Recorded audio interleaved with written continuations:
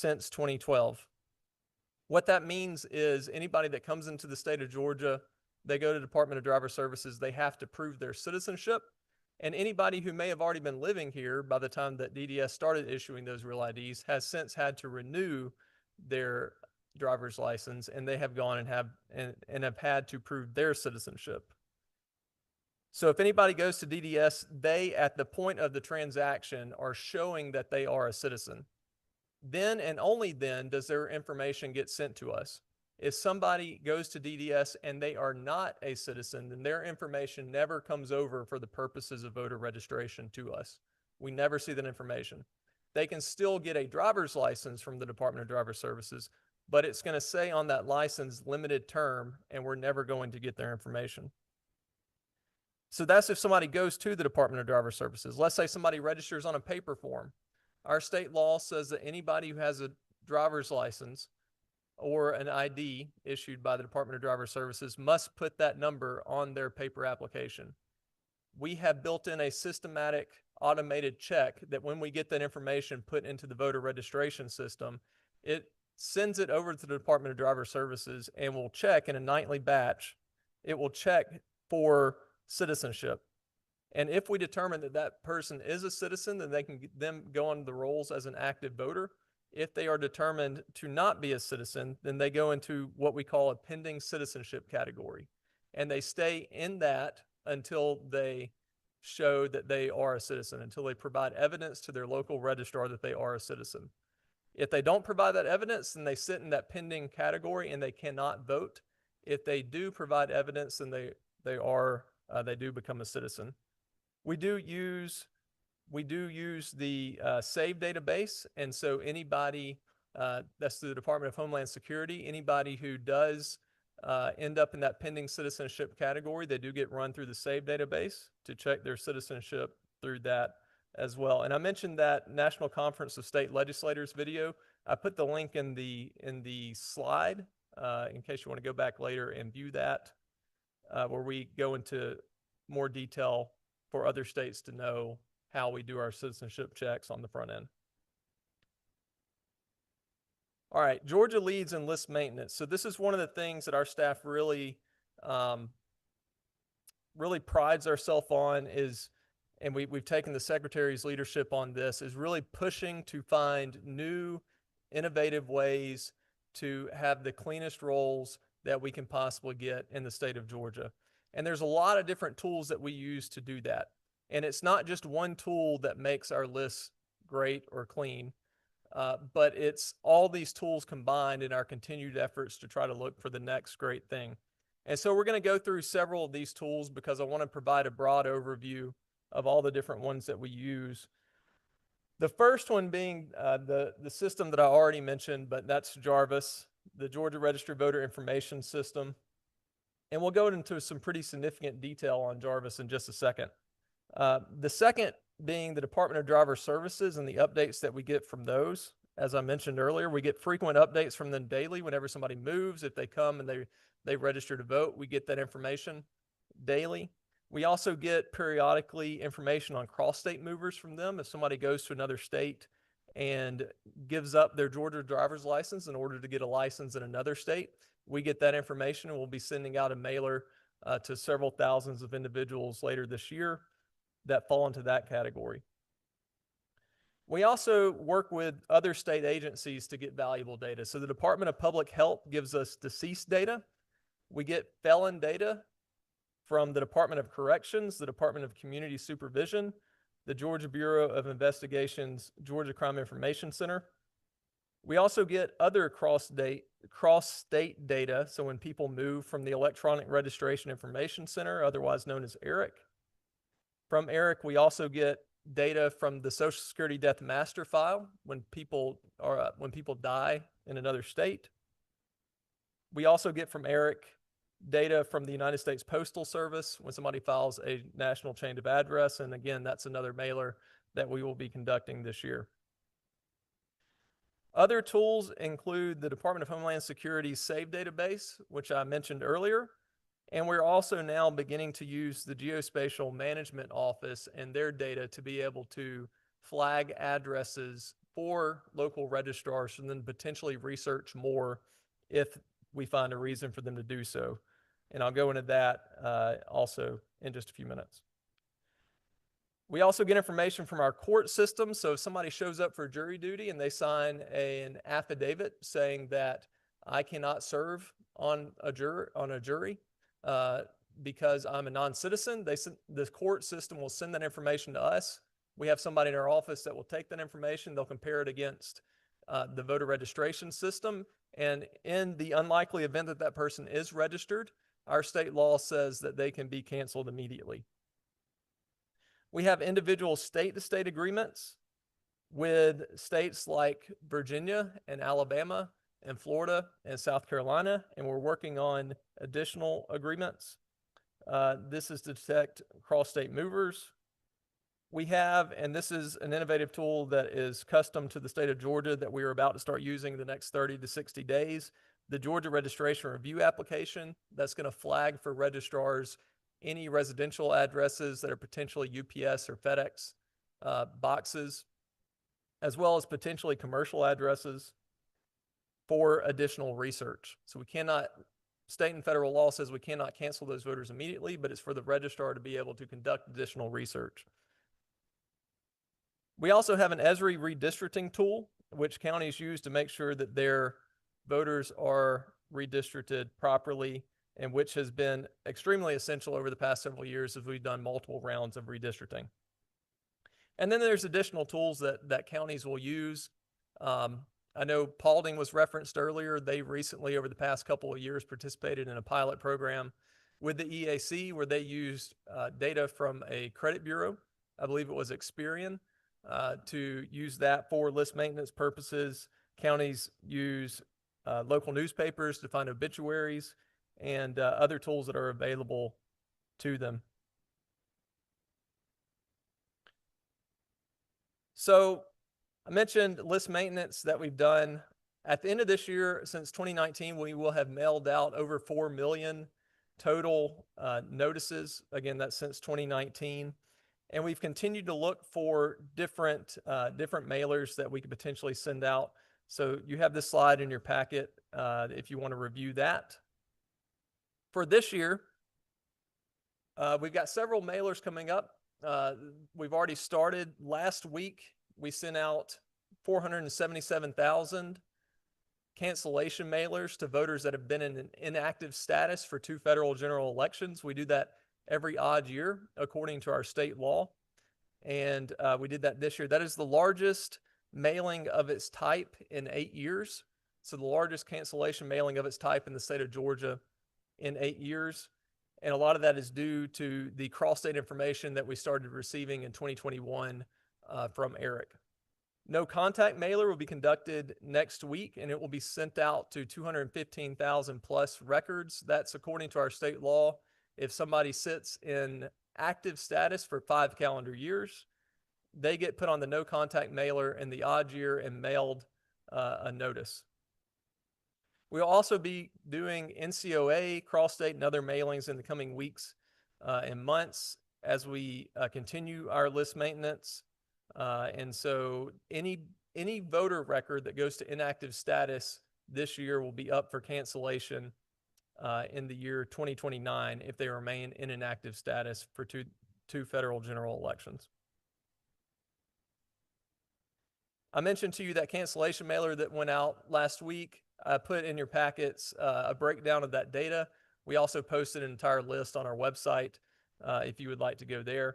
But it's 477,883, again, the largest of its type in 8 calendar years.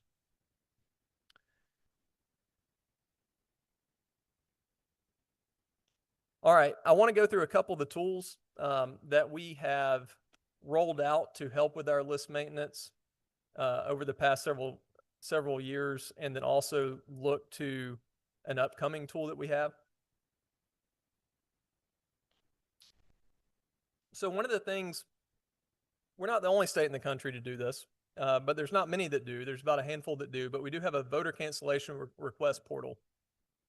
The idea being that a lot of the times when we send out these notices, if all we're doing is asking voters to respond via mail, our response rate is going to be much lower than if we give them an option to be able to respond online.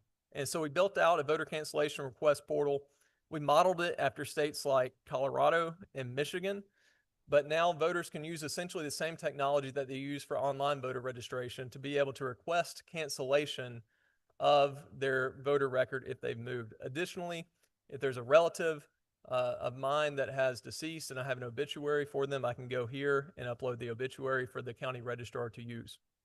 Again, it's about increasing that response rate to the mailers so that we don't have to rely on that record to sit in inactive status when the person no longer lives here for 2 federal general elections.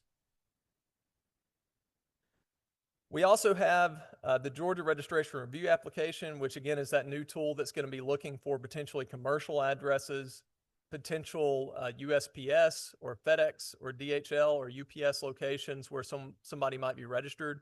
We're going to flag those for the registrar to conduct research on. And what they might find is that it's a FedEx store where above the store is apartment complexes, and that's going to be perfectly fine. But we are just simply flagging the addresses for them to get that list maintenance process started if the person does not live at a location, if it's not an actual residential location. We're also flagging for registrars to research any residential addresses that are not apartment complexes and have 10 or more records at them. That would mean potentially that maybe it's a rental and people have moved in and out frequently and there's some stale records there that need to get in the list maintenance process. And then we're also looking for general clerical errors. So like if a contact date is before a date of birth or something like that, maybe there's something unusual with the voter's name. We're trying to clean up the data that way by flagging that for registrars. All right, at this point, I want to go into detail on the Georgia Registered Voter Information System, which we know as GARVIS. So GARVIS is a secure statewide tool for counties to utilize as a database for voter registration and elections data. Our counties work in this tool every single day. I mentioned to you earlier that the first county logged in today at 4:46 a.m. to begin their work day on this election day. It's housed on FedRAMP compliant servers, which means it's a very high standard of security for us as a government entity.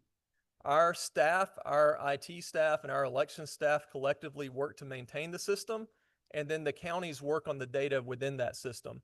And it's more than a voter registration system. It's a complete election management system that we have built out as a custom solution. And one of the benefits of our model as a state is that we are very much a top-down state. If you look at other states around the country, many of them are going to have, each local jurisdiction might have a different voter registration system vendor, and that can potentially cause issues as voters move within that state and they're having to work across multiple vendors to prevent things like duplicates and other things. But we have one statewide system that every single of our 159 counties use, and it has many parts. So it's used as a voter registration system or a voter roll database. We use it for voter credit and an election history database. So it stores for all of our voters information on whether or not they voted in elections going back through the history of their record. It's used as an absentee ballot management system. So our counties use it as they are issuing and receiving absentee ballots to verify those ballots when they're returned and to issue them when they receive applications. We have an elector list maintenance module that's used to process confirmation notices that get sent out. It's used as a candidate module for candidate qualifying. It's used for petition management. Last year we had many thousands, tens of thousands of petitions that got processed through this system. And then it's used for a voter information and for voter tools. So our My Voter page is run out of this system. Our online voter registration is run out of this system. Absentee ballot request portal, voter cancellation request portal. And then many of you may be familiar that if you go to our website, you're able to download particular data from our website, like an absentee voter file or a voter history file. All that is generated out of GARVIS. So GARVIS list maintenance, our county registrars, as I mentioned, maintain the state's voter roll daily. We get real-time updates and requests from our online voter registration and My Voter page. If a voter goes on there and requests a change of address, they can submit it and it appears on the voter or on the county's dashboard immediately. We also get real-time updates from the voter cancellation request portal, the absentee ballot request portal, and then there are other functions that it serves as well, like issuing letters or preparing letters to print for county registrars. On a nightly basis, our system will check against the Department of Driver Services. It will run citizenship checks. It will also grab any information that came in the previous day from the Department of Driver Services. Our system checks for duplicates. And so if a registrar has processed a paper application and they conducted some searches and didn't realize that that person was already registered in another county, the system will check and prompt the registrar to merge those two records so that any one individual only has one record. On a weekly basis, we process vital records, or our counties process vital records from the Department of Public Health. And then on a monthly basis, we process felon records as well. And so when a county logs in, this dashboard view is what they see. We try to design the system because this is a custom-built system. We worked with county election officials over the course of many years. We started development in late 2021, and we tried to design the system so that it is very user-friendly. With 159 counties, you have staff sizes that vary greatly from as many as 1 to upwards of 50 plus. And so you want to design a system as best you can that's easy to use and quick to learn for a new registrar. And so this county dashboard, we wanted to give them the visual that as soon as they log into the system, that they are able to see what they need to work on for that particular day. And so I'm not going to walk through all of these dashboard tiles, which each represents a particular workflow, but I do want to go through the ones that I think are most important for y'all. The first one that I'll start with is the vital records tile. I mentioned vital records get processed weekly from the Georgia Department of Public Health, and also we get data from Eric through the Social Security Death Master file. Whenever we do, we process those files from that we receive. Our state staff processes it, and they land on the county's dashboard. And then those counties can process those files off, can process those records off their dashboard. I also want to mention the felon records tab. So when if a county logs in after we run the felons process, they may see that there's 5 felon records sitting on their dashboard to process. They can click into that tab and then they can go through one by one and process those. When the records get processed by a registrar, the felons go on a clock and are sent a letter. If they do not respond, they get canceled. They can also request a hearing if they choose to challenge the findings. I mentioned the potential duplicates process. So on a nightly basis, our system, and again, this is one of the benefits of having a top-down statewide system, but the system is able to check against all counties' data in the state on a nightly basis to attempt to flag potential duplicate records. And then if those are found, present them to the county the following day for them to review and process. If a county looks at a record on their dashboard and they see, okay, this is John Smith's record over here, and this is John W. Smith's record over here. They have the same Social Security number. They need to merge them. They can do that there. We also get duplicates from Eric as well. Those get processed and go to the county's dashboards. And then there are other techniques that a county can use to be able to process information as well, such as pulling their own voter list and simply checking for duplicates that way. There are multiple avenues to try to prevent duplicate records from occurring. All right, the DDS application tile. This is a visual of where it appears for the county. When someone goes to the Department of Driver Services and they do not opt out of getting their information sent to us, if they are a citizen, then their information gets sent to us. And it'll go on the county's dashboard here. Again, 72.3% of voter registration updates come through the Department of Driver Services. That's not new applicants, but that's within state moves. So 72.3%, again, that's making sure that when somebody shows up to vote, they're voting in the proper local elections and getting the proper ballots. And that automated process that we have with the Department of Driver Services does that, and is the best source of data in the state that we have for within state movers. It also, one of the great things about our automated process that we have built out with the Department of Driver Services is because it's presenting the data to the county registrar within the GARVIS system, the counties are able to review, and then if it is accurate, simply accept the information and simply accept the information and simply accept the information. They don't have to manually enter it as well. We have the online voter registration application process. If somebody has a driver's license, then they can use our online voter registration process. Again, they have to swear that they meet all the requirements of a voter that's presented on this slide.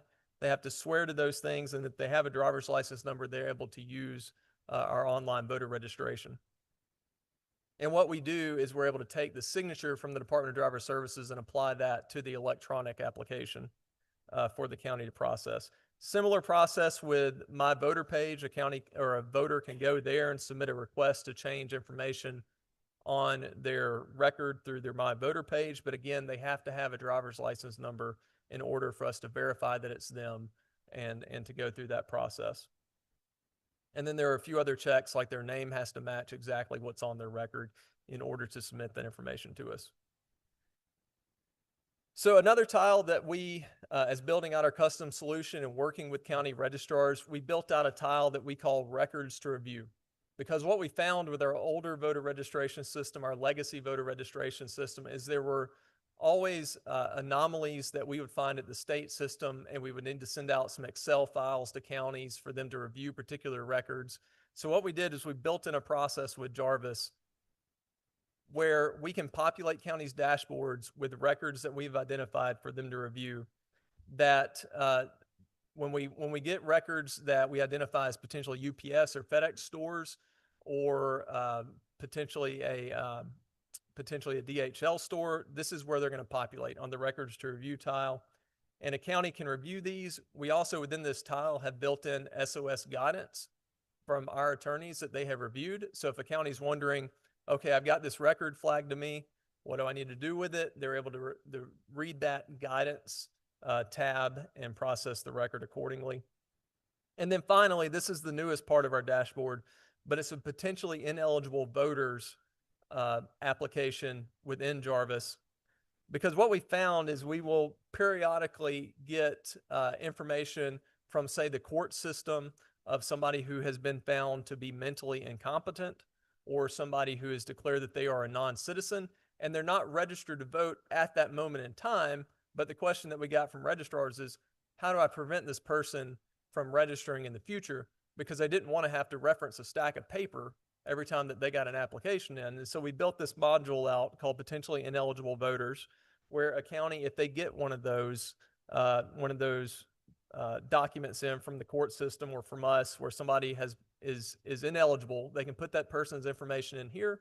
And then if that person applies in the future, they'll be flagged and prevented from voting. All right, so that's the high-level overview of the GARVIS system. That is a custom solution that we have built out, again, with the help of our county election officials. At this point, I want to go into how Georgia votes.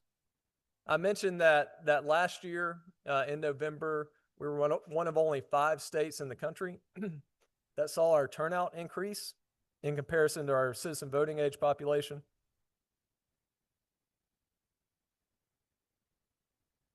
As you know, we have 3 ways to vote here in the state of Georgia: Election Day, advanced in person, and absentee by mail.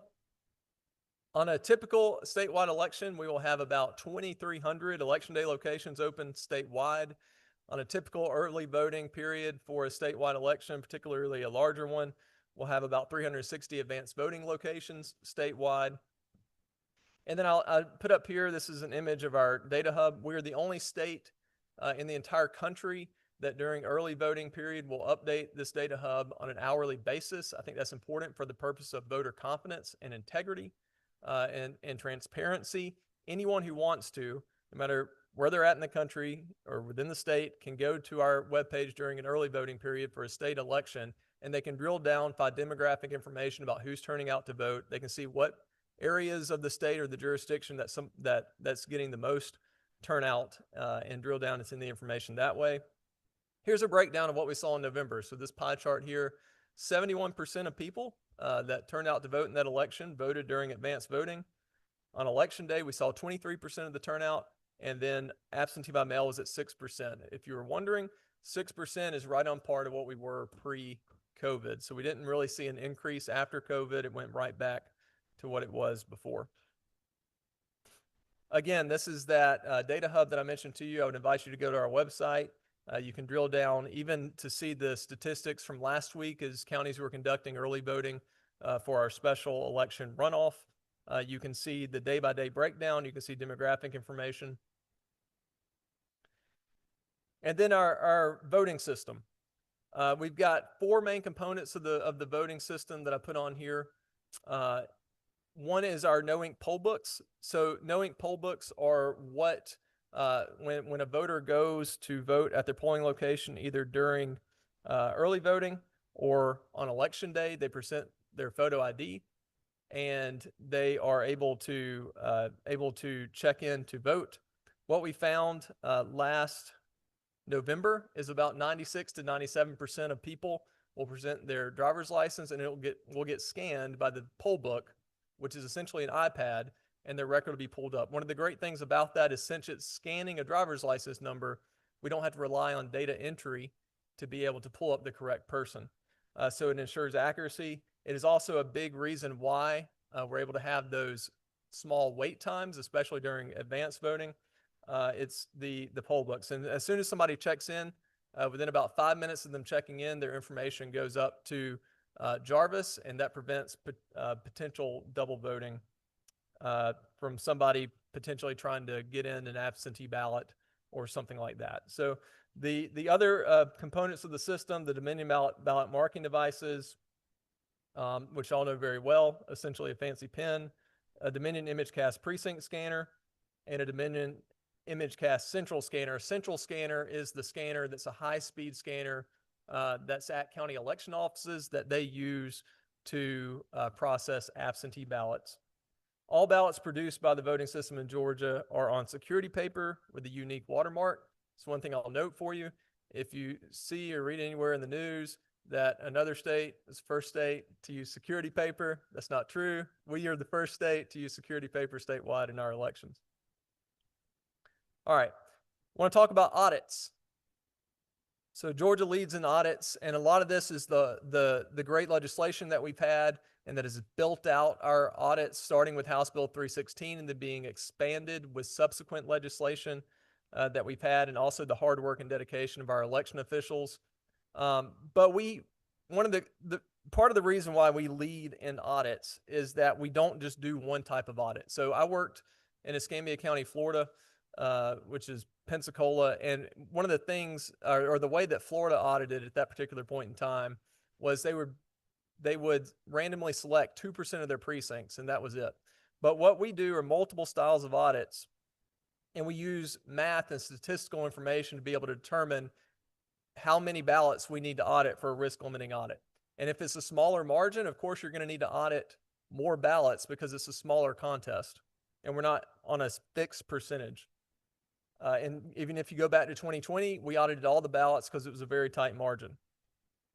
We also did, for the first time in November 2024, a ballot image audit, and we included in your packet the printout of that report. And then other audits that we've conducted include equipment, health checks, parallel monitoring, and site assessments, which I'll detail a little bit in just a minute. So risk limiting audits, the code section for those that has been expanded over the years is OCGA 21-2498. RLAs are required after statewide and or federal elections. And so since this is a statewide runoff election, counties will be auditing this contest in the next 2 weeks. Georgia's first statewide RLA was in November 2020 following that general election. Georgia has one of the lowest risk limits in the country for our RLAs at 5%. And our audits go above and beyond the minimum requirements of an RLA. And I think this is key because we don't just settle for a risk limiting audit. One of the things that we found when we were piloting this is if we conduct a statewide RLA, it could be that some counties don't get selected and they might not have any batches to audit. But then you have a county that has posted notice and invited their public in to see this process that's supposed to be transparent, and then they don't have anything to audit. And so what we did was we worked with our vendor who ran the auditing software to expand the capabilities of it to ensure that every county has something that they could audit. So what we said was that we run the RLA math, we do the dice roll every single time in the Capitol, and we run the RLA math and we select those batches that are included in that audit. And then after that, we make sure that every county has a minimum of 2% of their ballots to audit. So what some other states consider a standard, we consider the bare minimum. And we make sure that every single county has at least 2% of their ballots to audit. We also know that it's important to the voters in our state to make sure that we're auditing hand-marked paper ballots as well as ballot marking device ballots. And so we make sure that every county has at least one hand-marked batch, which is typically the absentee by mail or the provisional, and has at least one ballot marking device batch to audit as well. And again, we do this after every statewide and federal election. And with Senate Bill 189, we are now expanding to where next year we'll be auditing 2 contests at a time after an election. The other audit that I'll go into detail on is the ballot image audit. Again, you have the report in front of you. The significance of this audit is it was the first audit ever conducted using optical character recognition of the human readable text on summary ballots produced by the ballot marking device. It was the largest single ballot image audit ever conducted. It was the first tabulation audit in Georgia to audit the entire election, every contest on every ballot. And then it was the first ballot image audit conducted with 2 points of comparison. What that means is you might look at another state that had a ballot image audit conducted, and what they released after their findings or after their audit was just the summary level data, so essentially the high level numbers. What our audit did was it looked at every single ballot and looked at how the machine read every single ballot, so that if there was a discrepancy, we could trace it back to the exact ballot that was audited and figure out why there was a discrepancy. Here's what the findings were. There were 0 differences found between the tabulation based on the human readable text and the tabulation based on the QR codes generated by the Dominion Image Cast-X ballot marking devices. Again, that's 0 differences. A single discrepancy was identified in the audit on a BMD ballot that was traced back to a county adjudication error. In other words, a county was adjudicating the ballot. It was a write-in for one candidate, and they manually assigned the write-in to the wrong candidate, even though visually it was obvious who the vote was for. So it was a human error. The only differences found in hand-marked ballots between the original count and the audit were attributed to voter intent interpretations. And again, this audit was significant. We want to continue doing it after every election because the great thing about it is it was able to audit all 1,955 contests in the state. That's 295 federal and state contests and 1,660 local contests. Here's some high-level statistics from it. Again, 5,297,264 total ballots in the election, audited all 1,955 contests, and found only 87 discrepancies, which is an excellent, for a state our size with that many ballots, an excellent rate.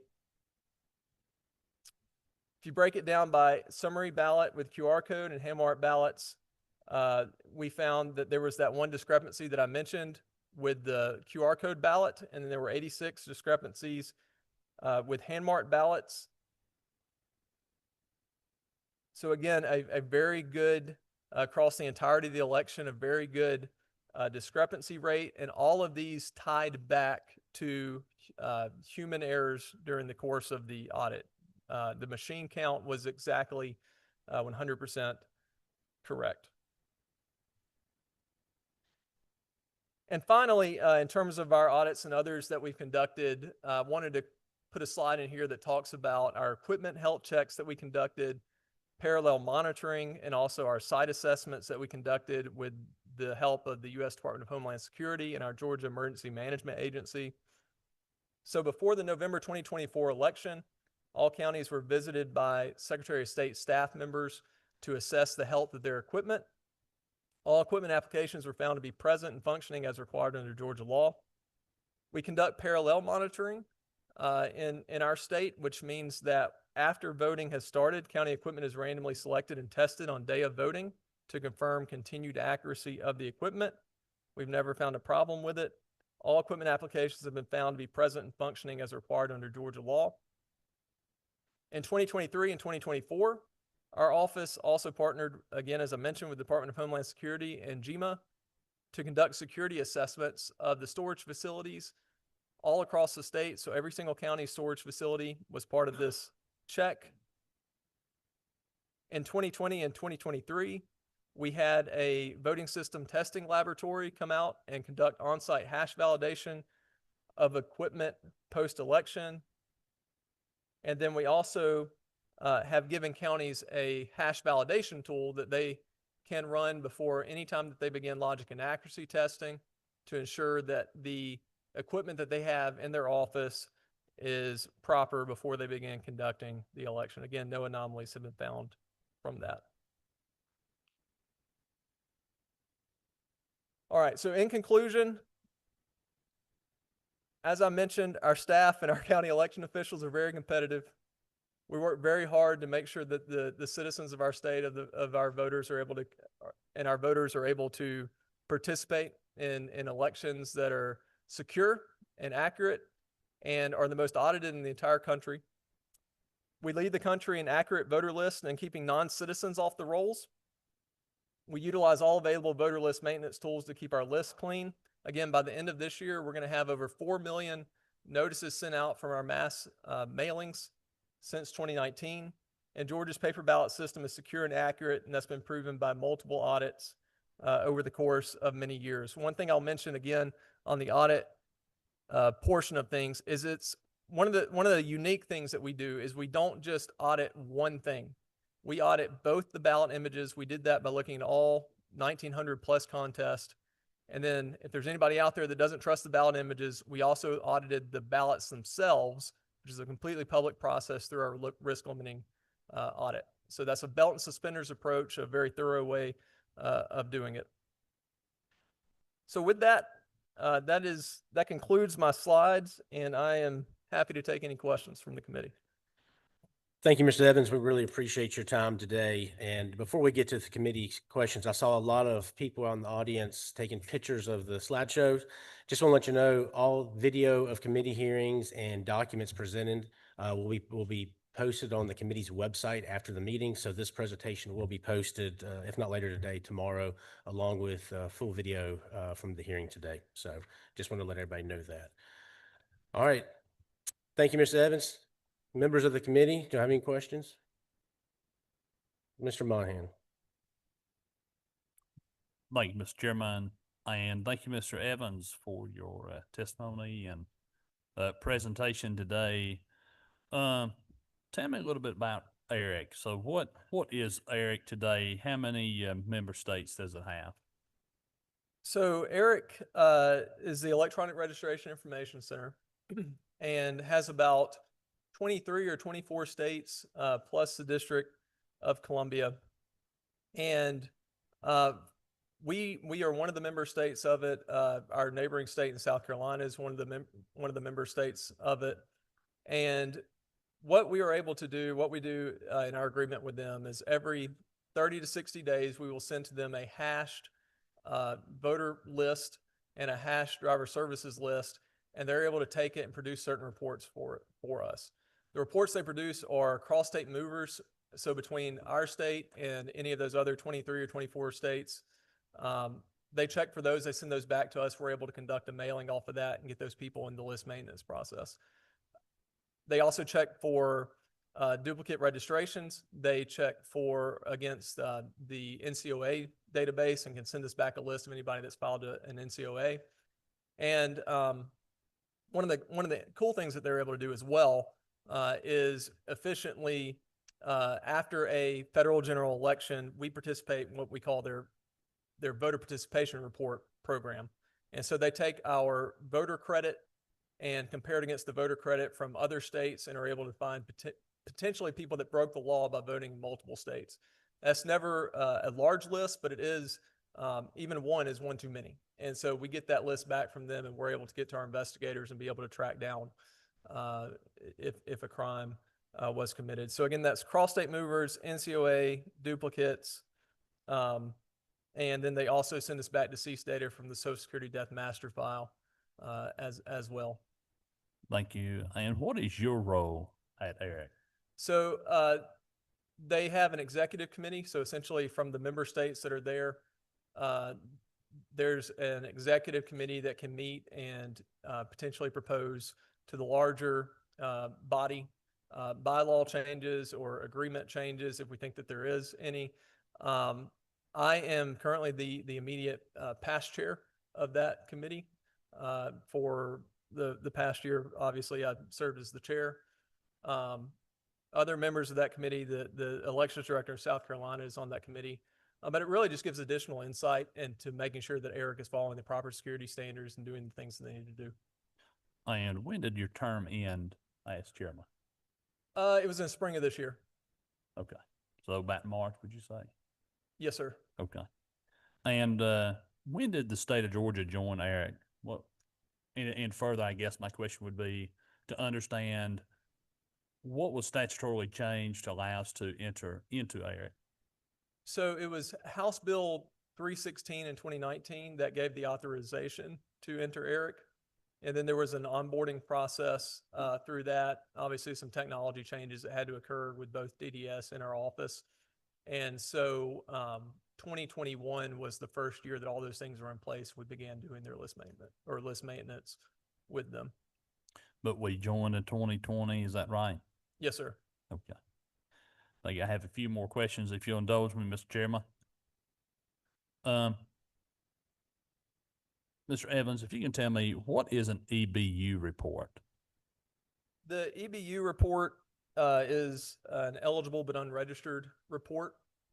And so what that is, what member states and ERIC can do is they from a request from ERIC, hey, take our driver services list, compare it against our voter list. And if there are people that appear to be eligible on the driver services list, then but aren't on the voter list, then send us those and we can conduct an EBU mailing or an eligible but unregistered mailing to those individuals, notifying them of how they can register. We did one of those. I believe we've done 2 of those. And then last year or the year before, we opted out. So essentially the membership voted to allow us to have an exemption from that eligible but unregistered report. So that's not something that we have to do again as part of our membership in ERIC. Can you tell me what that mailing has looked like in the past? I know you said that you've made a couple of these mailings. So you're mailing to unregistered but eligible folks, right? And that is a mandate from the organization. That is not something that we have in Georgia law today. Is that correct? So the mailing was essentially a postcard that said you may be eligible to vote, and if you are, then you can do so through submitting a paper application or going to online voter registration. And correct, we don't have to do that anymore. But that's not a Georgia statute. That is a rule or a requirement as being a member of ERIC. Is that correct? Well, it is part of ERIC, but it's not a requirement for us anymore. I understand that. There's no statute that we mail postcards to eligible voters. Correct. Okay. And so that was prior to August of 2024, that was a requirement of ERIC. Is that correct? It was something that we had done twice prior to August of 24, and then we got the exemption. But an EBU report and mailing is a requirement of the membership of ERIC prior to August of 2024. Is that correct? It was. Thank you. And just indulge me just a moment longer, Mr. Chairman. I just have some questions. I'm trying to get my head wrapped around this membership here. I understand that Georgia did opt out of the EBU process in 2024. And that was is that a unilateral decision that Georgia made, or was that a decision that the entirety of ERIC's membership made at that August 2024 meeting? So it was us presenting a request to the membership, and then they voted on giving us the exemption. And what was the reasoning or rationale for leaving the EBUs at that point in 2024? You would think that didn't, I would presume that did not come, out of a vapor. There must have been some rationale there for not doing that any longer or asking for that exemption. What was that? Yeah, so essentially the way that our system is set up with the Department of Driver Services is that anybody that has gone to the Department of Driver Services has opted out of sending their information to us. And there's really no point, that can't really justify the cost, was our feeling of opting out at that point. So we didn't feel like the cost of the mailing justified doing another EBU. So the cost of the mailing was that. I think that's a great segue into the next question that I have. Is it true that we have to submit social security numbers, driver's license numbers, and date of births to the ERIC database? So we have a hashing software that we run it through, and then we submit the hash data. Does that hash data include social security numbers, driver's license numbers, and dates of birth to a third party? Yes. Are we able to, in Georgia, to audit all recipients of our Georgians' sensitive data? Are we able to audit those recipients? So if another state were to receive a Georgian's sensitive information, are we able to audit those systems who are recipients of Georgia data? So do you mean like individual state-to-state agreements? So let's say, and I think I pulled up, I believe Rhode Island is a state that's a member of ERIC. Are we able to audit their systems as a member of ERIC? Do we in Georgia, does the Secretary of State's office audit the state of Rhode Island to make sure that they're keeping the Georgians' data safe? So one distinction that I'll make is that they never get our raw data. So what they might get might be a string of characters or numbers, but they're never getting social security numbers from Georgia in the state of Rhode Island. So there's no identifiable information that Rhode Island receives from Georgia. They're getting names and then mailing addresses so that they can conduct mailings to our voters. It only if our voter record is appearing on our list and their list, and the more recent activity is in our state, then it would appear on Rhode Island's list, because it would look to them like that voter had moved to Georgia. But outside of EBUs, even for voter list maintenance, we're not sending information like social security numbers. They're not receiving identifiable information. They are not. Okay. That's all the questions I've got, Mr. Chairman. Thank you. Thank you, Representative. And Mr. Evans, just to follow up on a few of the questions Representative Monahan had, and excuse me if I'm duplicating here, but besides individual state-to-state agreements that the state of Georgia might have, do we have any agreements with any other multi-state cross-check compacts besides ERIC? And and if so, what are they? So the main one that we have begun utilizing is not necessarily our agreement, but it's the one that Department of Driver Services has, where they get information if somebody cancels their Georgia license, and like a fly. Yeah, it's a big fly. They get information if somebody moves from Georgia, cancels their Georgia driver's license, and then gets one in another state. So we get that information through Department of Driver Services. What about, and I think it's a fairly new program, the Alabama Voter Integrity Database? What is our participation in that? We have a state-to-state agreement with the state of Alabama. Okay. How many of our neighboring border states are currently members of ERIC? One, and that's South In South Carolina. Okay. And what does our annual agreement that we have with Eric, what does it cost the state of Georgia? And For- how is that fee computed? So for the last year, I would need to double check this year, but the last year was like 98,000. And it's essentially computed. There's 3 staff members for Eric, and so it's their cost along with any operational costs of maintaining the servers that they have. They perform some SOC audits as well to make sure they're maintaining the proper security. And so any of their operational costs, those are taken, they're divided out amongst the states based on voter population. So I'd imagine as states have left, Eric, and if there are other states leave in the future, our annual cost will go up. It will, if other states don't join. I do know that New York is about to join, and so that would obviously be a big state and would have hopefully some impact on our cost. Thank you, Mr. Evans. I will go to Representative Draper. Thank you, Chair Fleming. So Mr. Evans, thank you so much for your presentation. That was really helpful. So you mentioned during your presentation a couple times that the turnout in Georgia increased from 2020 to 2024, and we were one of 5 states where that happened. My question is simply, does that increased turnout account for the increase in population in Georgia?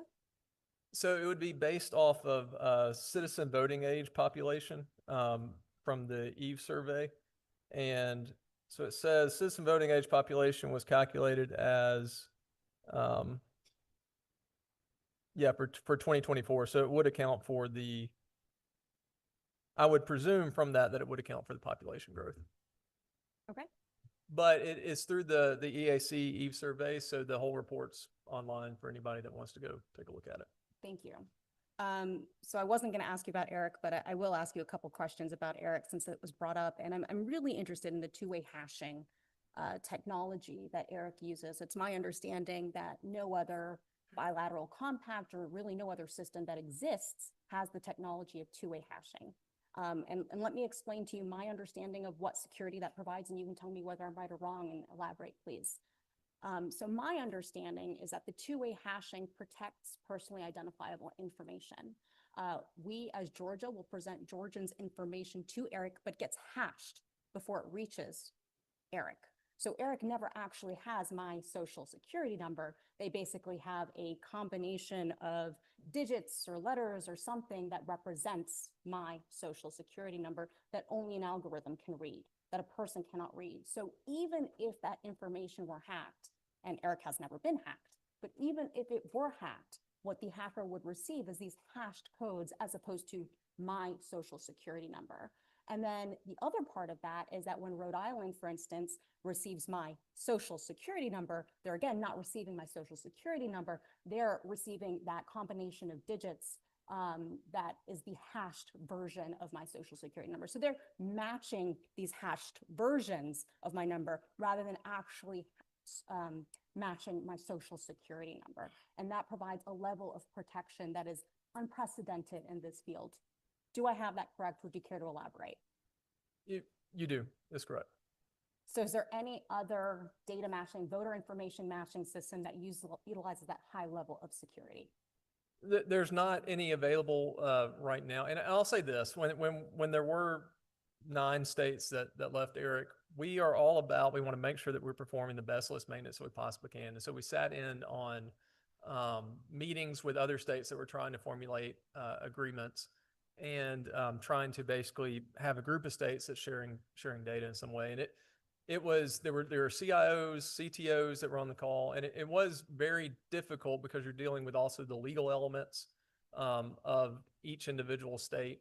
For example, Florida doesn't protect full dates of birth. We do protect months and day. And so if we send them our full dates of birth, there was a question about whether or not they can protect it.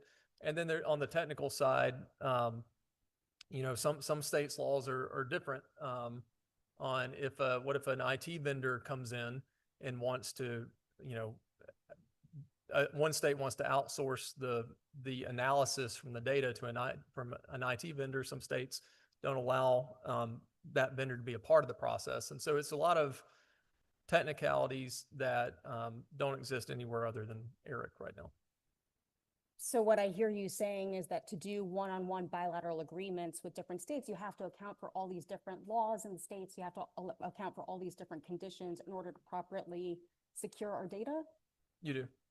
And And, that's, and we do for the states that we have state-to-state agreements for.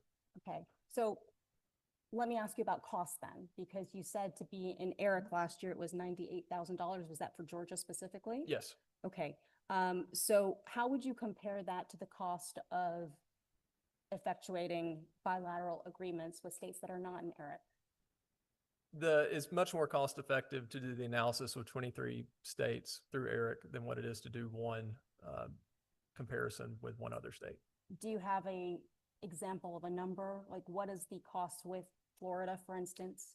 Well, so I know in the two states that we've done a comparison with so far, Virginia and Alabama, for each state, it took a series of meetings and, probably about a week's worth of work to be able to get both IT departments to where they were comfortable with the way each other was going to share the data, and then share it and then conduct the analysis on top of it to be able to get the information. And then you have to essentially scrub the data and provide evidence to the other state that you have cleaned it. And so, I mean, you're looking at about a week's worth of data, whereas it takes, 3 or 4 hours to be able to prep a file to send it off to Eric. So what I'm hearing is a bilateral agreement is more expensive, less secure, and less efficient than doing that work through the ERIC compact? For any state-to-state agreements that we do, we make sure that we are securing the data. So I want to be clear on that. With that said, it is much more costly to do a state-to-state exchange, and much more difficult and more time-consuming than what it is to do it through ERIC. So I certainly understand that you are being as secure as you can be with the bilateral agreements, but for instance, you said with Florida has a law that they have to release the social security numbers, right? So that Full dates of birth. full dates of birth, excuse me. So that if you have this interstate compact with state-to-state compact, with Florida, does that mean that my full date of birth gets released in Florida, or is? So we have an agreement with them, but we've not done an exchange because that has been the issue. We will not sacrifice security of our voters' data. So is the other side of that then that the data is less reliable because you are not exchanging full dates of birth? It could lead to looser matches, which is part of the reason why we haven't done an exchange yet. Okay, and just to reiterate, none of these bilateral compacts use the double hashing that secures the data within ERIC, is that correct? We do make sure proper procedures are in place. Both IT departments make sure that they're comfortable with the secure exchange of the data. So I don't want to get too much into the weeds there. But it's not the double hashing technology. It's not the same technology, but it is a secure method that is used to transmit the data. Okay, thank you. And then last question on a different topic, if you don't mind, Chair.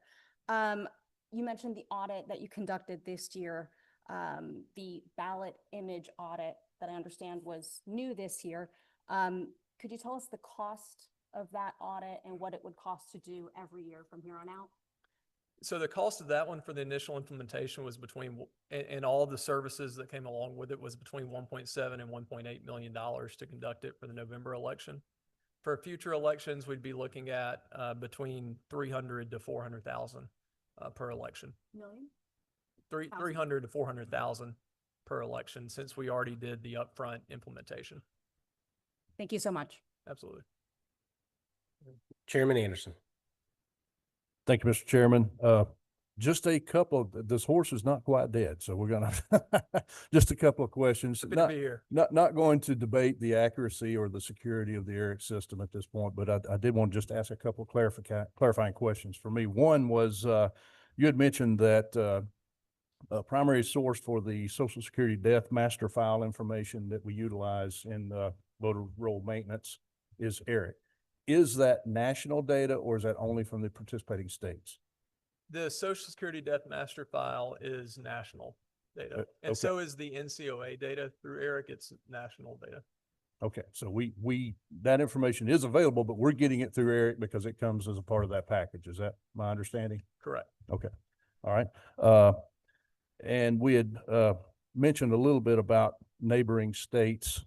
Just a question did I hear you say that New York is considering entering into ERIC? My understanding is their legislation is passed, so they will be entering. But there is an onboarding process, so they're on the front end of starting that onboarding process. Okay, just from when we started having some discussions around this, pulling some simple data, migration data from the Census Bureau, the top 8 states that people move to Georgia or from Georgia to: Florida, Texas, New York, California, North Carolina, Tennessee, and Alabama. Aside from the potential entry of Eric or New York into the ERIC system, none of those are participants at this time. Is that my understanding? Could you read them off again? Florida, Texas, New York, California, North Carolina, Tennessee, and Alabama. That's correct. Okay. And then the last question that I had related to voter roll maintenance. You did mention that our DDS program, the motor voter registration program, is our primary source for in-state movers. Does it not also capture driver's license cancellations and out-of-state people coming in to request a Georgia driver's license? So it actually helps in both. It does. both That's okay. correct. All right. Now, if I can shift from voter roll maintenance a little bit here, back on the driver's license issue, the voter motor, we utilize an program. Okay. Are there any of the other states that are utilizing that use an opt-in program for voter registration? Yes, sir. Some states use opt-in. Okay. And is there any data that we've seen stating whether that option is comparable to the opt-out version or vice versa as far as accuracy? So I feel confident that that data exists, which would say that in an opt-out, you get more data than you would in an opt-in. But I don't have that data on me. All right. Does Georgia participate in any type of data sharing other than surveys and that sort of thing regarding voter roll maintenance with the EAC? So Paulding County did a pilot program using Experian data. And I talked with Deidre Holden about that. Seems like it went very well. I've talked to some of their commissioners to determine if they were going to do that pilot again, because I would be interested in the entire state potentially being a part of that, but it seems like it's a little up in the air right now. So as of right now, no. Now they do have a best practices document that's out there, and we follow all their best practices.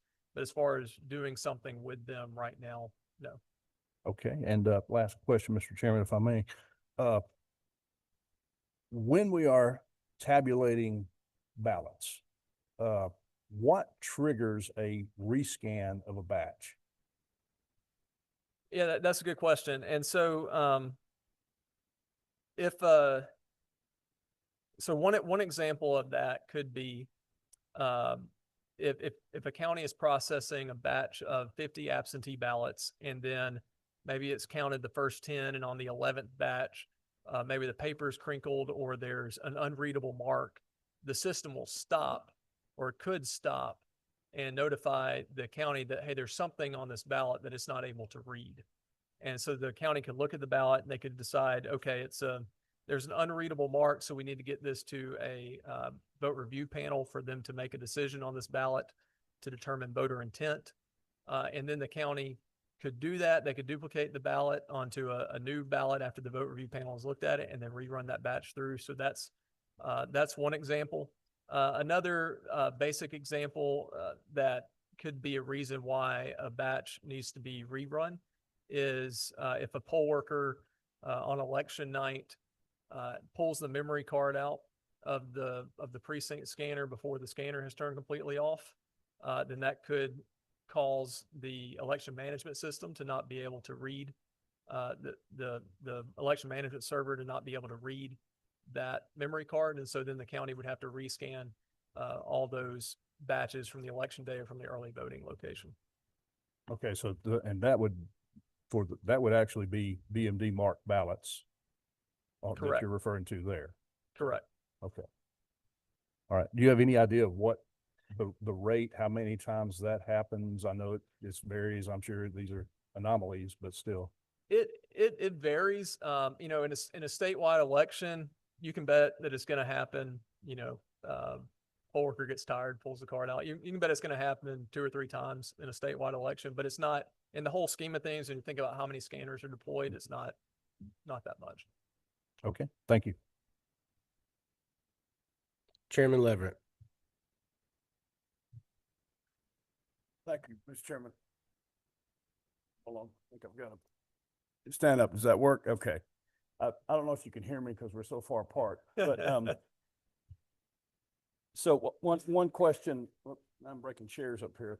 So just very basic, these questions from these very agile minds on the committee, as my Judge Hurd would say, they're nothing like I can come up with, but I just wanted to get some basic things. When you've used the term hashed a few times, are we simply talking about encrypted data there, or is it something more than that? It is more than encryption. It's actually hashing the values that are. So what does that mean?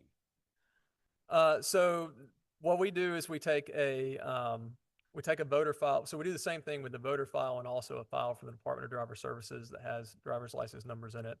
And somebody in our IT department will run it through a hashing software, and it actually changes the driver's license number, social security numbers to a string of characters and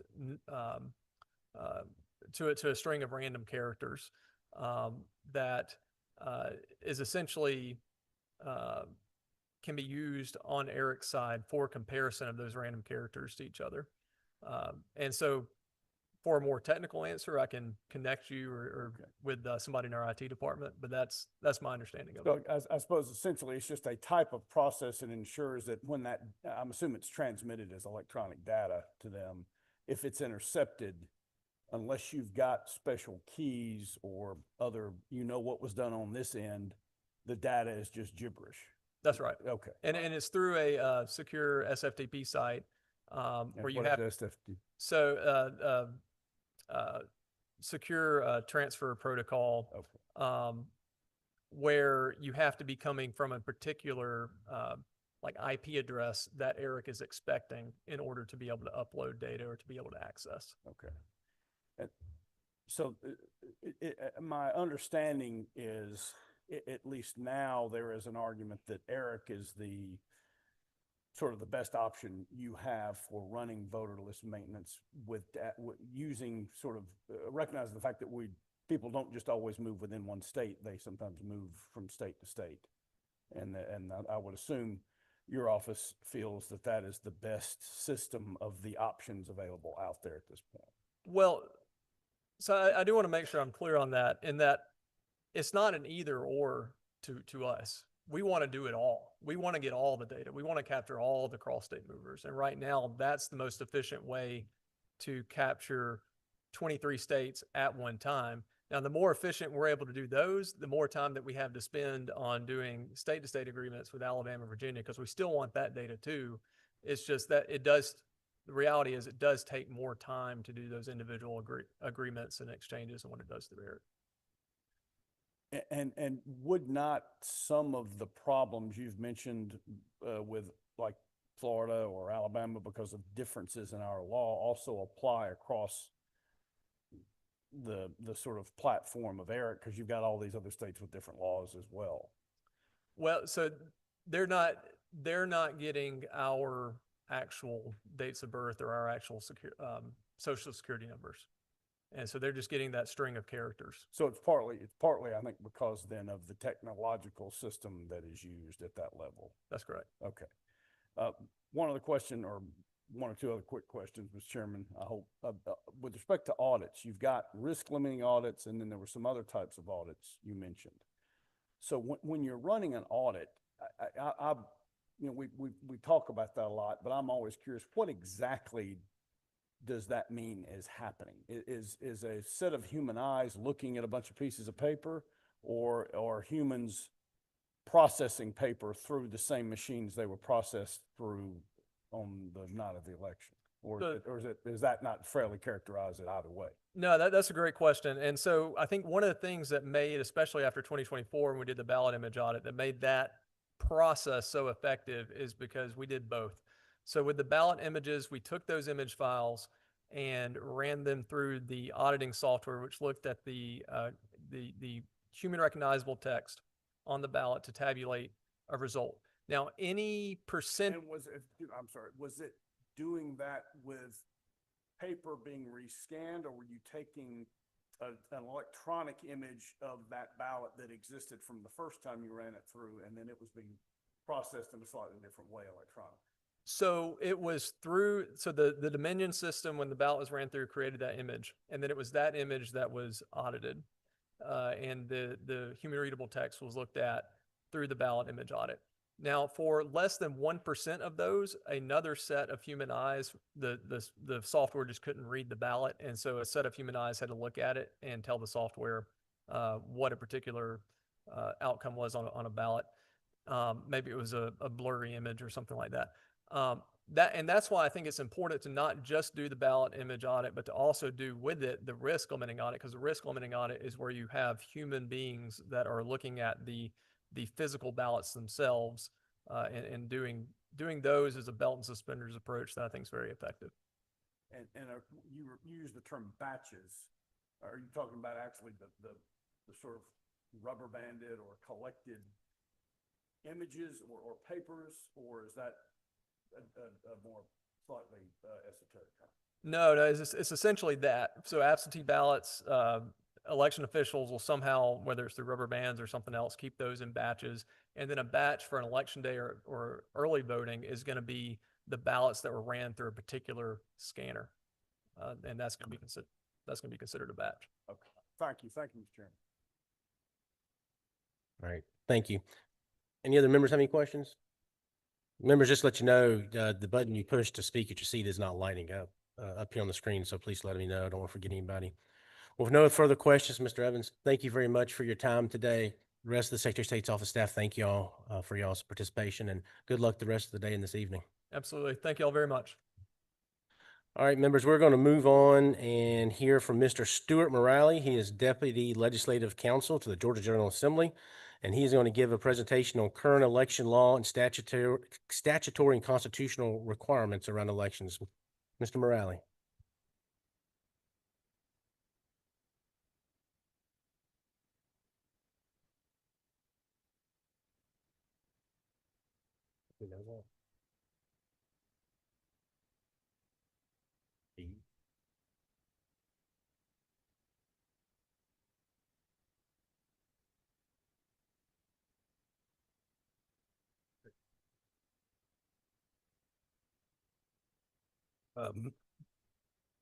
So committee members, the chairman has asked me to kind of give y'all a overview of the various constitutional and statutory authorities that kind of govern the procedures of conducting elections within the state. And so I'll start off with the fact that the wellspring for all election laws in the state arise from the state constitution.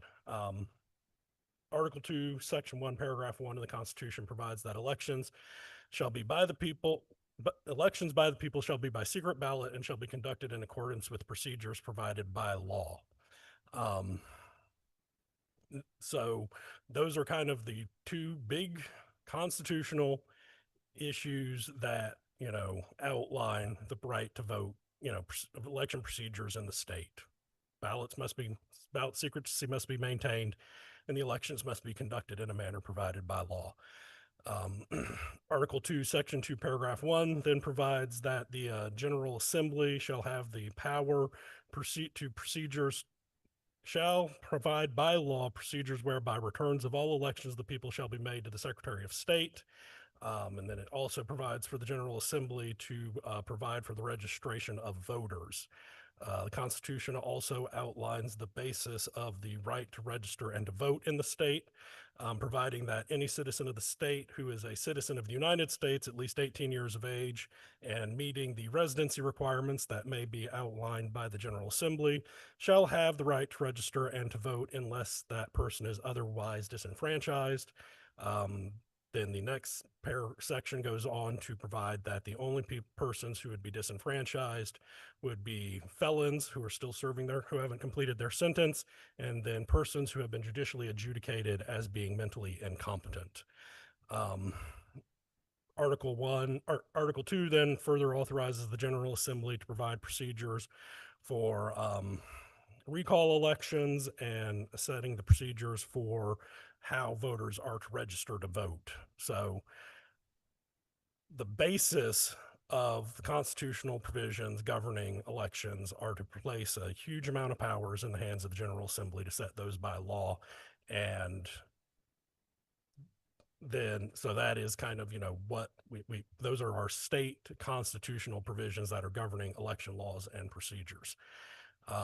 One thing to keep in mind, of course, is that the supremacy clause of the General Assembly is authorized to adopt all laws that are not inconsistent with the state constitution or repugnant to the federal constitution.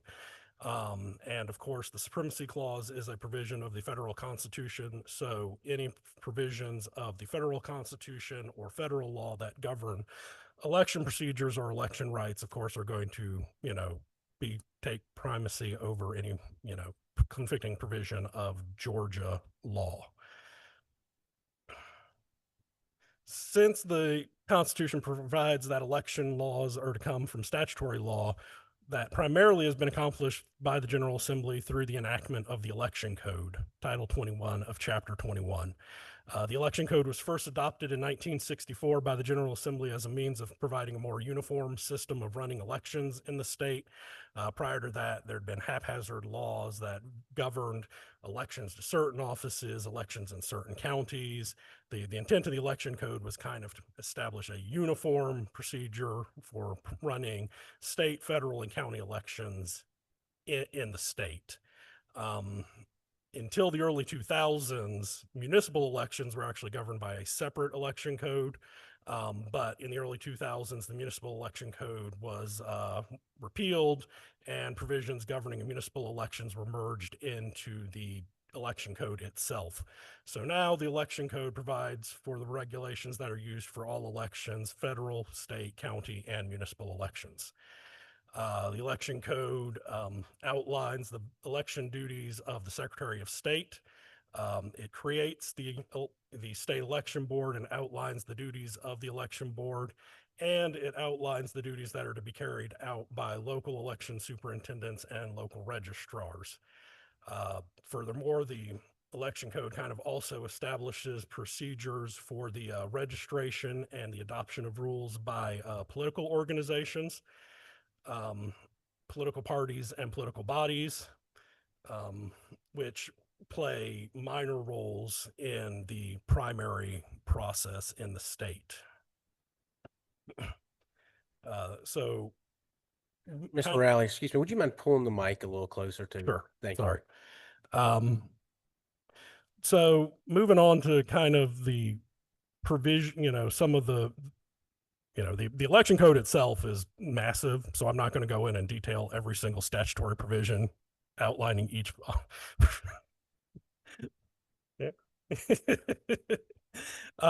Each specific duty of the Secretary of State, the state election board, and local election superintendents.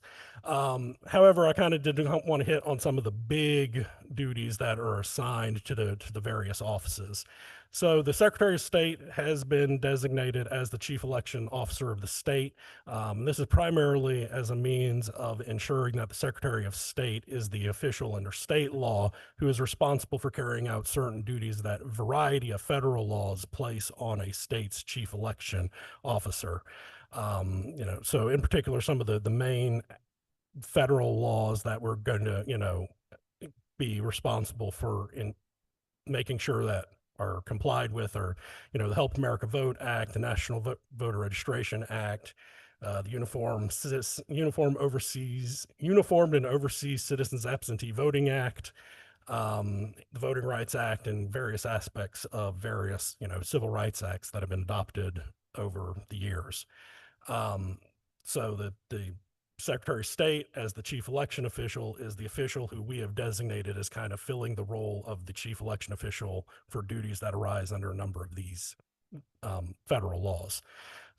As you know, Blake did a great job of discussing. The Secretary of State's office is also responsible for maintaining the lists of active or registered and inactive voters across the state, based upon information that is provided by the local registrars to the Secretary of State's office.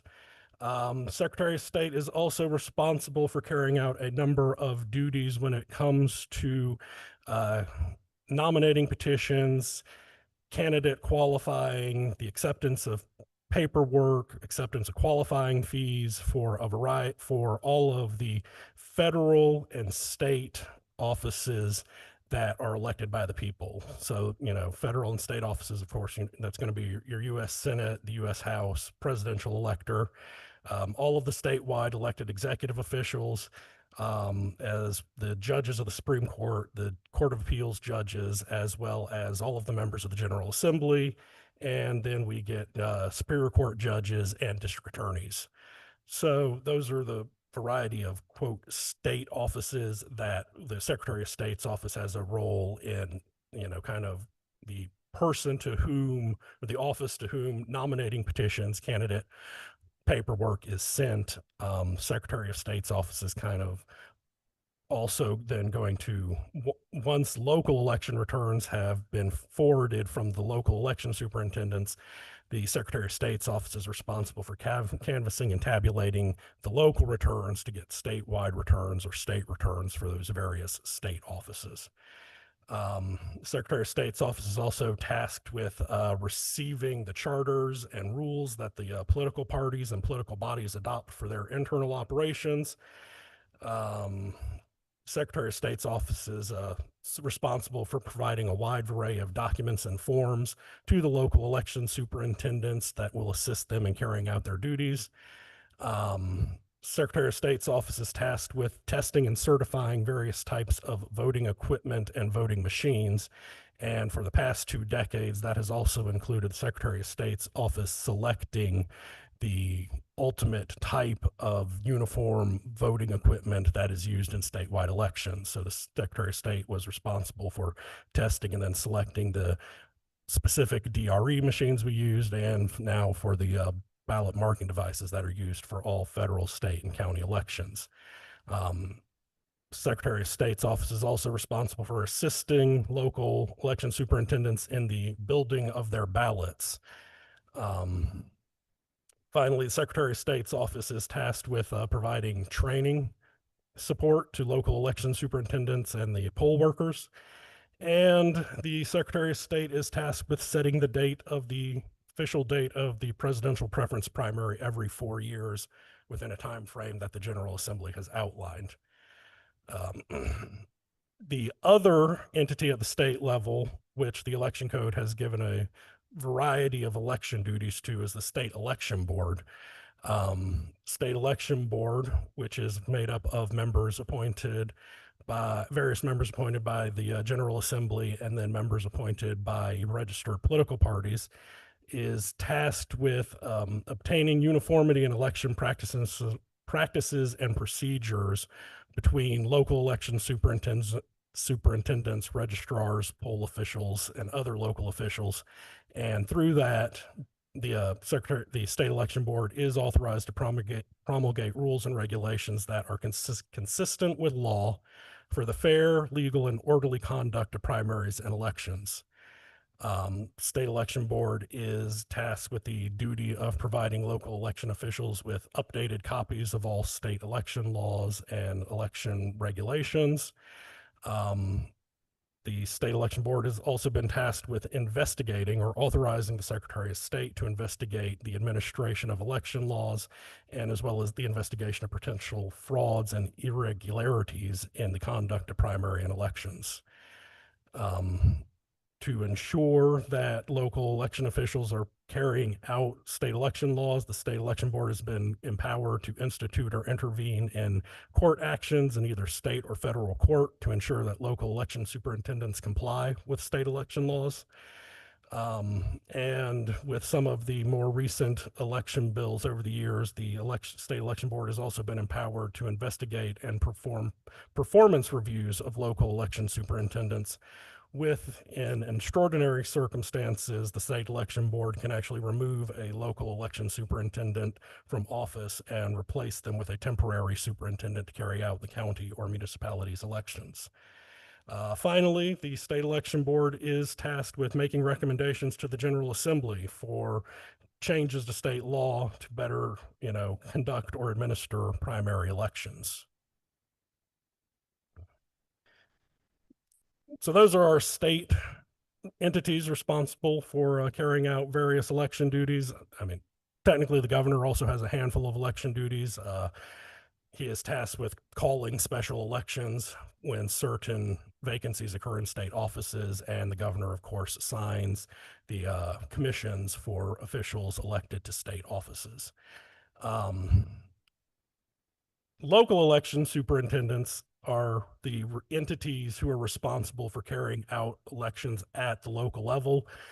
For the most part, when I'm talking about election superintendents right now, I'm just going to be focusing on the county election superintendents. Each municipality will also have an election superintendent that is tasked with carrying out the city's elections. The duties are mostly the same, and for a large variety, from very many cities, those cities have actually contracted with the local county election superintendent to run their elections. So I'm mostly going to be focusing, when I reference election superintendents, to the county election superintendent.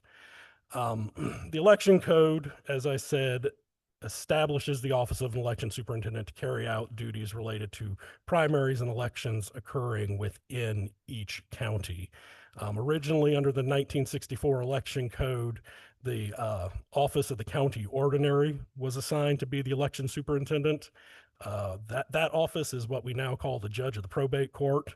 So probate judges were initially assigned as the election superintendent for each county. However, over the decades since the initial enactment of the election code, the General Assembly, through a provision of the election code, has instead created, through local legislation, created local boards of election that would act in place of the probate judge to carry out the duties of an election superintendent. As I'd said, for decades, the General Assembly has been creating these boards of election, so that about 2 years ago, there were only about a dozen probate judges who were still filling the role of election superintendent. And last year, with the adoption of Senate Bill 212, the General Assembly finally removed the last probate judges from their roles as election superintendent, and through Senate Bill 212 created boards of election and registration in all of those counties. So as of the beginning of this year, each county should have its own county board of elections or board of elections and registration that will act as its election superintendent, and the probate judges should be out of their role of election superintendent. The duties of the election superintendent, they fill a similar role that the Secretary of State did for the nomination and qualifying paperwork for what the Secretary of State was doing for state officials. The local election superintendent does that for county level officials. So that would be accepting nominating petitions, the qualifying paperwork forwarded by the political parties for those offices, accepting qualifying fees, dispersing qualifying fees that the offices received. Again, then the local election superintendents are tasked with, running all primaries and elections. They are the ones who would call a local special election if it was necessary. Local election superintendents designate election precincts. They select and equip polling places. Election superintendents are responsible for purchasing all voting equipment that is not otherwise provided by the state. Local election superintendents appoint and train all of the poll officers. So those would be your poll managers, assistant managers, clerks, all the people who the public is interacting with at the polling place, those are individuals who are selected by the election superintendent and trained by the superintendent to carry out those duties at the polling place. Election superintendents are also tasked with receiving the returns from each polling place and then canvassing, tabulating, and certifying the results of the elections that have been conducted within their jurisdiction. And then they are tasked with forwarding all of those election returns to the Secretary of State's office. The election code also initially, back in 1964, established the office of a county registrar, and the county registrars are responsible for carrying out voter registration duties. Now, in most cases, and frankly, I think in pretty much all cases now, the Board of Elections has been set up as a Board of Elections and Registration. So the Board of what is typically called the Board of Elections is also carrying out all the duties that state law assigns to the local registrar. And the duties that the election code assigns to the registrar relate to the acceptance of voter applications, reviewing the qualifications of all persons who have registered to vote. The registrars are tasked with hearing all voter registration and elector challenges that may be filed. And the registrars carry out a variety of duties relating to the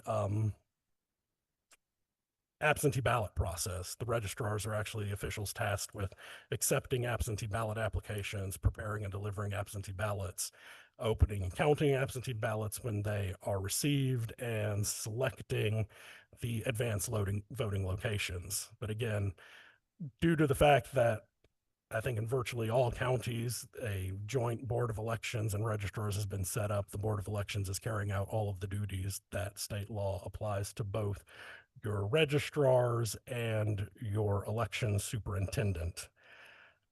So that is my super quick run through of the setup. If there are any specific questions, I'm more than willing to see if I can't provide answers. Thank you, Mr. Morale. Are there any questions from the committee?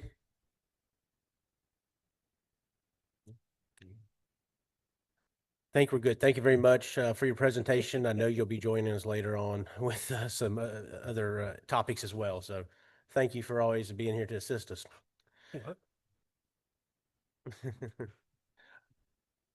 All right, committee, we are at a point we're going to stop and take a lunch break. We will reconvene at 12:45. Committee members and staff, there is lunch available in room 230 downstairs in the Capitol. So we will reconvene at 12:45. Thank you all.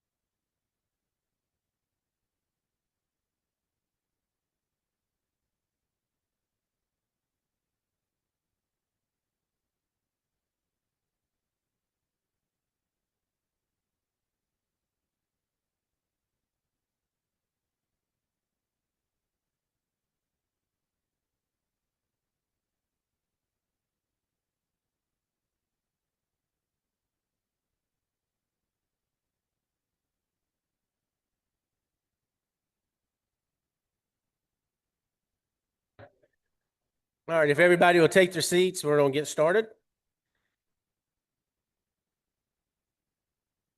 Hope everybody enjoyed their break and was able to get a little bit of lunch. We are going to start the next section with Mr. Stuart Morale again, Deputy Legislative Counsel, and he's going to be giving a presentation of the Supreme Court review. Mr. Morale. Okay.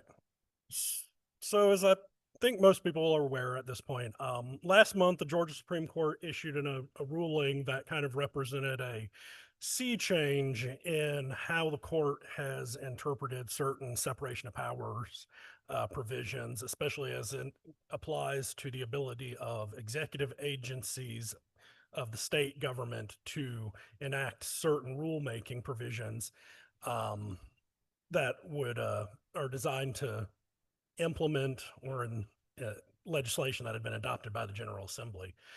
So at the center of the case is the fact that in the lead up to the 2024 general election, the state election board adopted 7 rules that were designed to make various changes to how local election officials carried out a variety of duties regarding elections and advance voting and vote counting prior to the election. Just to give a quick rundown, the 7 rules were the reasonable inquiry rule, which required local superintendents to conduct a reasonable inquiry, or allowing local superintendents to conduct a reasonable inquiry prior to the certification of election results. The examination rule, which authorized local superintendents to inspect all election-related documents before certifying an election. The hand count rule, requiring precinct poll workers to hand count ballots that were cast upon the closing of the polls. Daily reporting rule, which required superintendents to publicly result on a website the number of persons who had advance voted or cast absentee ballots. The poll watcher rule, which expanded the areas in which poll watchers should be allowed to access when they're observing the polls on election day. The Dropbox ID rule, which required persons depositing absentee ballots on behalf of another to present identification showing that the person depositing the ballots was authorized to deposit the ballots for the other voter. And finally, the Dropbox surveillance rule, which required video surveillance of absentee ballot drop boxes when they were not in use. Following the adoption of the rule, Eternal Vigilance Action, Inc., a Georgia advocacy organization, and 2 individuals, Scott Turner and James Hall, filed a lawsuit in the Superior Court of Fulton County challenging the constitutionality of the State Election Board rules, alleging that they violated constitutional separation of powers because the State Election Board was exercising legislative power. 2 other private organizations intervened in the case as plaintiffs, the NAACP and the Georgia Coalition for the People's Agenda. The state defended the case, and the national and state Republican parties intervened in the case as defendants as well. So at the heart of the argument is the position that the Georgia Constitution provides for a strict separation of powers between the branches of government. Article 1, Section 2, Paragraph 3 of the Constitution provides that the legislative, judicial, and executive powers shall forever remain separate and distinct, and no person discharging the duties of one shall at the same time exercise the function of either of the other except as herein provided. So the basis of this provision leads to the Constitution, the non-delegation doctrine of Georgia constitutional law, which pretty much provides that one branch not only can't exercise the powers of another branch, but the first branch cannot purport to give its powers to the second branch. As it relates to the rulemaking provisions, the non-delegation doctrine would prevent the General Assembly from giving a branch of the executive government the power to write laws, to make laws, to legislate. The legislative power is largely is the power to say what the law is. Executive power is the power to enforce or implement the law, and the judicial power is the power to interpret the law as it's being applied in specific situations. So the Superior Court of Fulton County ultimately found that the 7 rules violated the separation of powers and enjoined their use in the 2024 election. The defendants and the defendant interveners appealed the case to the Georgia Supreme Court, which refused to issue an injunction of the trial court's order. So none of the rules were in place during the 2024 election. About a month ago now, the Georgia Supreme Court issued its opinion in this case. It's a very long opinion, 96 pages. About 40 of those pages deal with the Supreme Court analyzing the standing of the plaintiffs and the plaintiff interveners to challenge the various rules. And while those 40 pages represent an interesting overview of Georgia practice and procedure, they aren't particularly relevant here today. Long story short on that, none of the organizational plaintiffs were found to have standing because the Supreme Court said that Georgia Constitution does not recognize organizational or associational standing. The only standing recognized by Georgia law requires an individual to have suffered a concrete injury to bring the case. However, the Supreme Court did find that the two individual plaintiffs did have standing to challenge 5 of the rules that were adopted by the state election board. The other 2 rules, the daily reporting rule and the poll watching rules, were found not to directly implicate the right of a voter to cast their vote or have their votes counted, and therefore no individual plaintiff could have an injury through the implementation of those rules. However, the court found that the 5 other rules all did directly or indirectly affect the casting or counting of ballots, and therefore the individual plaintiffs had standing to challenge those rules when they alleged that those rules could infringe upon their right to vote or having their vote counted.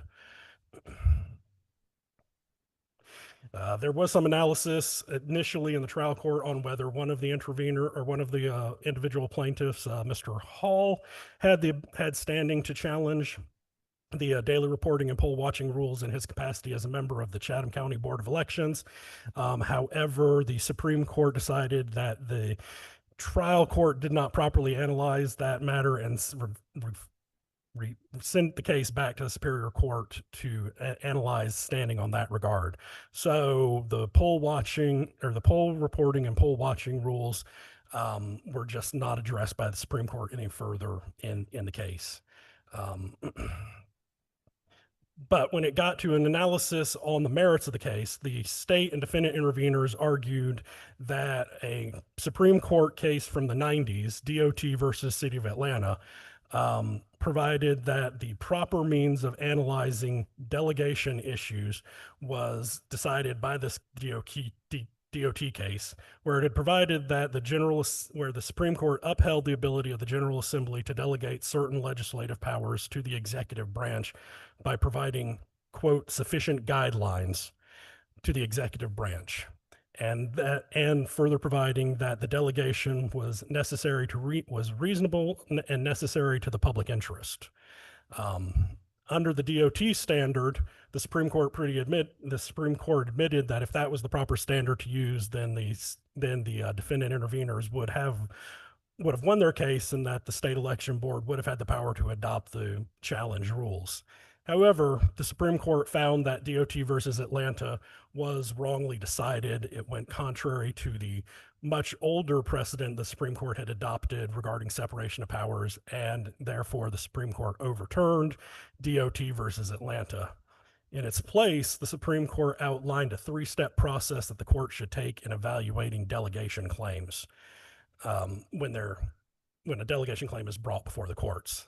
The first step is to determine whether the General Assembly actually had delegated the authority at issue. The second step is, did the General Assembly actually possess the authority that was allegedly delegated? And then the third step was the delegation permissible?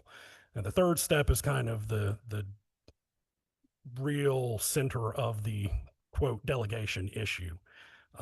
Ultimately, what it came down to is the Supreme Court held that there's not going to be a unconstitutional delegation where a statute is complete when it leaves the General Assembly so as there is no question as to what the law should be, but where the statute has delegated responsibility to a particular agency to implement and enforce a statute within prescribed, objectively and judicially enforceable guidelines that direct and cabin the agency's discretion in the implementation and enforcement of the statute. So that is kind of where we're at now with how the Supreme Court has interpreted agency rulemaking. The General Assembly must have delegated or must have given an agency the ability to make rules, but those rules are limited to rules that are designed not to say what the law is, but to assist the agency or board in its implementation or enforcement of the laws within prescribed, objective, judicially enforceable guidelines. Of the 5 rules that the Supreme Court found that the individual plaintiffs had standing to challenge, the Supreme Court threw out 4 of them for finding that the rules did not meet the first step of the test, in that the General Assembly had not given the state election board power to make rules over those matters. The only rule that the Supreme Court upheld as constitutional was the drop box surveillance rule.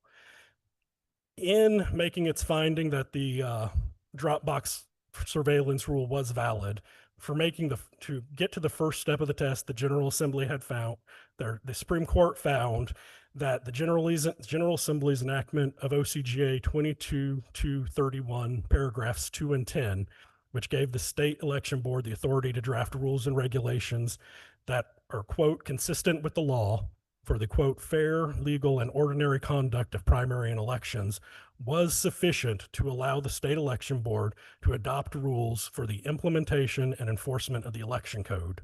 But such rules cannot go beyond, change, or contradict the statutory scheme that was established by the General Assembly. When it got to the second step of the test, the Supreme Court found that it was unquestionable that the General Assembly possessed the power to regulate elections. As I discussed in my presentation this morning, that is a constitutionally guaranteed power of the General Assembly.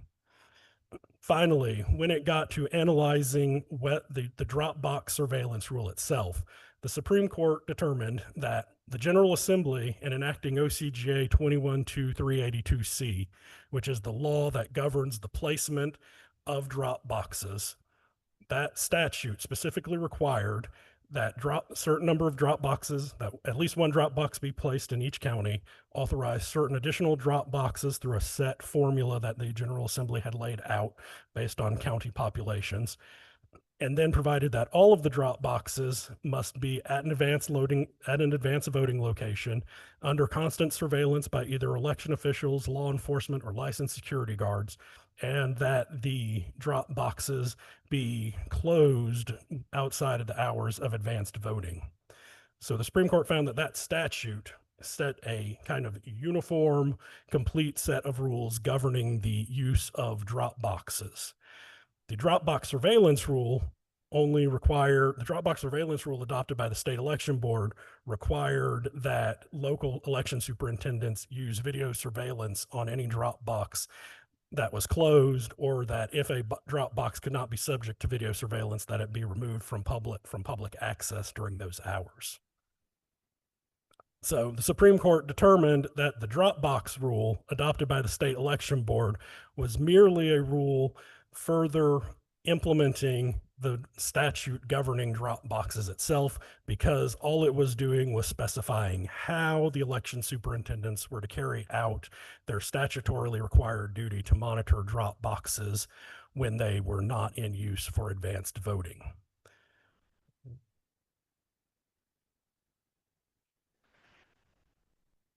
The other rules, as I said, the Supreme Court ultimately threw them out because the Supreme Court found that all of those rules did not meet the first step of the 3-step process, because in each one of those rules, the state election board had either went beyond what was specifically outlined in statutory law, or had created new regulations that were directly contrary to the provisions of statutory law. So the Supreme Court found that the 4 rules that were thrown out were all unconstitutional exercises of legislative power by the state election board, because those rules were not, they went beyond, those rules were attempting to say what the law was, and they went beyond merely providing concrete rules for how local election officials should enforce various provisions of the state election law. And so that is my very brief overview of the Eternal Vigilance Action case that was handed down by the Supreme Court just over a month ago. Thank you, Mr. Morale. Is there any questions for Mr. Morale from committee? Chairman Anderson. Thank you, Mr. Chairman. Mr. Morelli, just a couple of things for clarification. And we've had a little bit of discussion around this. The Supreme Court's overturning of DOT versus Atlanta is significant to this case, but it has far-reaching implications beyond that. Can you explain a little bit about what that could mean to other jurisdictions within the state? So the overturning of the DOT versus Atlanta case does represent I would say, seismic shift in how the courts, the General Assembly, and the executive branch have all kind of been interpreting rulemaking authority, agency rulemaking authority for the past 35 years. So the DOT case was handed down in 1990, and up until last month was considered good law. So what that really means is that for 35 years, potentially we've got a number of statutes on the books where the General Assembly just said, we give X agency the ability to do rulemaking, and maybe we have cabined that rulemaking to a specific topic, but it definitely would seem that their potential grants of rulemaking authority in the entire code, which do not meet the new test that the Supreme Court has emphasized is the proper way of determining whether or not a rule by an authority is unconstitutional legislating or is constitutional enforcement of statutory laws adopted by the General Assembly. So we're probably going to need to make some changes in some law, a number of laws. Identifying those is going to be, a potential topic, task in the coming years. Hopefully we can catch a lot of them before they get to the courts and the courts throw them out. But it is probably a task that the General Assembly, hopefully in coordination with the executive branch, can undertake in the coming years to ensure that our statutory grants of rulemaking authority are not unconstitutional delegations of legislative authority, but are instead cabined to rules that allow that the executive branch uses to implement clearly established laws the General Assembly has adopted. So But we can't, any rule that would have purported to allow an executive branch agency to say what the law is highly suspect. So it's my understanding that not only does this apply to state bodies, rulemaking bodies, but it could also apply to local counties, cities, that sort of thing, as far as the appointed commissions and boards and authorities. If it's not defined, their duties and tasks are not defined appropriately, it could impact them. Am I correct in that, or I mean, to the degree that state law has purported to authorize, that it's going to depend, because there is other case law that talks about how it is permissible for the General Assembly to adopt general legislation that does allow for varying degrees of local administration of those laws. I don't have the citations in front of me. I know I've just ran over a couple of those cases in the past week as I was preparing for this, but there is, when it comes to general laws that authorize local governments, local elected officials to make certain applications of the law, that has been a long-standing practice that the General Assembly has used going back well into the 19th century, that the Supreme Court has said is fine. also these, and I don't know if this is what your question was aimed at as well, but the separation of powers clause of the state constitution only applies to the state government itself and the exercise of state powers. The Supreme Court has long found that the separation of powers clause does not apply to local governments themselves, Gotcha. which is why you have many local governments, most local governments, where you have the governing authority exercising both executive and legislative powers. The Supreme Court, going way back into the 19th century, has found that the constitutional separation of powers only applies to the exercise of state legislative, executive, and judicial powers. It does not go to any exercising of executive, legislative, or judicial powers by the local governments themselves. Okay, thank you. One further question, if I may, Mr. Chairman. It's my understanding that the Supreme Court overruled the lower court on the federal elections clause implications of this lawsuit also, which kind of reaffirmed the state's right and federal constitutional abilities to conduct elections. Can you speak to that portion just a little bit? Yes. So the trial court had found that as an additional grounds of unconstitutionality, what the trial court found is that the federal elections clause, which are two provisions of the United States Constitution, which provide that Congress shall have the power to make rules governing the election of members of Congress. And it also outlines that Congress shall have the ability to adopt rules and procedures governing the selection of presidential electors. The trial court found that those two clauses would have violated, that the state election board exercising legislative power in drafting its rules would have violated the two election clauses of the United States Constitution. The Supreme Court did overturn that particular part of the trial court's order, but on the very limited grounds, finding that the trial court itself had ignored United States Supreme Court precedent, which did say that the election clauses apply to whatever the state constitutionally considers its legislative lawmaking branch. So one of the preeminent cases in application of the elections clause deals with a voter initiated and approved constitutional amendment in Arizona, which set up an independent redistricting commission. Certain residents of Arizona challenged the federal constitutionality of that state constitutional provision. And the United States Supreme Court found that when legislature is mentioned in the election clauses of the U.S. Constitution, that means whatever that state has constitutionally designated as the legislative entity.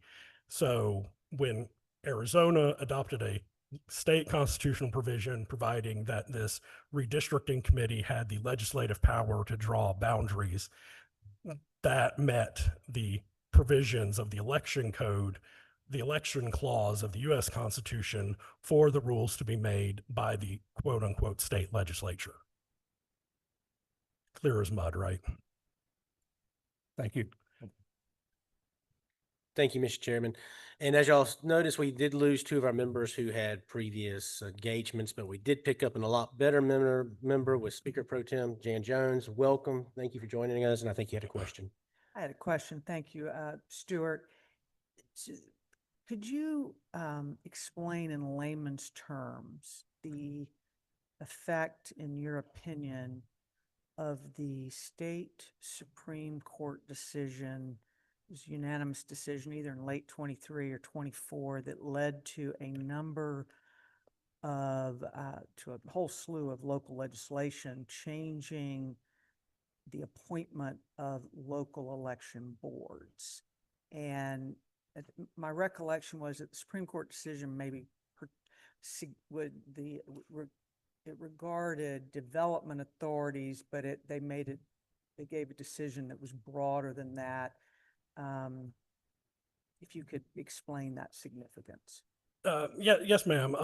I believe you're referring to the Supreme Court's opinion in the DeLay v. Sutton case, which found that provisions of the DeKalb County Ethics Board legislation were unconstitutional because the local legislation setting up the DeKalb County Ethics Board had provided that a majority of the members of that local board were appointed by private organizations.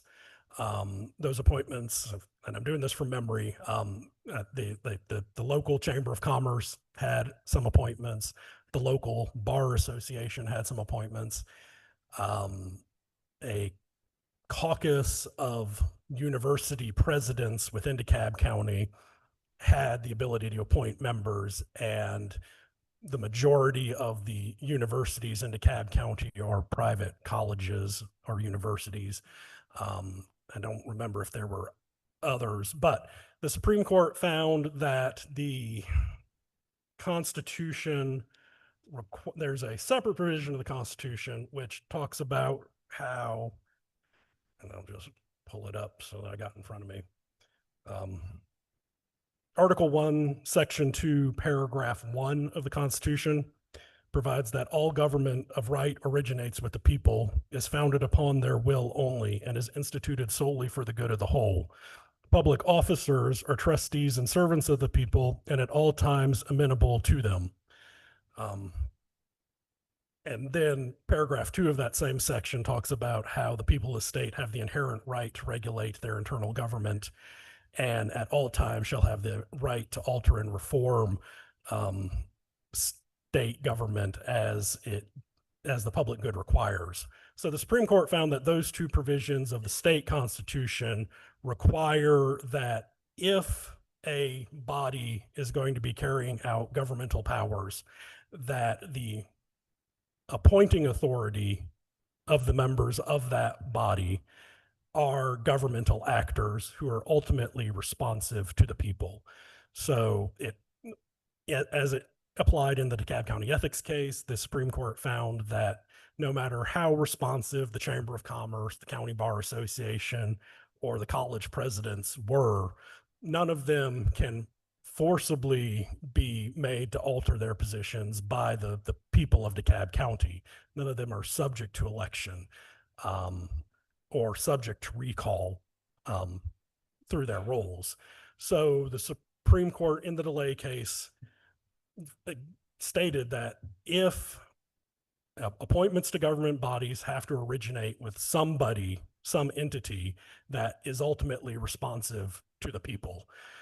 And this is also applying a much older Supreme Court case from the late 70s, the Rogers versus Georgia Medical Association case, where the Supreme Court had used those same two constitutional provisions to rule that the Georgia Medical Association, a private association of doctors, could not directly appoint members to the state composite medical board.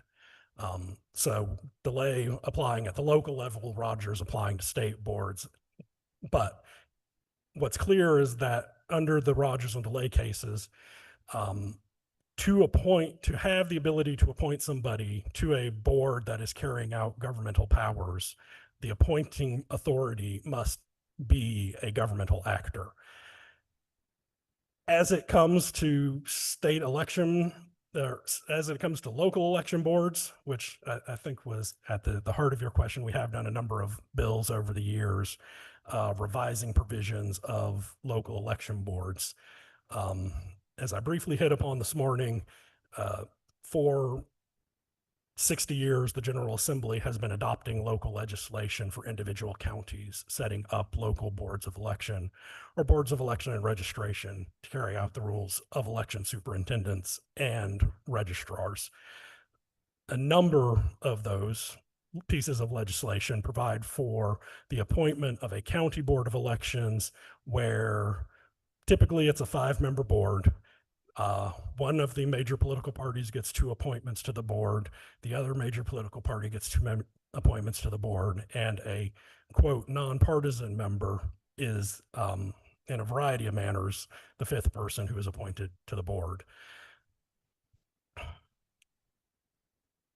it is my opinion that that allowing for the two political parties to make direct appointments to local election boards, I would say, is very much still an open question for the courts to decide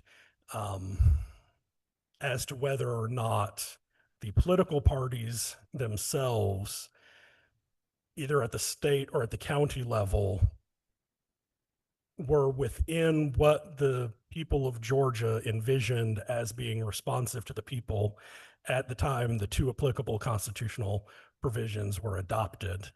I will say in the past couple of weeks, I have found some case law from the 1940s and the 1960s that directly states that the officers of political parties, either at the state level or the county level, do not qualify as quote unquote public officials. However, those cases were decided prior to some significant changes in state election law.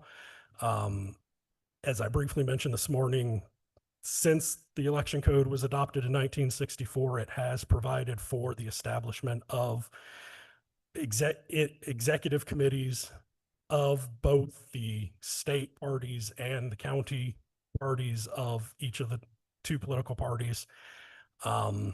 It's also worth noting that the cases, both the 1948 case and the 1966 case, that where the Supreme Court found that party officials were not public officers related to duties of the parties themselves when they were, in both cases it was, well, actually dealt with the parties carrying out primary elections, which prior to 1970 had been completely a private function of the two of actually just the Democratic Party at the time. Until in 1970, the Georgia General Assembly amended the election code so as to provide that primary elections were a mandatory requirement for the nomination of candidates for any political party, and making the primaries, conducting the primaries, the responsibility of the county election superintendents, and providing that the cost of primary elections would be borne by the government. Prior to 1970, primaries were an optional step that the political parties could take in the nominating of their candidates and were wholly run by the political parties themselves.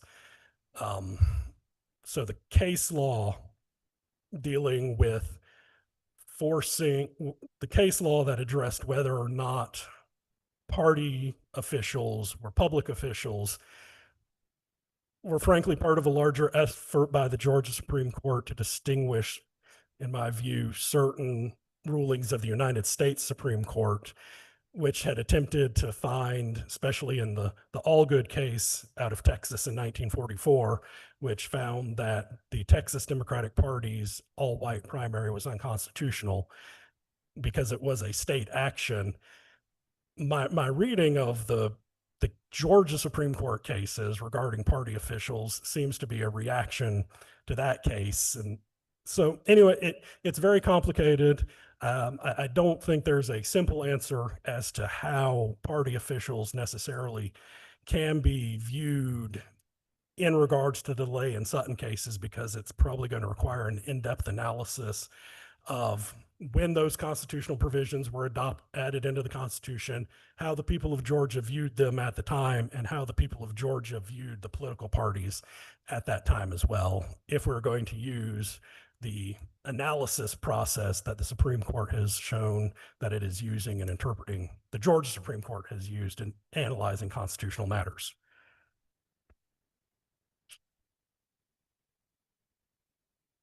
All right, Representative Draper. Thank you, Chairman. Madam Pro Tem, I appreciate your question about delay. And I think you have addressed my question already in that very full answer, which I was very impressed by off the top of your head. But I guess the open question, or and correct me if I'm wrong, Madam Pro Tem, but to us as legislators, the question after delay is, does that compel us to bring local legislation to change the appointment structure of local boards of elections?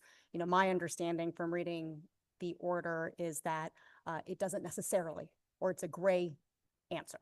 But I would just love for you to touch on that.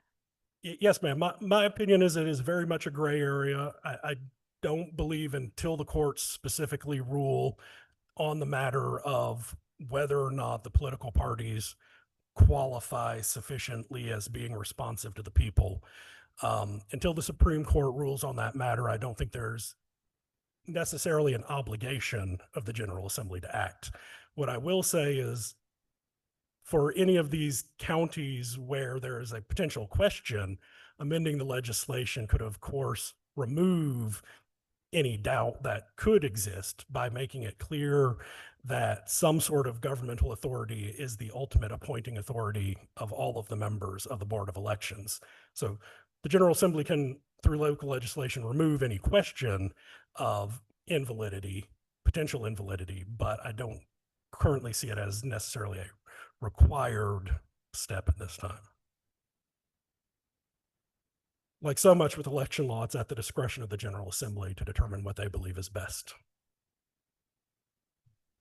All right, do we have any further questions for Mr. Morale? And once we get to this next section, we might have you back up for further questions. But we're going to go now, we're going to have a plaintiff's perspective and a defendant's perspective. We're going to start with Mr. Scott Turner. He's Executive Director of Eternal Vigilance Action.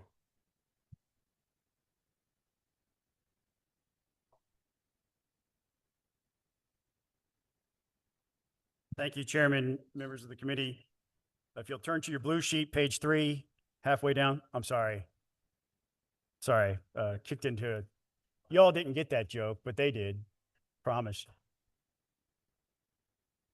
Thank you for the opportunity to testify today on the impact of Georgia Supreme Court's landmark decision, Republican National Committee v. Eternal Vigilance Action, case in which I was very proud to serve as a plaintiff. This case just isn't a landmark. It's going to be the kind of decision lawyers and judges quote for decades. And as you've already heard, in a lot of ways, the reasons go way, way, way, way beyond elections. Let me begin by stating this very plainly. This case for me was never about whether I personally liked or disliked the election rules that we contested in court. In fact, I very well may agree with some of them, but for me, this case was about something far more fundamental. Who makes the law in Georgia? At the heart of this case is a fundamental constitutional principle, which you've learned about today, called the non-delegation doctrine. And it's not some obscure legal theory. It's the basic idea that only the legislature can make laws. That's how representative government is supposed to work. The non-delegation doctrine exists to protect our system of separation of powers by ensuring that the lawmakers, you, the elected representatives of the people, are the ones who set the rules, not unelected boards or bureaucrats. It prevents the General Assembly from handing off its lawmaking power to agencies that do not answer to voters. So no, the decision wasn't just about election law. It was about restoring our constitutional form of government. I won't bore you with the reference to the section of the Constitution that clearly defined that. Stuart did a great job of already informing you. But by reestablishing the non-delegation doctrine, the court enforced that vital safeguard, one that protects every Georgian from unchecked government power. I do not believe unelected boards and commissions should have the power to create new legal obligations out of thin air. Absent clear authorization from this body, the Georgia General Assembly. And before I go further, I want to be clear about what's settled and what remains open in the case. The Supreme Court resolved almost all the issues before it. The issues that remain revolve around my co-plaintiff, James Hall, who also challenged 2 outstanding state election board rules The court remanded his claims to the lower court to determine whether or not he has standing as an election board member to sue. And here's a very important nuance that I want to make sure that members of the committee understand, that James Hall is elected. Most local election board members are not. Most of them are appointed. That makes his case potentially unique and perhaps not widely repeatable throughout Georgia. And I would just like for you to consider that as you consider any type of reform around election boards. Before I get into the specifics of the case, though, it's important to explain why this decision represents such a major moment, not just for Georgia, but for conservatives nationwide. For decades, one of the most hotly contested doctrines in American law has been the Chevron deference. Under the federal Chevron decision from 1984, courts were told to defer to executive agencies' interpretation of the law so long as the statute was ambiguous and the agency's reading was reasonable. In practice, this meant unelected federal regulators could often stretch the law far beyond what Congress had intended, while judges were forced to sit on the sidelines. The conservative legal movement has been unified against Chevron for nearly 40 years. We've long argued that it's violated basic constitutional principles by letting agencies, not legislators, decide what the law means. And we were right, because just about a year ago, the U.S. Supreme Court agreed in the Loper-Bright decision.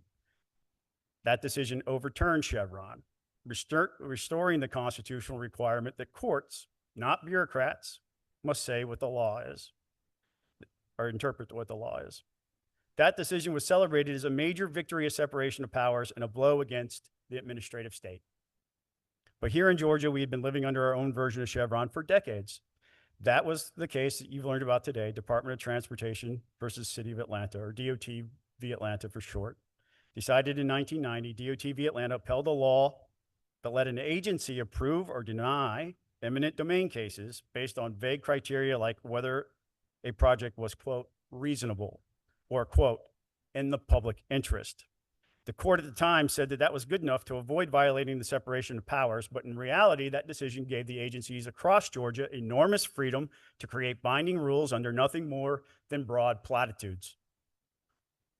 Over the years, DOT v. Atlanta became the go-to shield for unelected boards and commissions in Georgia, including the state election board. Agencies would lean on it to justify rules based on vague statutory phrases like, quote, fairness, quote, orderliness, quote, necessity. It let them operate with little oversight from the General Assembly or even the courts. That's why this case mattered so much to me, not just as a conservative, but as a believer in constitutionally limited government. Just as Loper-Bright restored the non-delegation doctrine at the federal level, this case, our case, overturned DOT v. Atlanta and restored the non-delegation doctrine in Georgia. It's not just a win for election law reform, it's a fundamental reset of the balance of power in our state. Georgia no longer is operating under the old Chevron doctrine. From now on, the authority to make the law rests exactly where it belongs, with the people's elected legislators, with you. Now, I want to walk you through what I consider to be one of the most important aspects of this entire ruling, not just for elections, but for the entire structure of Georgia's government moving forward. Because the Georgia Supreme Court did not just strike down a few rules in this case and walk away. They handed down a clear, enforceable legal framework that every agency, every board, and every court in Georgia now has to follow whenever an agency tries to make binding rules. This wasn't about just one issue or just one board. The ruling applies statewide and across every corner of government. Here's the court's three-step test. Did the General Assembly clearly give the agency the power to act? The first question is straightforward. Did they do it? Justice Peterson wrote, an agency has no lawful right to act except as directed by law. In plain English, there's no clear statute. If there's no clear statute granting the agency that authority, that's it. The rule's gone. It didn't pass. Number two, did the legislature even have the constitutional power to delegate that authority? Even if an agency points to a statute, the court said the next question is, did the legislature even have the constitutional right to delegate that power in the first place? Justice Peterson wrote, the General Assembly cannot confer powers it does not itself possess under the Constitution. In other words, the Georgia Constitution doesn't allow the legislature to hand off certain powers like core lawmaking decisions. Then even a statute can't make that legal. It violates the Constitution, and therefore the rule is struck down. And step 3, does the statute include clear judicially enforceable limits on the agency's power? Even if the agency has the statutory and constitutional authority, there's still this question: does the law include those clear limits? Justice Peterson put it plainly: agencies cannot legislate. Their job is to carry out the law within clear limits set by the legislature. That means the statute must clearly spell out how far the agency's authority goes and where it stops. No more words like necessary. It's not going to cut it anymore.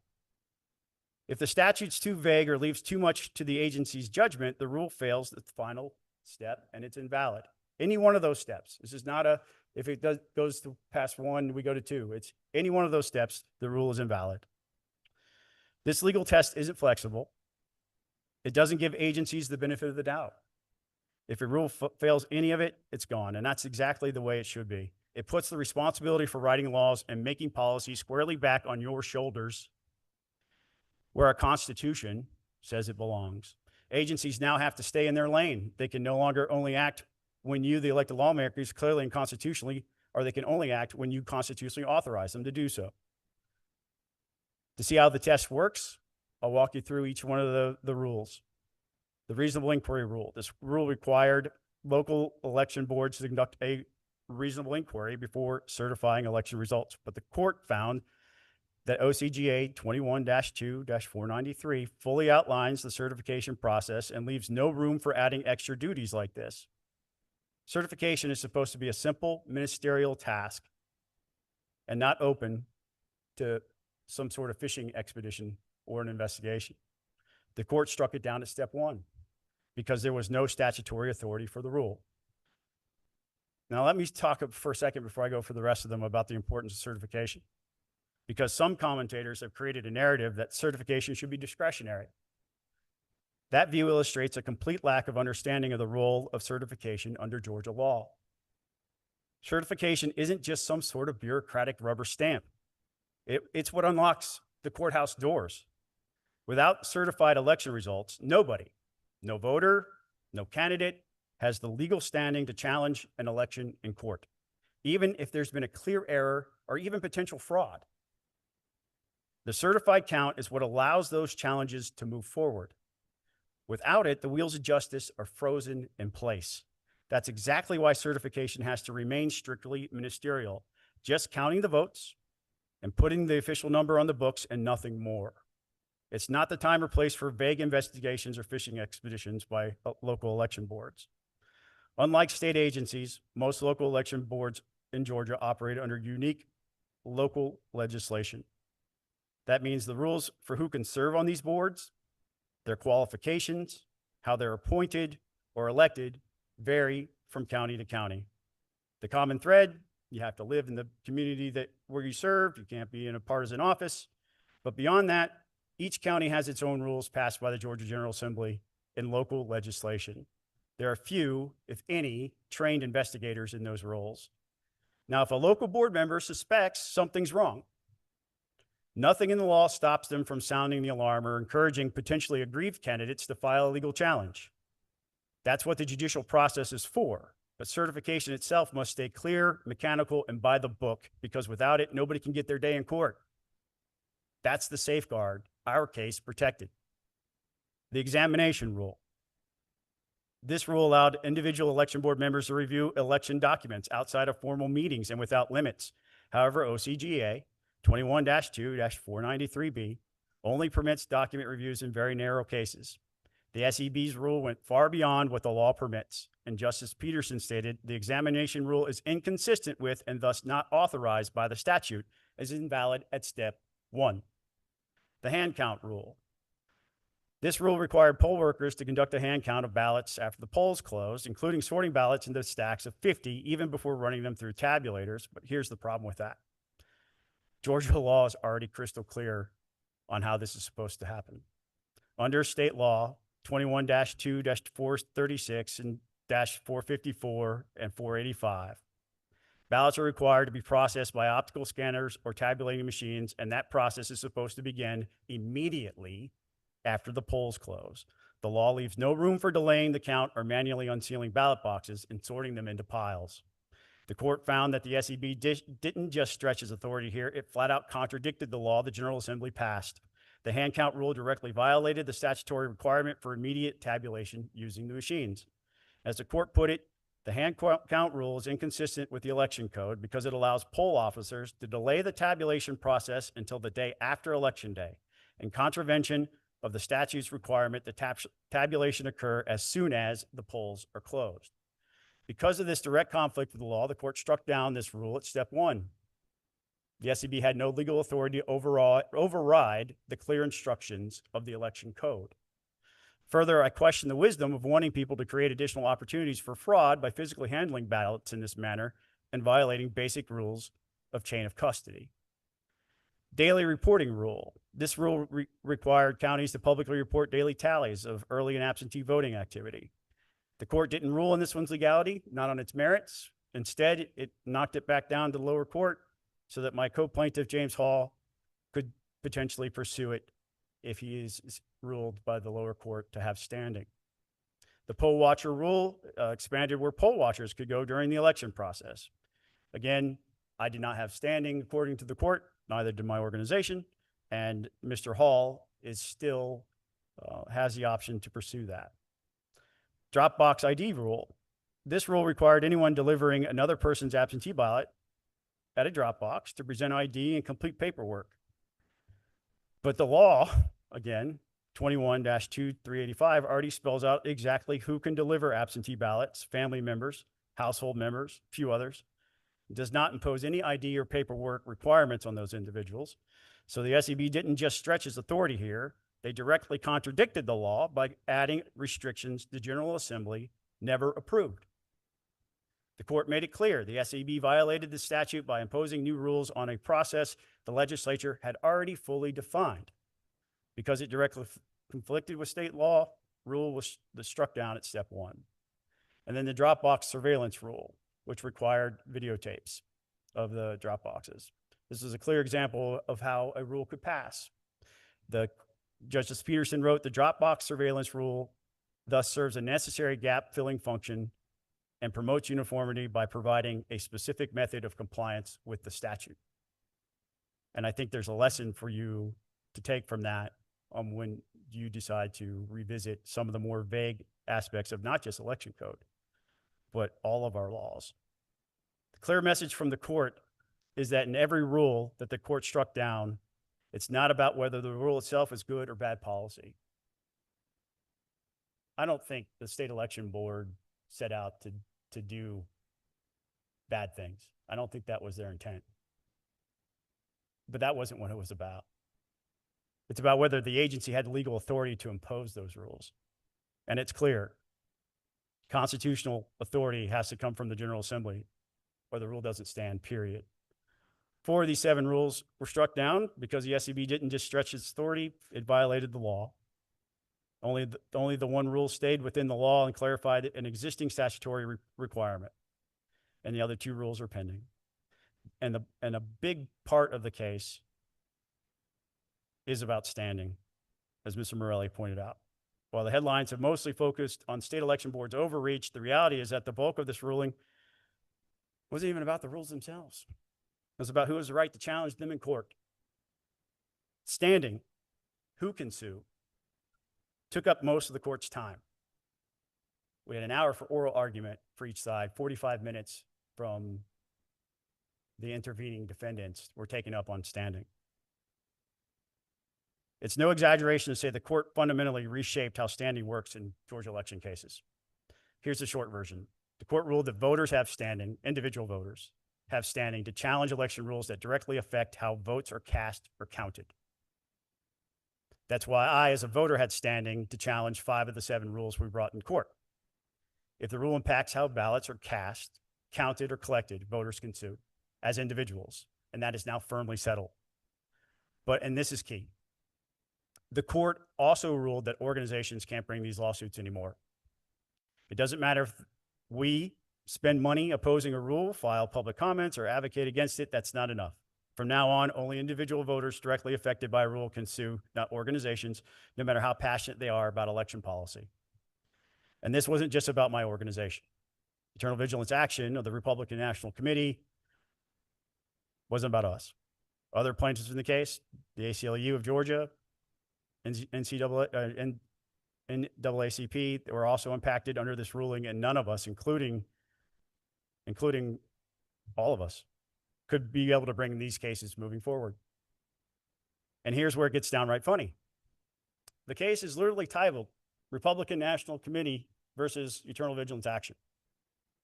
And the court ruled that neither of us had standing to even be there. I guess you could say this is the first case in Georgia history where the case name itself was obsolete before the end of it. But in all seriousness, the court ruling cuts across the political spectrum. It didn't matter whether an organization was conservative or progressive or somewhere in between. The court drew a hard line. Only directly affected voters can bring these challenges moving forward. The ruling wasn't just a reset on agency power. It was a hard reset on who can bring election cases in Georgia. And for as much as folks are talking about the non-delegation part, the standing ruling may well just turn out to be the most important part in the long run. And that shows just how sweeping this ruling was, because it wasn't even just about the rules themselves. So given this decision, I strongly recommend this committee review several key sections of Georgia's election code that would now be vulnerable under this new legal standard. I've included these in my written testimony for your review and consideration. I hope they're in your packets. If not, let me know, I'll get them to you. Also, the list there is hardly comprehensive, and Eternal Vigilance Action will continue to look through Title 21 for examples of overly vague text that would not likely meet the three-part test that is our new legal framework. For now, I'll simply highlight 3 potentially problematic sections with the rest of our preliminary research results in Appendix B of my written testimony. The first would be OCGA 21-2-31, which is where the state election board derives its powers. Broad language about the SEB ensuring fair, legal, and orderly elections may now require clarification to avoid future legal challenges. Chief Justice Peterson directly called out this code section 21-2-31 as potentially unconstitutional if read broadly. While the court narrowly interpreted it this time to avoid striking it down, it's clear the legislature needs to tighten the statute's language to avoid future litigation and to protect its own authority over election law. 21-2-386 deals with absentee ballot procedures. Terms like as practical or as necessary may no longer pass constitutional muster under this stricter framework. And then 21-2-70, the powers of election superintendents. That uses catch-all language, granting broad authority to elections superintendents, which also merits your review.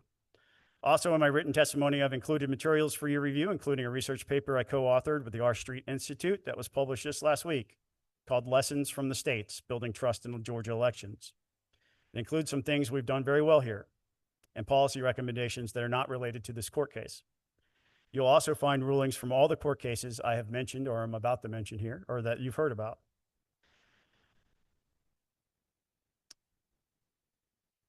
Mr. Morelli just told you about the DeLay Sutton and Rogers v. Medical Association cases, which are included in my written testimony. And I believe that it makes crystal clear that members of regulatory authorities can only be appointed by elected officials or government entities. Right now, 2 seats on the state election board are appointed by political parties and not by elected officials.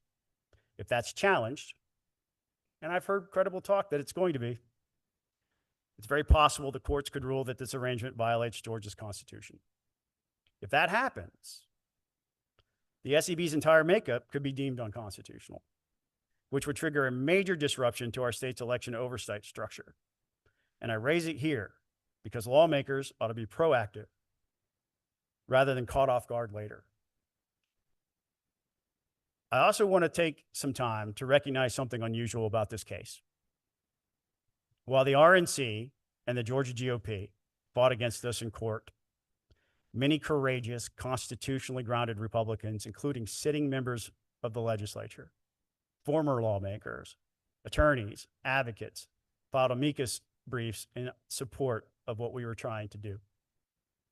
This was a conservative-led case that delivered a deeply conservative result. It reaffirmed that power must flow from the people through their elected representatives and not unelected bureaucrats. So in closing, while I may jokingly mention that I'm sorry that I've made your jobs harder, I urge you not to view this decision as a burden, but as an opportunity. It restores the constitutional balance of power. It empowers you as legislators to draft clearer laws that keep decision-making where it belongs, the people's elected representatives. Georgia now leads the nation in restoring these constitutional principles. Let's finish the job by refining our laws to match this restored framework. Thank you. Happy to take your questions. Thank you, Mr. Turner, for your presentation. Any questions from committee members?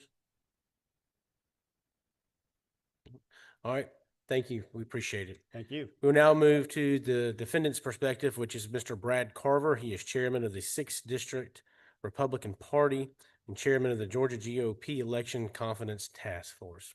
Mr. Carver.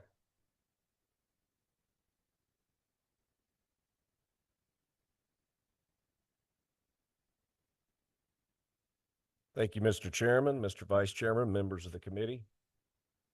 Brad Carver, I'm a resident of the city of Atlanta in Fulton County. Though I'm originally from South Georgia, and that's going to be relevant here in a minute, we have 159 counties in this state. We have a number of big urban counties, large metro suburban counties, and a lot of small rural counties.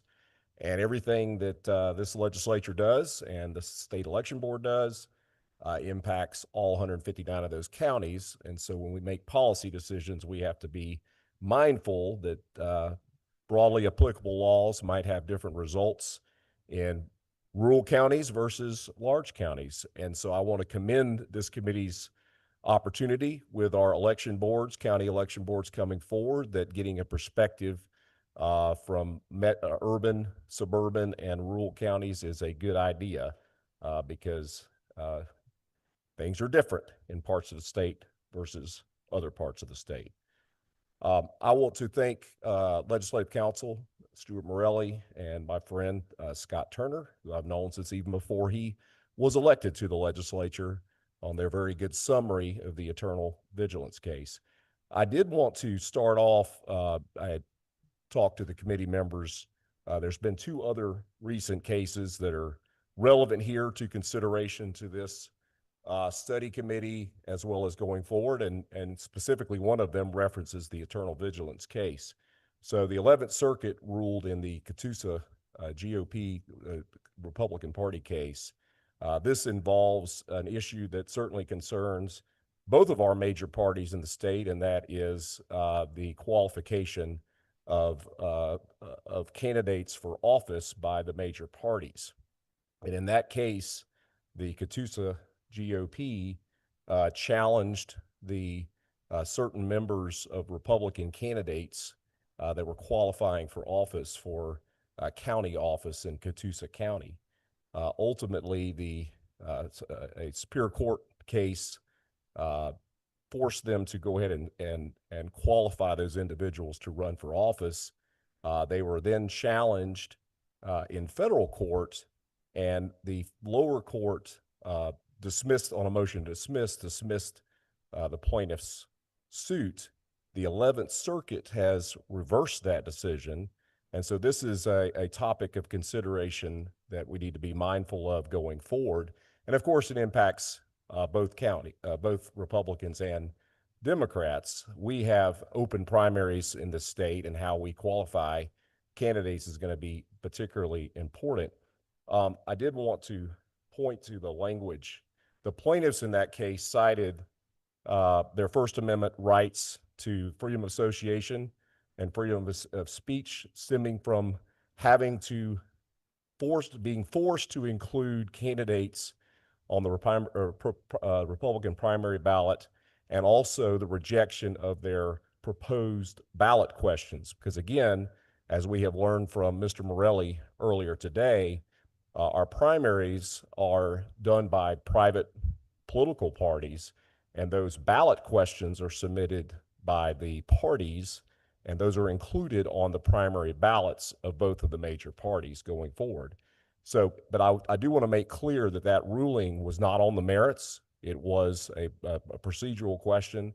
It was at the motion to dismiss stage, and of course what that means is you assume all of the evidence that the plaintiffs assert to be true, and then based on that, they found that the motion to dismiss should not have been granted and had been reversed. But I just want to keep people mindful of that. That's something we need to consider going forward because, of course, we have decided in the state, one, that we have an open primary, but we've also decided that it's the parties that qualify candidates for office. Then the other case involves Miss Julie Adams from the Fulton County Election Board, Republican appointee to the Fulton County Election Board. In the lower court in Fulton Superior Court, Judge McBurney, this is basically the infamous shall means shall, and the Court of Appeals affirmed that decision. Shall certify means shall certify. The court did go on to say, because Judge McBurney had ruled at the lower court level that the county election board members should be entitled to election information prior to certification. But the ruling is that would be limited to situations where the precinct totals differ. In other words, if you find a precinct where there's more votes than were registered voters, that would trigger the need for information to dig below to find out why that to be the case. Mr. Turner, when he was speaking up here before, argued whether it's a discretionary act or it is a ministerial act. Thank you very much. And what's interesting is there is a period of time, because it is the canvassing of the ballots is supposed to take place. And the problem that we have seen in our county election boards, and in the case of the underlying case here with Ms. Adams, she was denied a numbered vote list, which is one of the basic documents that you need for the certification of an election. She, as an election board member, should have been granted that information, but was not given that information. But the bottom line here is that the court has ruled, and the court actually did cite the eternal vigilance case.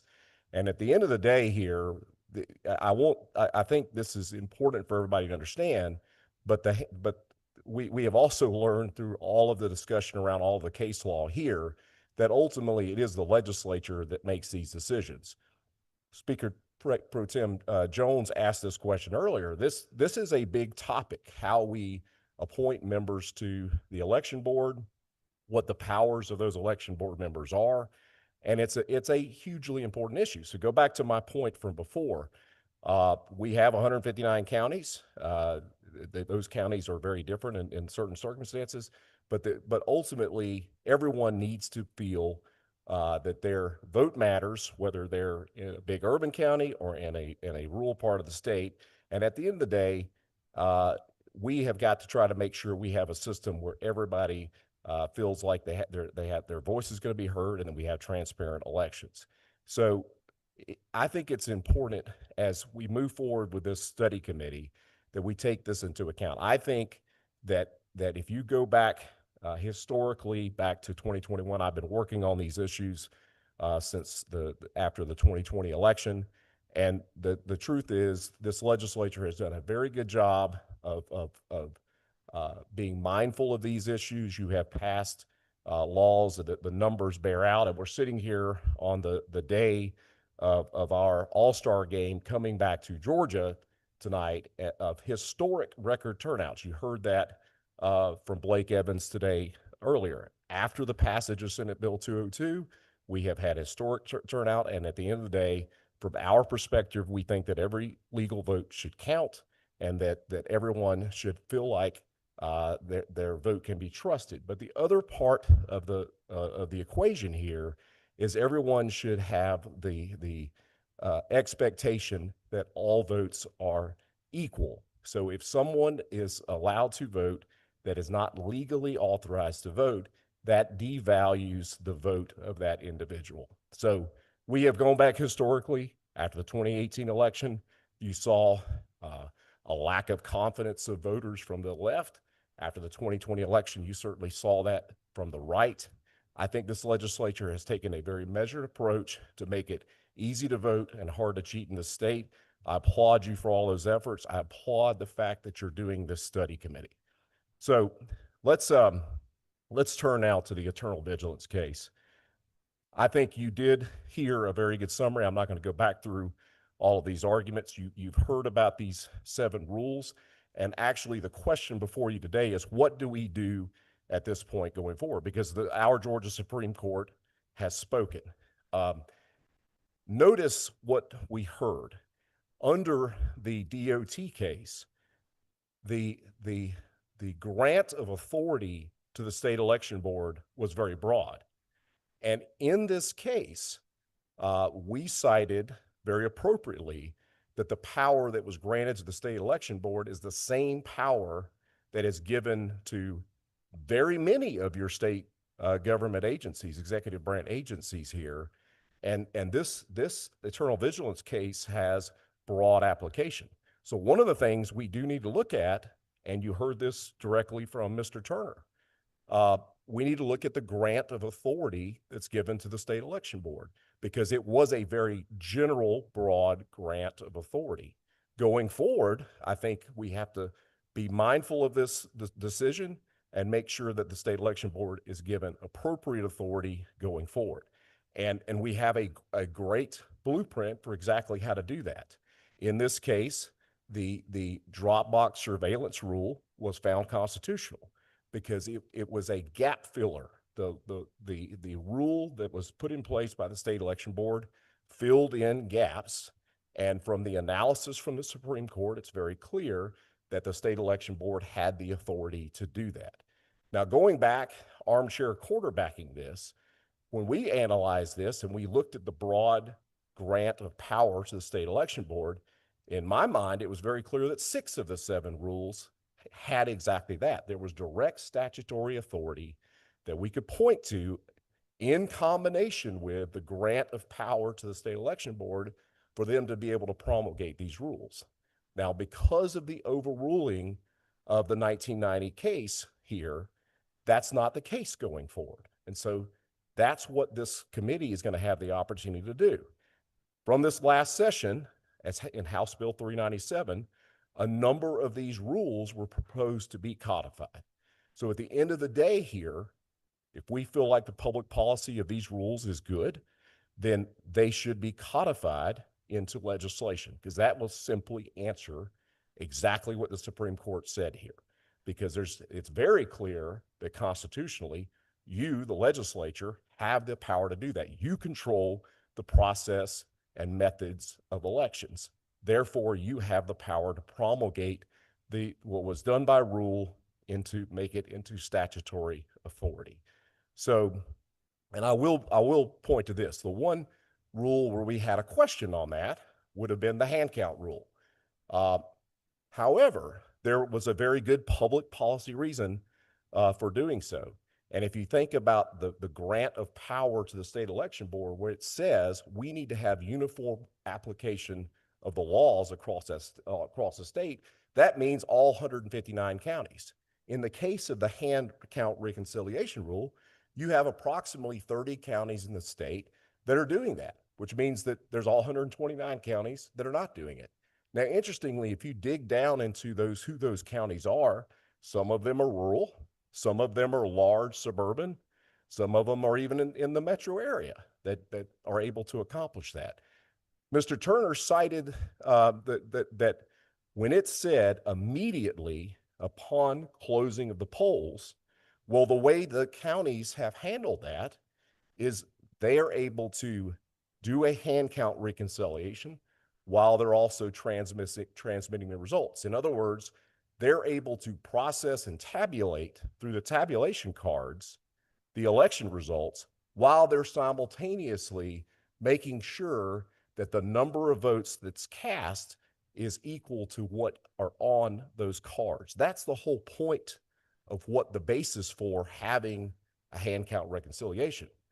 And by the way, Dominion, the Dominion CEO, actually made that recommendation. It said it's a best practice to do this. Why is that the case?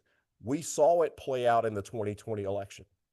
You had 3 counties where they did not do this, and they realized that these votes were not tabulated. If y'all remember, the election results changed by about 2,000 votes. That's because had they had a hand count reconciliation in place, those votes would not have been missed, and they would have been accounted for when the original canvassing had happened. So that's going to be a question for the legislature, but it is something that is in your hands. And I think at the end of the day, we have to craft a policy that is able to have broad application across the state, but be mindful that the issues that are addressed, that are concerning a more rural county are different than one that's a more urban county. So let's go through quickly the other rules. So the daily reporting rule and the poll watcher rule. Now, the Supreme Court in this case did not get to the merits. So those 2 rules have been remanded to Fulton Superior Court to address the standing issue of Mr. Hall, on whether his role as a member of the Chatham County Election Board, whether he has standing. And so the Supreme Court at this time has not taken that up. Those are actually in your hands right now. Those could be codified in this next legislative session. We believe there's a very strong policy justification for doing so. And frankly, the answer to that is just to put them into code. Same with the drop box identification rule. Supreme Court found that had gone beyond the statutory grant of authority to the SEB. It's certainly in your hands to do that. And certainly when we had the hearings here at the State Election Board, actually in this room, for that particular room, there is a lot of justification for why we would have that, why that policy makes sense. So that would be in your hands to do exactly that. Drop box surveillance rule is in place, and I think I think that gives us a good pathway to how we can approach codification of these other rules as they become necessary. I do want to take an opportunity here for a second to go through, because a lot of this was debated during the last legislative session, but I think we need to be mindful that besides the codification of these particular rules that we've advocated for, that there are some other things that have been we think are necessary changes that ultimately will improve the confidence of our voters on both sides of the aisle, and at the end of the day, to make a system that's workable. I will tell y'all this: we are certainly in a state where there's lots of interest across. We heard from the vice chairman on this issue before. There's a lot of passion. This is an important topic to people on both sides of the aisle. And so it is very good that we're taking a measured approach, and that you're taking the opportunity to hear testimony throughout the rest of the summer to come up with these policy recommendations. But let me go through these quickly. We do advocate that it would be important for us to find a replacement for ERIC, and look to partner with our surrounding states that have already exited the ERIC system. We also have advocated for banning ranked choice voting in partisan elections. We do advocate for voter registration by party and closing our primary elections. We also believe it is in our public interest to join a majority of of our states to go to an opt-in voter registration in our state. In fact, that would be what every state in the Southeast has as well, is opt-in voter. We do feel it's important. This was in a predecessor version of House Bill 397 last year. our last session, that we think it's important that we have a consistent application of voter challenges across the state, which is why we had advocated that appeals of county election board voter roll decisions should go to the state election board.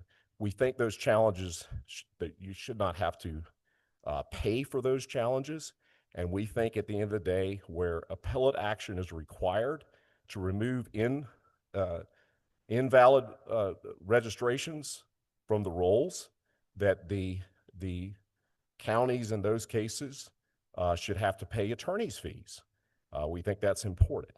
We also think it's important in one of the original predecessor versions of this legislation last year that we look at having better regulation around harvesting of ballots at long-term care facilities in the state. We also think it's important that we establish a statewide election court, very much like we have with our business court. That can be a model, a basis. These election contest cases are very complicated, and having that kind of experience in our judiciary would make for a better application of these election laws across the state.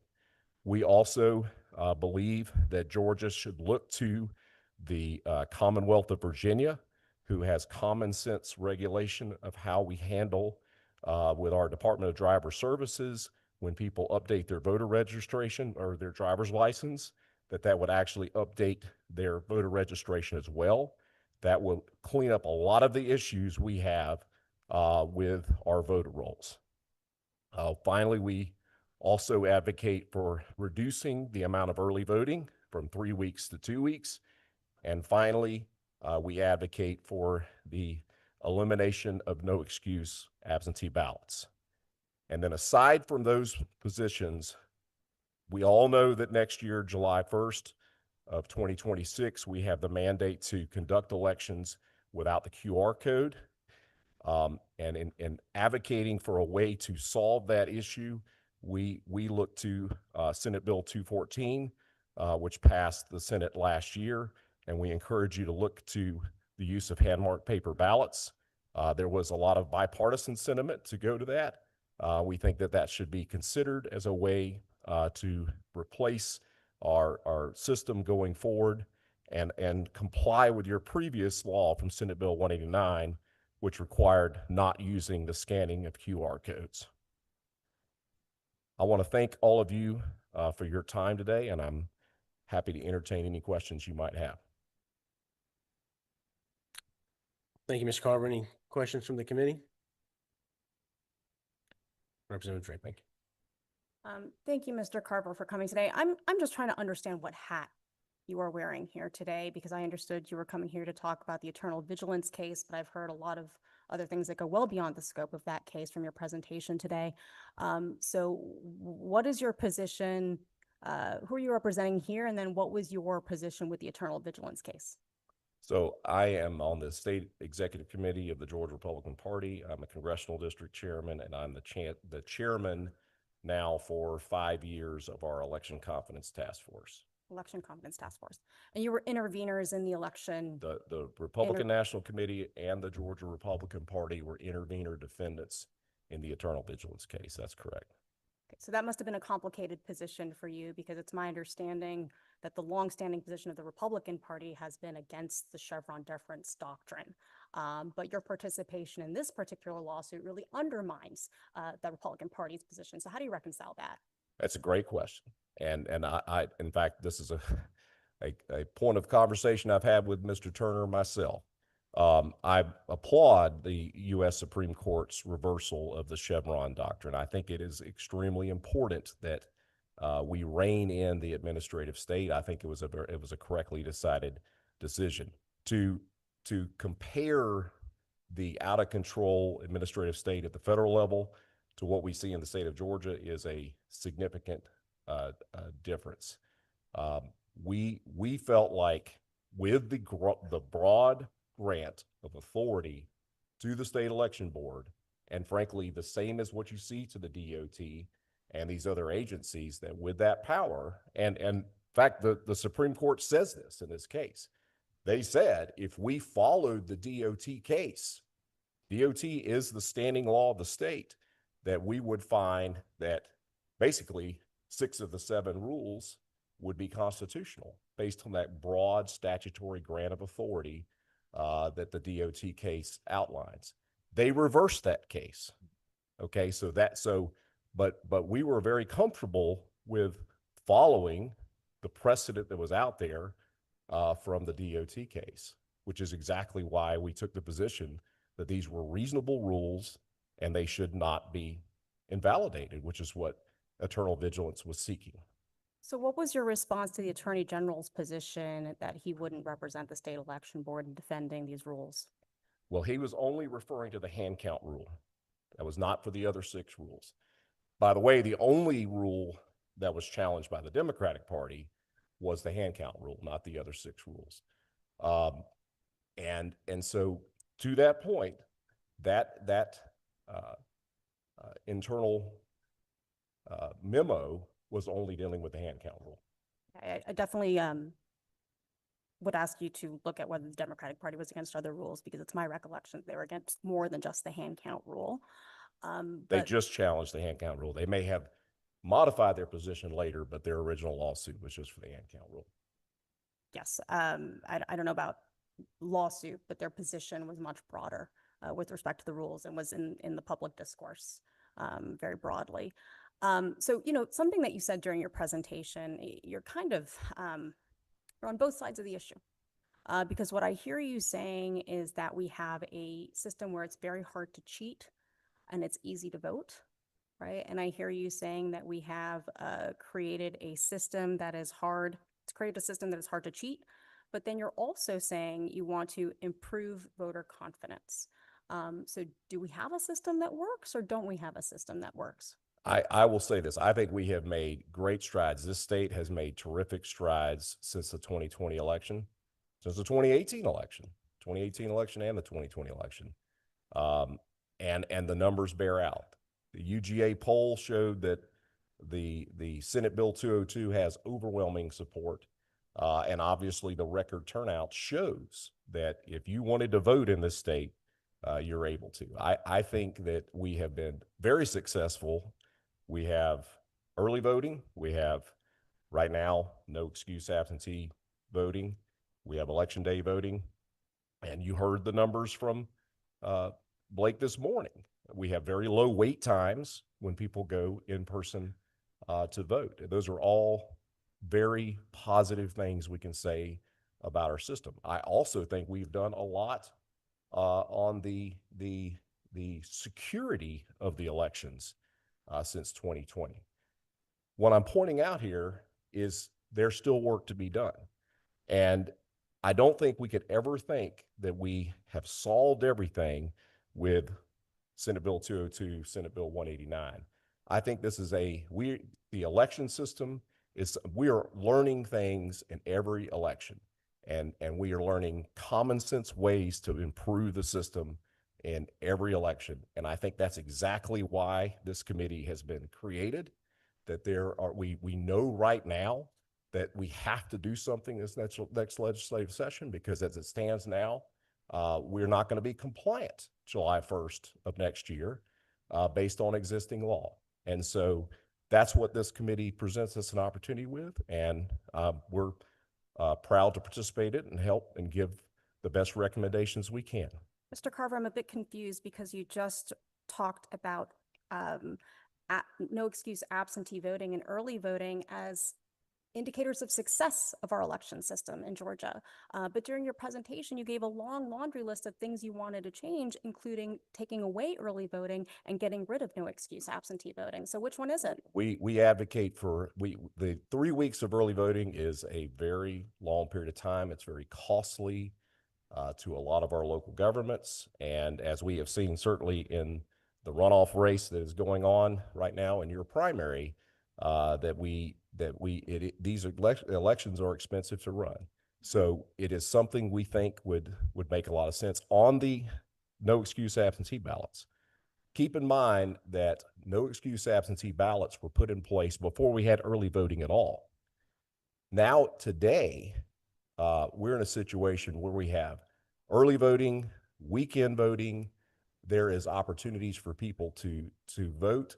Whereas when absentee ballots, the no excuse absentee ballot was put in the first place, they didn't have those opportunities. And so I think it should be revisited. In fact, we advocated originally back with Senate Bill 241, which is a predecessor bill to Senate Bill 202, to go to what New York does. We actually proposed matching the excuses for absentee ballots to what the state of New York does. We thought it made sense, and we still think that makes sense. You know, there's a lot of people on both sides of the aisle that enjoy the ability to no excuse absentee vote.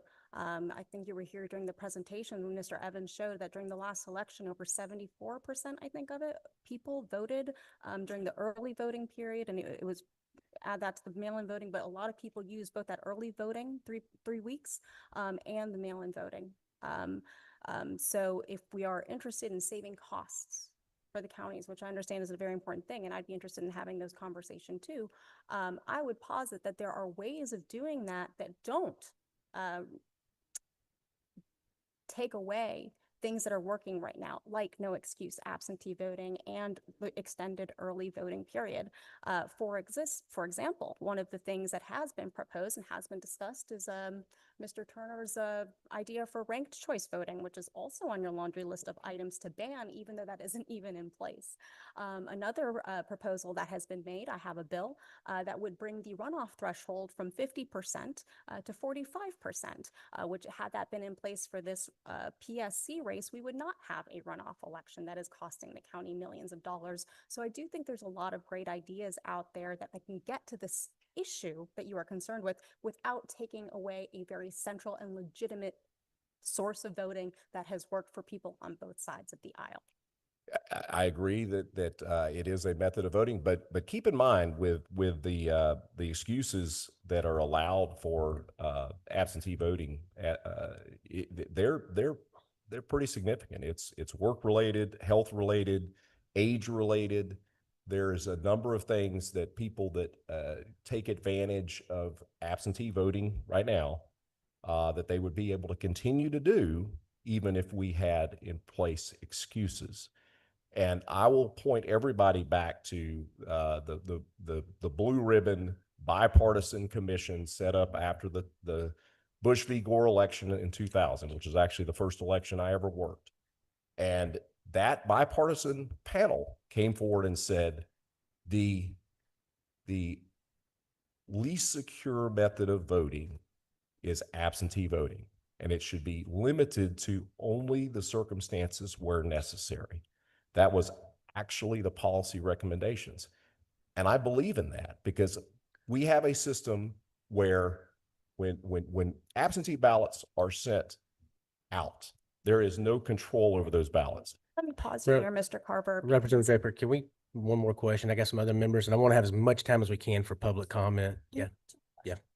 I do want to pause you there because I don't believe in fear mongering as a basis for policy changes. If we're going to talk about secure methods of voting, I want you to point to what exactly has gone wrong and where there have been proven violations of security in Georgia.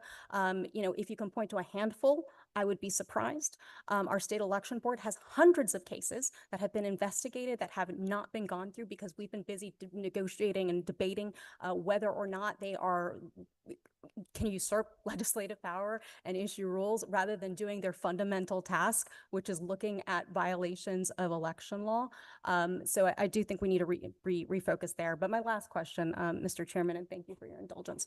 You did mention the 2020 election several times, and I just want to level set. Do you believe that Joseph Biden was the legitimate winner of the 2020 election? Joseph Biden was certified the winner of the election. Do you believe he was the legitimate winner of the 2020 election? I don't believe he was the legitimate winner in Georgia, no. You do not? I do not. Thank you, Mr. Powell. All right, thank you. Hey, no, we're not gonna do that. We're not gonna do that.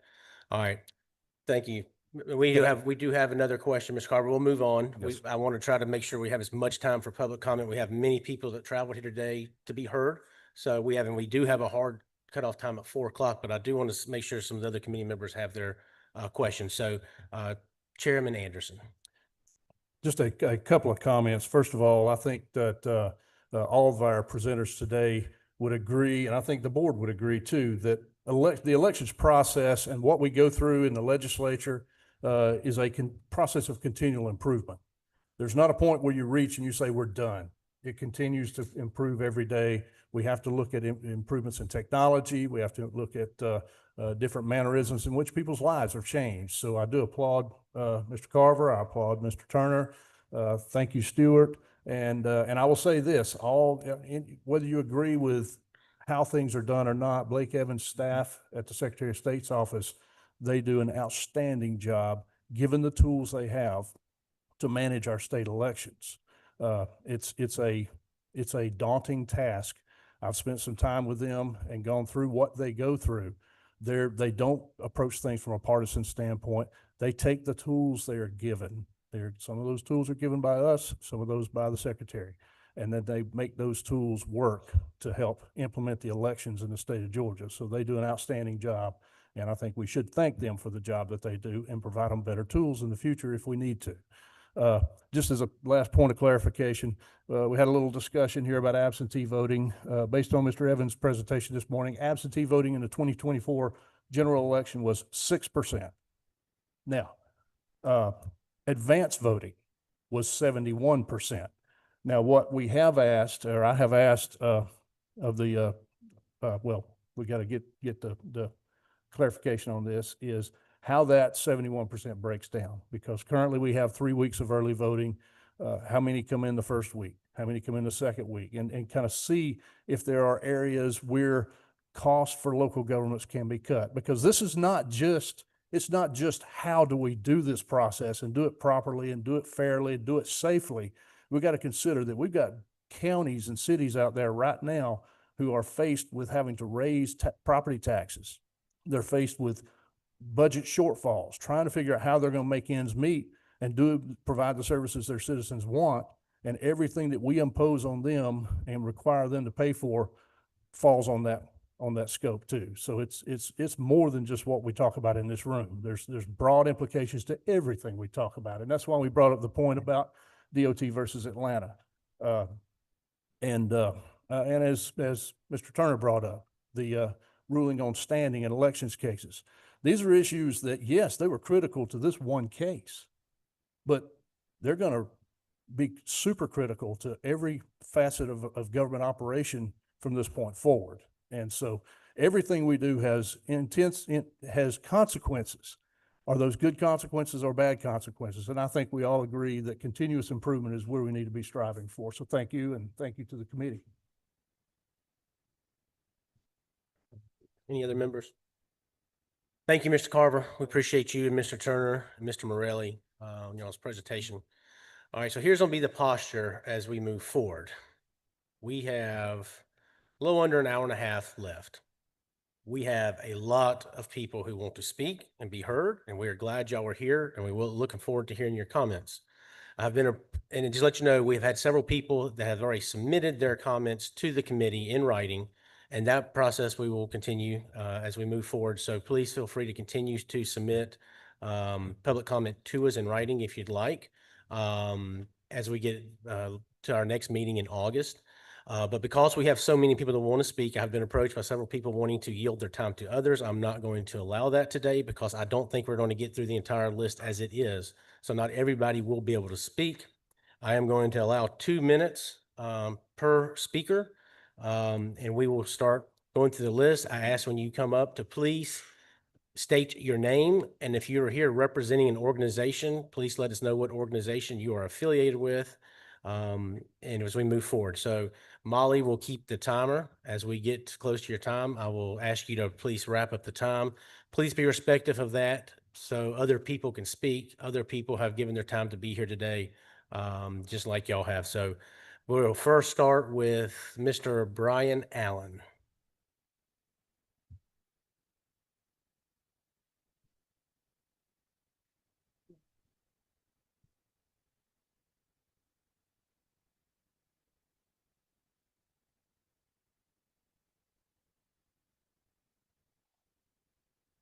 Good afternoon. I'm Brian Allen, Vice Chair, Libertarian Party of Georgia. I'm here today to urge this committee to take up ballot access as an area of study. Currently, no third party has ballot access to run candidates for statewide elections due to Georgia's restrictive requirements to complete a petition with 1% of registered voters. The Libertarian Party managed to achieve this after significant effort back in 1988, gathering over 25,000 signatures, but no third party has achieved it since 2000. The requirement has increased as Georgia's population and voter registration rates have both increased substantially, with it amounting to over 70,000 signatures today. In the case of Green Party of Georgia v. Kemp back in 2016, the court ruled that the petitioning requirement was overly restrictive with regard to presidential candidates and permanently enjoined enforcement with a 7,500 signature requirement in its place until the General Assembly corrects the problem legislatively. It has been almost a decade the General Assembly has failed to act. We are now in the very strange situation where it's substantially easier to get onto the ballot in Georgia when running for President of the United States than it is when running for, say, Public Service Commission.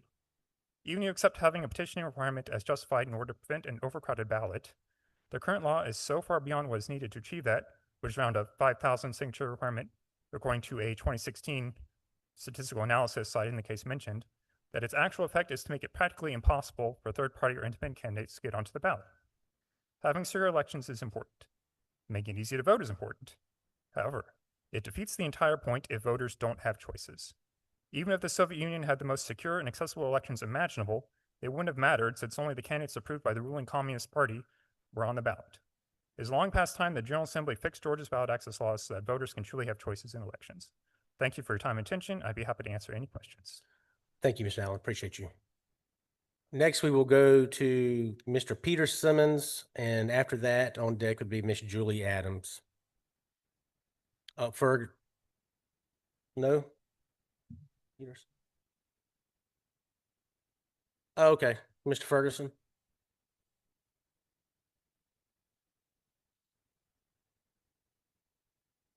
Yeah, I'm not in order, so we're moving different sheets. So Mr. Peter Ferguson, Peter Simmons, I'm sorry, y'all got me, Peter Simmons.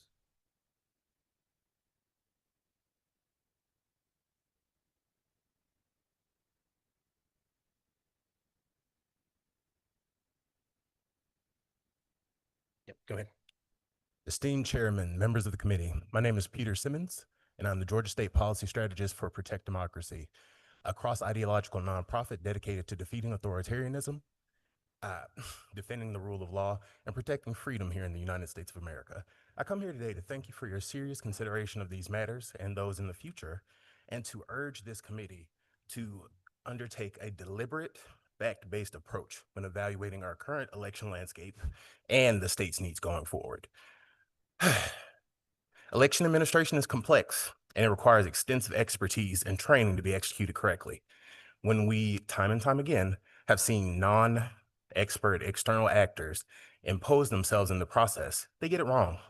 Here, that means that Americans who are entitled to vote may be disenfranchised based on grossly exaggerated allegations of wrongdoing in our election administration process. Our current political climate is extremely fraught with uncertainty, and it's important as we approach the 2026 election that the Assembly works to mitigate, not exacerbate, the effects of disinformation, confusing public policy, and inflammatory rhetoric so that the people of Georgia can be confident that their elections have been administrated in a fair, nonpartisan manner. Thank you. Happy to take any questions. Thank you. We appreciate your testimony. Miss Julie Adams, followed up by Kristen Neighbors.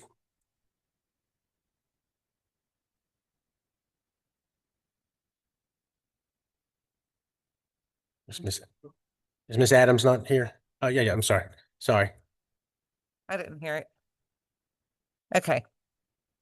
I want to thank you all for even having this committee and for participating. It's a very important thing to do, and I appreciate it. And I'll make this quick. So my name is Julie Adams. I'm on the Fulton County Board of Registrations and Elections.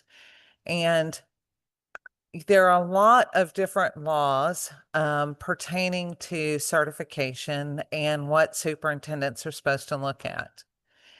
And I just want to inform you guys of two things. On November 5th, 2024, for a presidential election, for that certification, I never received the list of voters or the list of votes cast before we certified.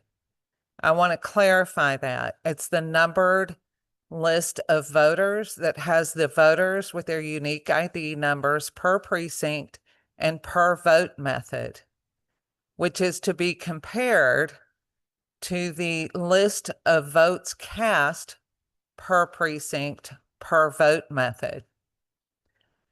I had none of that. I spent 2 days with them promising me, the elections director and the chairman of the BRE were promising me that they would have those lists for me any minute. We spent all day Friday, all day Monday. We certified the vote. We're supposed to do it by 5 o'clock on Friday. We didn't do it until about 5:15 on Friday. And when I was on my way home, they emailed me the list of votes cast per precinct per vote method when I was on my way home from the certification meeting. I still don't have the numbered list of voters per precinct per vote method from that election. This is a problem. This is simple. You know, you go to the store, you buy 5 things, and they tell you how much it is. They didn't do that for me. I mean, there's no accounting whatsoever for this. Just want. Thank you, Ms. Adams. Thank you. Thank you. Next, we have Krista Neighbors, followed by Brian Nunez. Hello, committee. My name is Kristen Neighbors. I'm the State Director for All Voting is Local Action. We are nonpartisan and advocate for expanding voter access. I want to start by thanking all of you for being part of the study committee. You have a fantastic opportunity to spend a lot of time really digging into elections in Georgia. You can look at what's working, what needs to be changed, and what tweaks could be made to make our elections even better. One of the key groups missing from the room today are election directors, as of course they're all running an election today. I hope you will consult and lean on them throughout this process. I was delighted to see Senator Williams here since he was an election director in Baldwin County for many years. But they are the folks who do this job day in and day out, year after year, no matter who's in the State House or in the governor's office or in the Secretary of State's office or even on the County Board of Elections. No one knows better than they do what the changes would mean for voters they serve and the departments they run. They're also the experts on the process. They can speak in detail about how our voting machines are tested for accuracy. They could probably even demonstrate the machine testing for you. I know they would have well-informed opinions about what changes or updates they'd like to see. They could show us how the risk-limiting audit actually works. They could demonstrate it and whether they feel the current process is sufficient to confirm that our results are accurate. If you all are starting to think about what a new voting system could look like, Tate Fall in Cobb gave a really excellent testimony to the Ethics Committee earlier this year about the department she ran in Arlington, Virginia, which uses paper ballots and ballot on demand printers. So if that's something you want to look at for Georgia, she could give great insight into the pros and cons. When you're talking about whether or not Georgia should leave ERIC, I would encourage you to solicit testimonies from election officials in other states who have left. So you can ask them, how has it gone? Have they been able to clean their list with the same frequency and reliability? Have they had to hire extra staff to manage all the individual state contracts? Is it costing them more or less than it used to? I would also encourage you to invite someone from ERIC to come in so that you all can ask them their tough questions directly. I know that a couple of jurisdictions, okay. In short, thank you for your service. I hope that election directors are very well represented. And Ms. Neighbors, real quick, and I think Chairman Anderson mentioned this, our next meeting is solely going to be focused on the local elections directors. Fantastic. We'll have several of them come testify, talk Wonderful. to us about the recommendations. And also throughout this process, we're going to be visiting with elections officials across the state in their offices. Wonderful. So Fantastic. yes, so that is part of the schedule moving forward. They will be Great. very involved with this committee. That's great. I hope they're at all 5 Yep. of the next meetings. We do Thank you too. so much. All right, next we have Brian Nunez. After him would be Phil Searcy.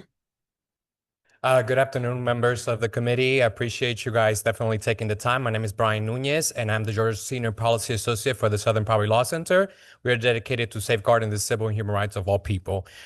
First, I'm very happy to hear, Chairman, that you will definitely take into account the input of election officials most heavily, as they are the ones that know the day-to-day, in their 159 counties, how they, they better understand the changes play out. We must highlight that the capacity to effectively implement these changes is constrained by the lack of funding needed for them to successfully execute any additional requirements set by the legislature. Second, due to that due consideration is given to the reality of the problems sought to be addressed. A widespread false narrative about fraud in our election persists. The allegations have been proven time and time again to be unfounded. We should not pass laws and impose additional burdens based on problems that do not exist. Third, we humbly ask this committee to keep the voters at the center of its deliberation. The ultimate goal of our electoral process must be fair, uninhibited access to all voters in Georgia. In pursuit of these principles, we humbly urge the committee to examine several key issues that align with both democratic values and sound election administration. First, the financial impact of recent election laws and the need for increased sustainable funding for county election offices to meet these expanded requirements. Second, proven access expanded reforms such as automatic voter registration, same-day registration, vote centers, and the automatic restoration of voting rights upon completion of incarceration. And lastly, the abuse of mass voter challenges and the need for clear statewide standards to ensure consistency, fairness, and due process across counties. As part of our ongoing work to protect and advance democracy in Georgia, the SPLC is committed to supporting the committee's efforts with research, policy guidance, and collaboration. We look forward to working together to ensure that our elections remain fair, efficient, and inclusive for all in Georgia. Thank you. Thank you. Next, we have Field Searcy and Sandra Burkholt. Yep.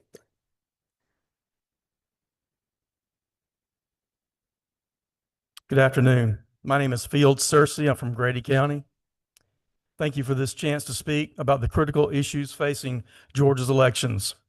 Much like the fable, The Emperor's New Clothes, we continue to hear strong declarations that Georgia's elections are secure. Yet beneath these confident statements about public trust and high turnout are persistent, well-documented problems that are impossible to ignore for anyone paying attention. In my experience attending state election board meetings, I have heard detailed accounts of serious violations, such as those by Fulton County, and legislative testimony about incomplete and irregular voter rolls that do not comply with Georgia law. Unfortunately, efforts by citizens to address these issues are too often dismissed or met with indifference. True confidence cannot exist when it rests on a flawed foundation. One particular troubling issue persisted for 5 years after the installation of Georgia's current electronic voting system in 2020. Poll workers were required to certify tabulator tapes containing reference to the Local Authority Election Act, a law from Canada, not Georgia or the United States. Despite repeated warnings and appeals, the Secretary of State's office dismissed the error with "it doesn't matter." This is not a trivial misprint. It signals a worrying disregard for the legal and procedural accuracy required for public trust. Only after this flaw was exposed to legislators this January was the language removed from the most recent Public Service Commission election. Such a long-standing oversight raises serious doubts about how carefully election processes and materials are reviewed at the highest levels of our state. It is fair to ask whether the elections held under this oversight were ever truly legal or constitutional. Security problems in Georgia's voting system are not hypothetical or exaggerated. They are a matter of public record. Encryption codes stored in unprotected text files have been released through open records requests in 4 Georgia counties. The system administrator password is available for purchase on merchandise from Amazon. The voting system relies on foreign corporations and microchips, creating national security risk. These vulnerabilities have surfaced in court cases and legislative testimony. Mr. Chair, we need a rapid. I'll finish up 2 points.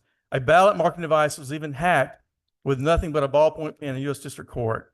Governor Brian Kemp himself has put it plainly. You give anybody a voting machine and they can hack it. So I thank you for the time today. Thank you. All right. Ms. Burkholder, after on deck will be Sam Caroline with Georgia for the Truth. And then after that would be Mr. Richard Schrader. All right. Yes, ma'am. My name is Sandra Burkhart. I'm a woman of prayer. It's the most powerful force in the universe. It is followed by truth. And I pray that it's offered in this state, followed by justice. Brian Evans The state election director presented information that concerned me greatly this morning. I am aware that many facts demonstrate there are major problems with Georgia elections. Georgia elections are far from being strong and secure. I'm convinced my honest vote does not count, and neither does yours. All I can do is what I will do, and that's share truth with anyone that'll listen. I'm doing all I can, and I pray that the members of this committee will do all that they can to improve a system with problems. Many Georgians do not trust our voting system. I have communicated with people from several counties, and our voter rolls have major problems, like ignoring removing things where the age of the individual is over 120. And no name should not be an acceptable name for first and last names. However, I have seen this on the voter rolls. This isn't an outstanding problem in just one county. I've been to several counties because I do pursue truth and I do pray. And I have a question. Who is paying for all these lists that go out to people that no longer vote in this state because they voted in another state? That's our tax dollars. And how many weeks of voting do we want? 4? It's very sad because it cost my money and I have a hard time managing that. Thank you for listening, and thank you for making a difference. Thank you. All right, Sam, and then followed by Richard. Sam Carnline, Grady County. Thank you for allowing me to speak. Mr. Chairman Fleming, you mentioned in your opening remarks the word trust, and that's what I want to speak on today. There's polls out there. Some of them were done by Ballot, the Republican primary in 24. There was a question on there about paper ballots, and 64% of Georgia Republicans stated that they wanted paper ballots. 70%, not quite, 69% of the United States vote on a hand-marked paper ballot. That's what we want. We want a hand-marked paper ballot. I think that both sides of the aisle have people that want hand-marked paper ballot and get rid of that touch screen machine that I can see here across the room when somebody's voting. I know a guy by the name of Clint Curtis. Y'all might not have ever heard of Clint Curtis, but I've met Clint Curtis. Clint Curtis wrote a program back in 2000 that was capable of flipping votes. And he has testified in front of Congress that he wrote that program. And I understand that that program got handed down from Diebold to Dominion. And any rate, where I first learned not to trust our elections, and I've voted in every election I could since I was able to vote, was when I read then Senator William Ligon's document on the bottom of page 12. It was a 15-page synopsis of the 2020 election where he wrote, the 2020 election was so fraught with systemic irregularities and voter fraud that it should not be certified. And people, we're still voting on the same system we were voting on in 2020. Judge Totenberg said that the system didn't conform to the federal requirements. Let's get rid of that system and go to a hand-marked paper ballot system like 70% of the rest of the country does. I thank you. Thank you. All right, Richard Schrader, and then followed by Tamara Favorito. I appreciate you people here. And when I'm talking today, I got to separate you as a committee that's going to try to fix these elections compared to what the legislative body has done. We went through a living hell the last 5 years because they didn't go to a special session over the questionable 2020 election.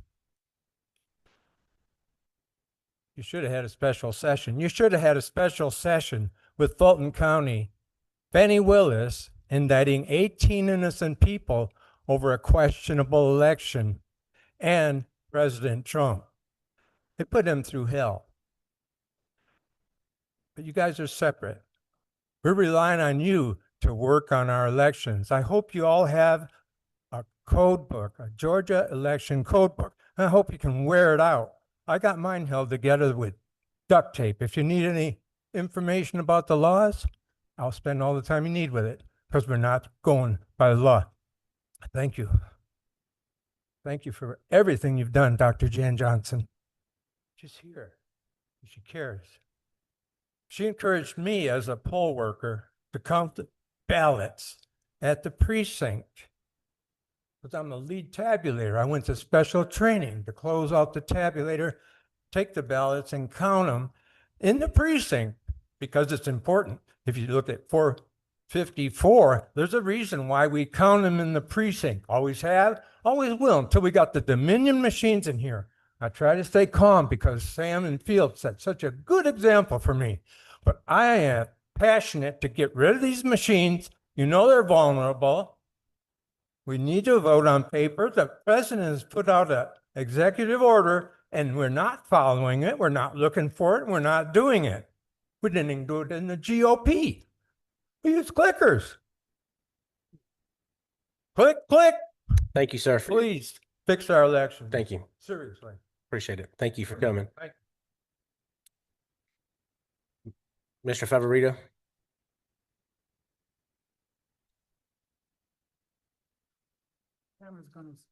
Tamara wanted to give me her time, but since you're not allowing that, I just want to correct one thing that's on the record here today. We talked about the ERIC hash. From evidence from other states, what we've heard today is simply not true.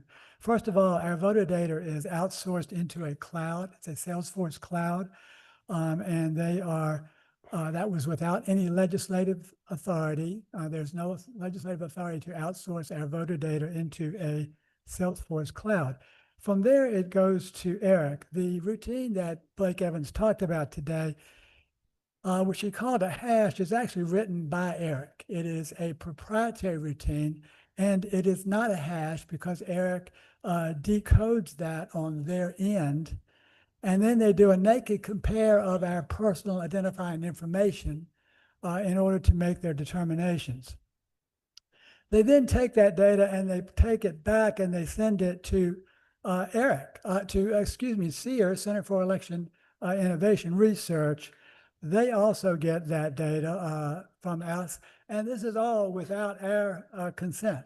So our PII is going out to everyone, these third parties, and they are, quite frankly, extremely rabid partisan, organizations, every one of these, CEIR and ERIC and even Salesforce, and which I can go into, but since we only have 2 minutes, I just want to make sure I want to get the record straight on that, and I would like to explain as a plaintiff in several cases, like to give you more information at another time. Thank you, Mr. Favorito. All right. Read this. Stephen Ayrshire. Okay. Thank you, sir. Thank you. Victoria Cruz.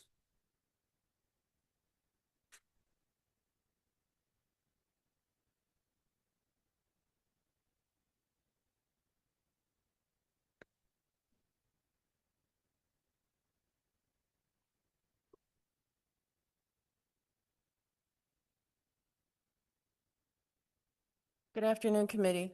My name is Victoria Cruz from Athens, Georgia, and I'm very happy to be here and have this opportunity to speak to you. I left all my notes home, so I was scrambling at lunchtime to try and put this together, but I'm glad that someone asked some questions about automatic voter registration that we have here.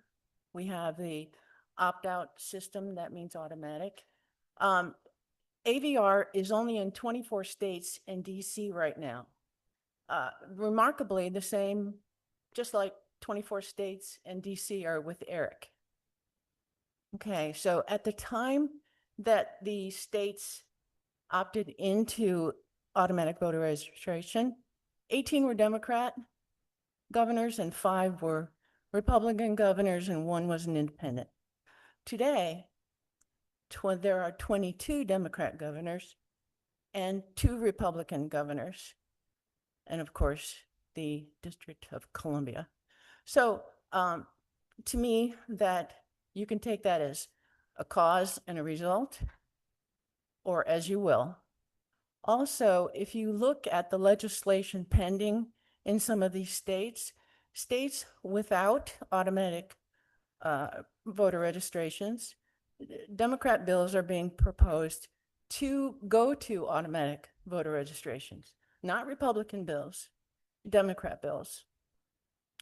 And they all want it to be opt-out. In other words, you will be registered unless you opt out. And all of them really are trending toward opt-out with a card. The DDS or the SOS will send you a card. And if you return that card saying you don't want to be registered, you will be taken off the registry. If you don't return that card, like a lot of people don't, you won't. And just the other point, the other side of the card, the ones with automatic voter registrations, they are now wanting to add more agencies to do it automatically instead of with permission. They want to there's even one state that wants mandatory voter registration. So if you remember the old adage, if you give them an inch, they'll take a mile. That's what's happening with automatic voter registration. Thank you, Ms. Cruz. Next, we'll have Eric Christensen, followed by Earl Ferguson.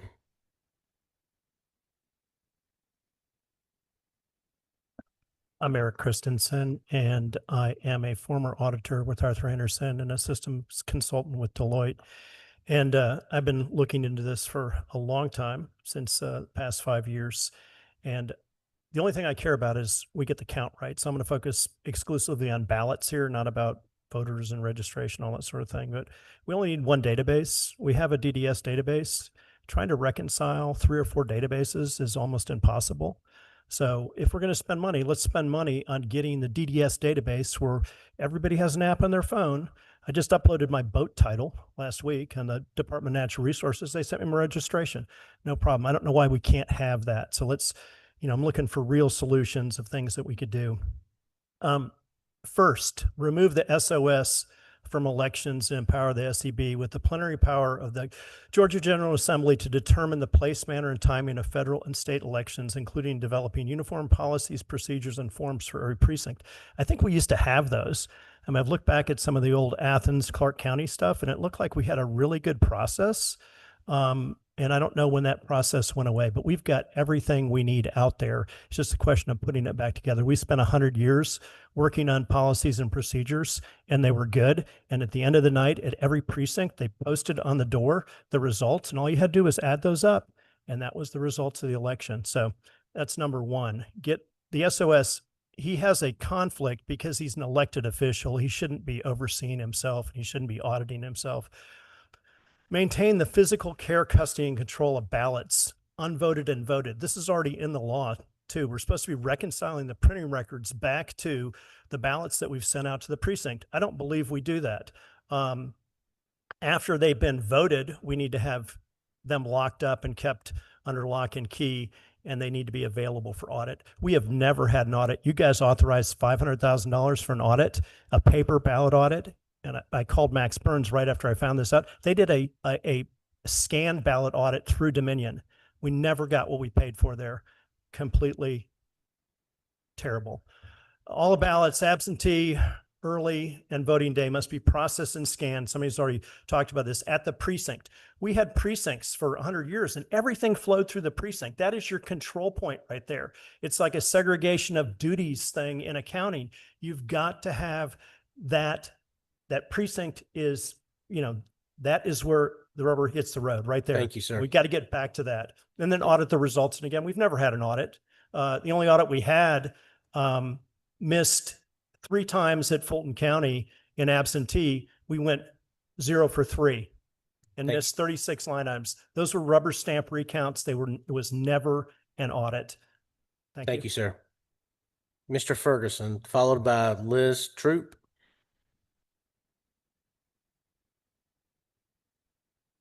Earl Ferguson, Fulton County. I do a lot of things. I've poll watching, I've done adjudication, and I've watched the processing of mail-in ballots. And I have some conclusions that I'd like to convey. What Brad Carver said, I'm very much in agreement with. I'm a paper ballot enthusiast, and we need to get rid of the machines. I'm going to change the subject slightly because the Secretary of State's representative talked about the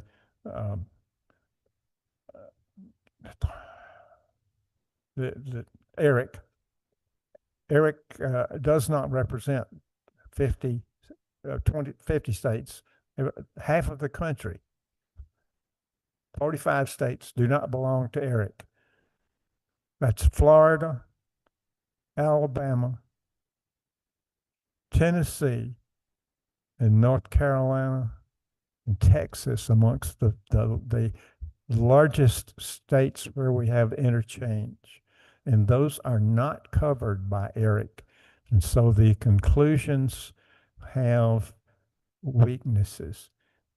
I challenged 2,000 Florida voters who voted in the last presidential election, 2,000, who are on the Georgia voter rolls. My challenge is none of my challenges were approved by the Fulton County Board. Thank you. Thank you. All right, Ms. Liz Troop, followed by Gail Lee. Thank you for letting me speak. What is the committee going to do about SB 189, the bill that passed in 2024? That bill banned the use of a QR code, barcode, or similar coding on ballots by 2026. That bill also restricted vote counting to the human readable text on ballots, even though our current equipment does not read the human readable text on ballots. It wasn't clear whether Georgia could put software on existing equipment that could accurately read that tiny human readable text on our ballots, or whether such software would even meet state and federal standards. This year, the Senate did consider a bill that would move to the gold standard for election security, which is hand-marked paper ballots read with an optical scan. That doesn't read human readable text printed by computers. It reads filled in bubbles. And that bill did not pass. 2026 is coming very soon.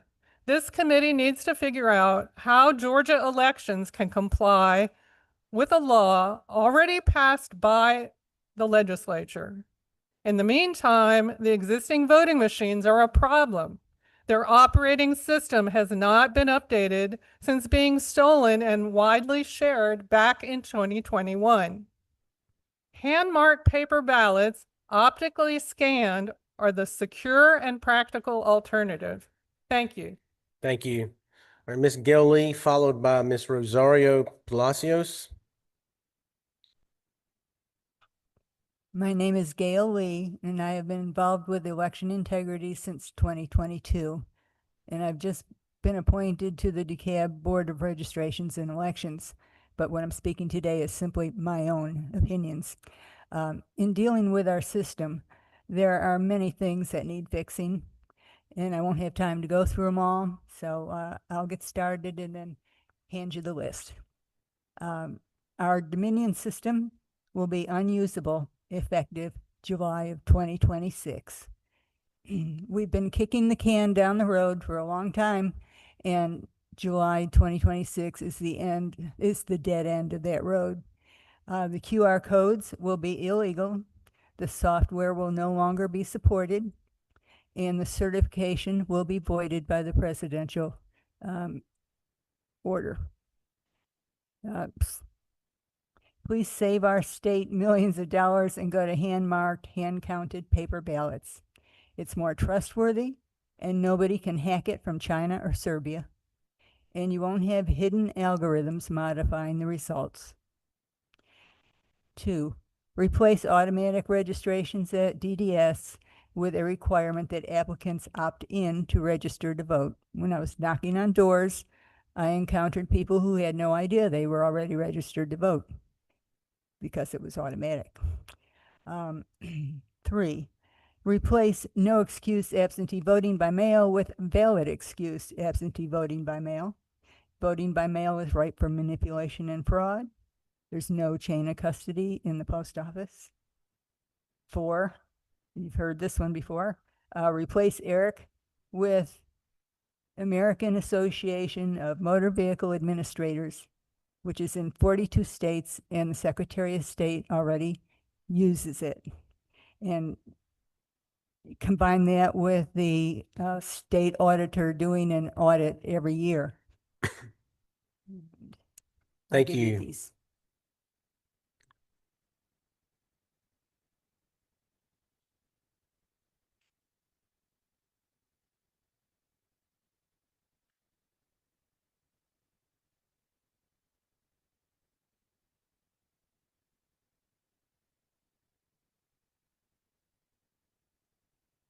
Good afternoon, Chairman Fleming and Vice Chairman Anderson and the distinguished committee members and everyone here today.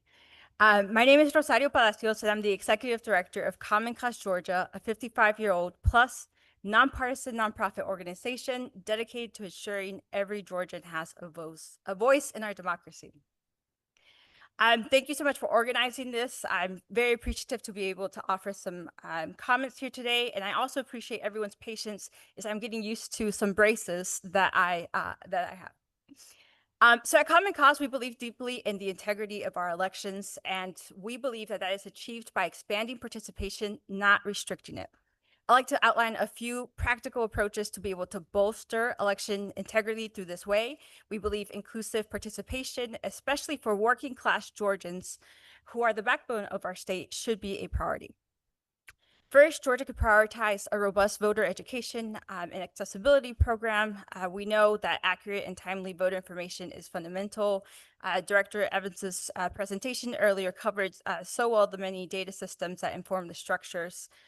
We think that expanding the accessible methods in which people can verify themselves as things are flagged, including online accessibility and simplified processes, would be of great use. I've seen poll workers who are not always familiar with, for instance, naturalization certificates or what is required to be able to verify a voter on a very important day where understandably there's duress and people are excited to be able to vote. Secondly, proactive election protection programs we think are vital. We've seen misguided lawsuits and unfounded challenges to voter eligibility happen across the state. As Common Cause, we've often intervened in some cases to be able to prevent unlawful voter roll purges. So we believe being able to have more consistent election administration practices by resourcing our county offices would assist with this. And then to end, we believe that transparency and accountability through popular education could be very vital. And I welcome anyone here or in the audience who wants to work on that with me to please reach out. Thank you. Thank you. Ms. Karen Davenport, followed by Jean Dufort.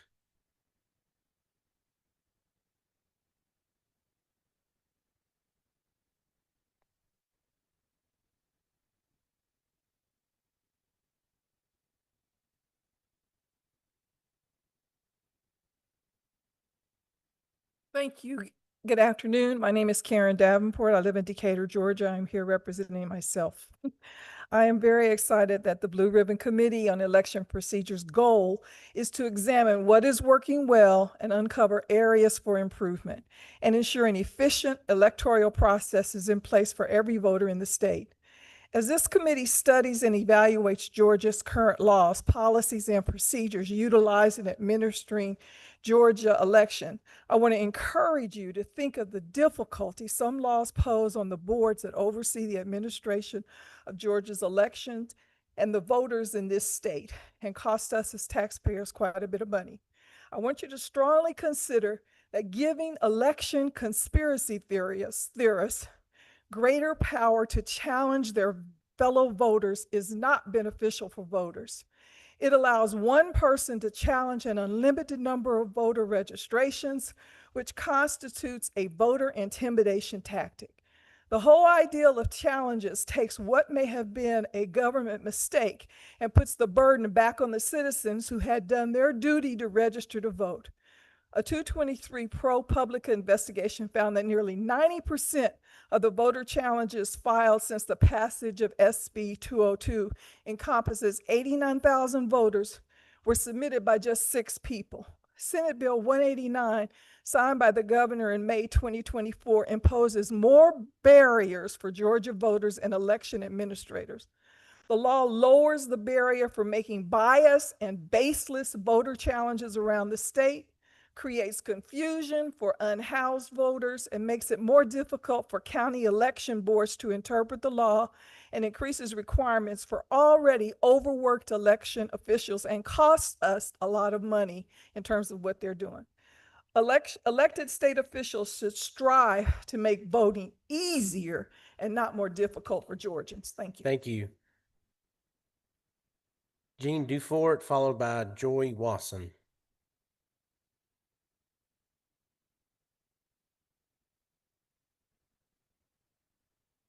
Thank you, Chair Anderson, for reminding us that county costs are real costs. I'm the chair of the I'm Jean Dufort, chair of the Morgan County Dems, member of Indivisible Georgia 10, and a member of the Coalition for Good Governance. Today's theme, follow the law and be mindful of costs.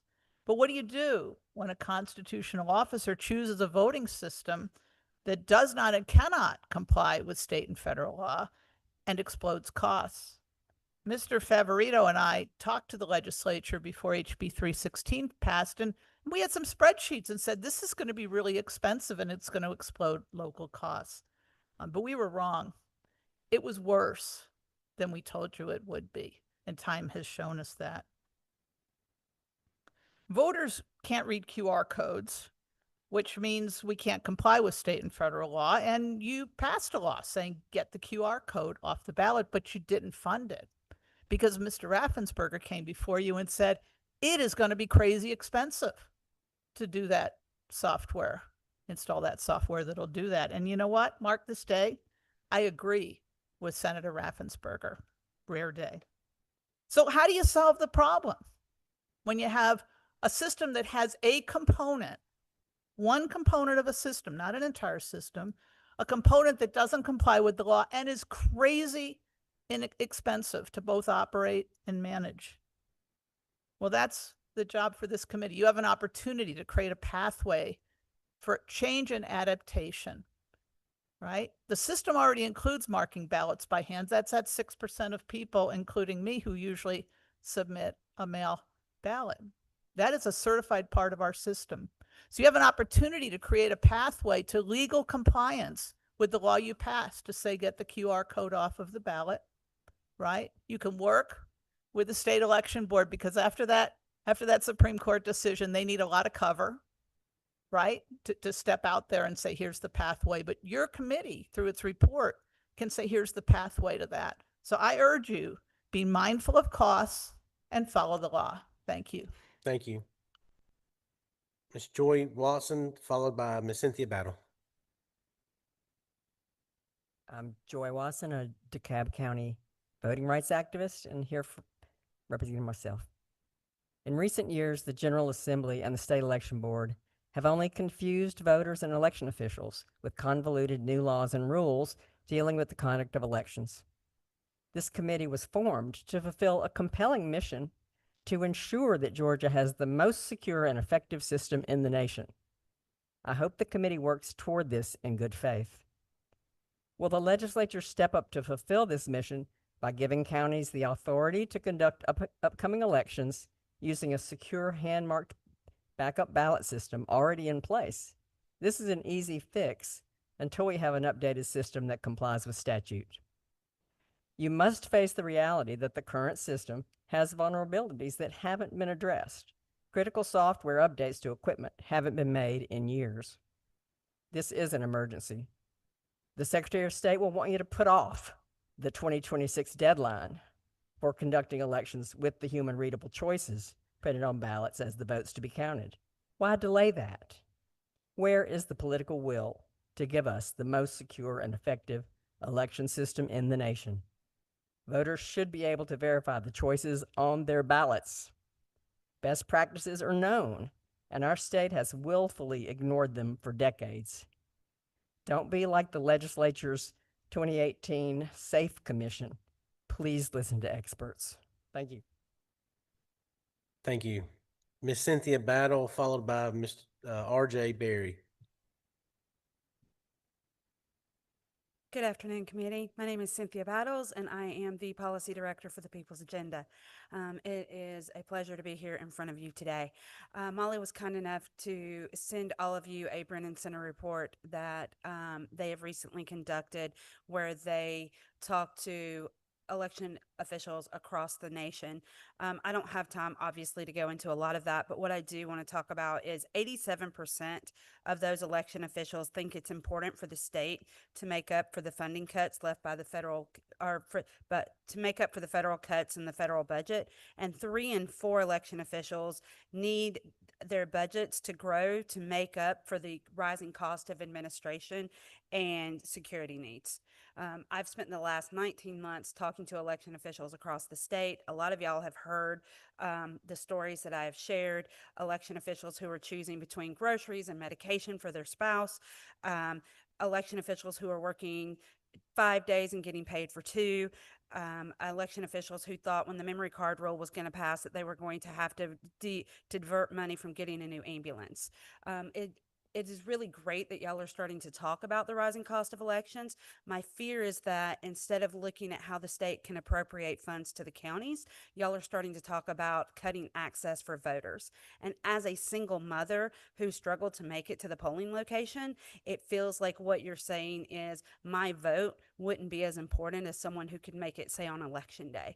And that is going to be the impact if you start cutting absentee ballots and early voting, is that people like me are not going to be able to vote because we're not going to be able to make it to the polls. So as you're looking at this, please do increase county budgets, but don't do it at the expense of voters. Thank you. Thank you very much. RJ Berry, and I'm going to butcher this, followed by Lana Goitier. Is RJ Berry? Okay. And then we'll have Caroline Stover.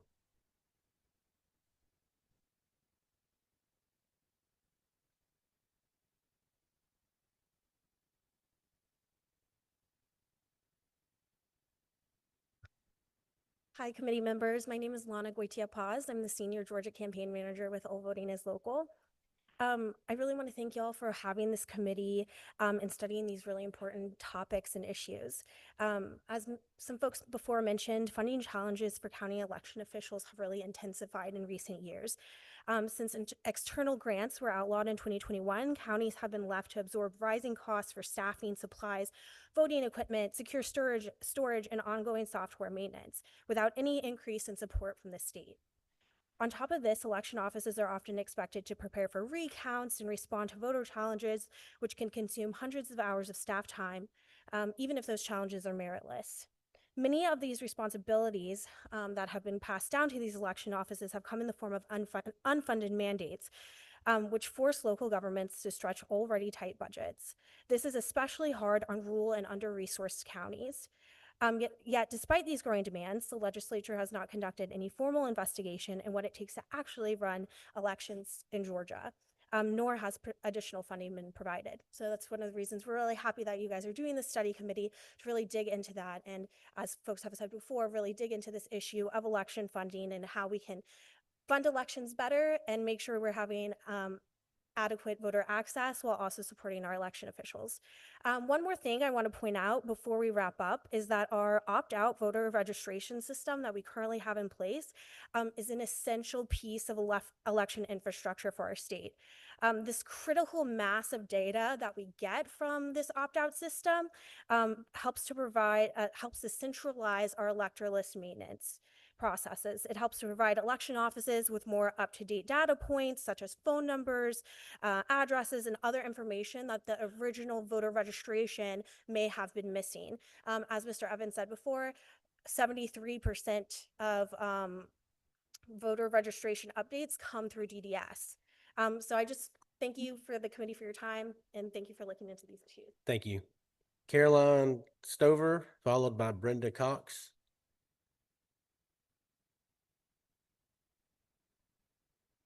Miss Brenda left, you said? Oh, that's Brenda. Okay. Thank you.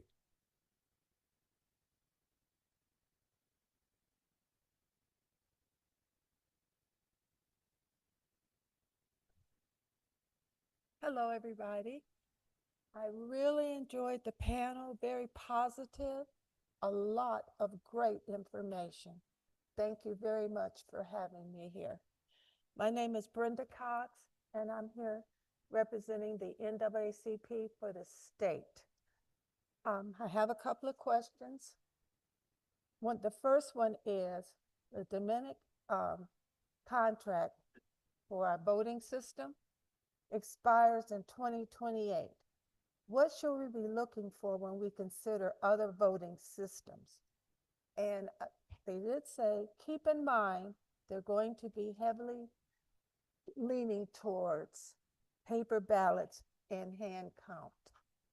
Is that how you feel as far as looking for a new system, or just going to have paper ballots and hand count? I'm asking. Ma'am, that will be discussions we have throughout the committee meetings as we follow the next 5 meetings. So there'll be discussions that we have. Okay, thank you. The next question is whether or not the Georgia will leave the ERIC, and if we do, what will we be replacing it with? Well, we've had a lot of discussion today about Yes. Eric, and obviously we'll have more discussion as we go. And ma'am, I just urge you to finish up your comments because there's we got quite a few speakers that need to. That's all. That's only Thank two you very questions much. I have. We appreciate it. You're Thank you. welcome. Next, we have Brad Barnes.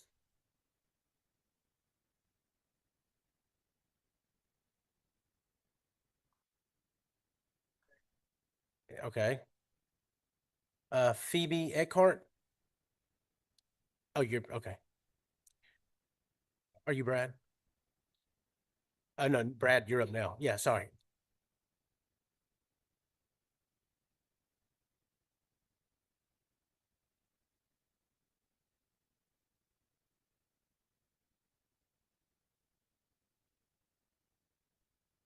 Sorry about that.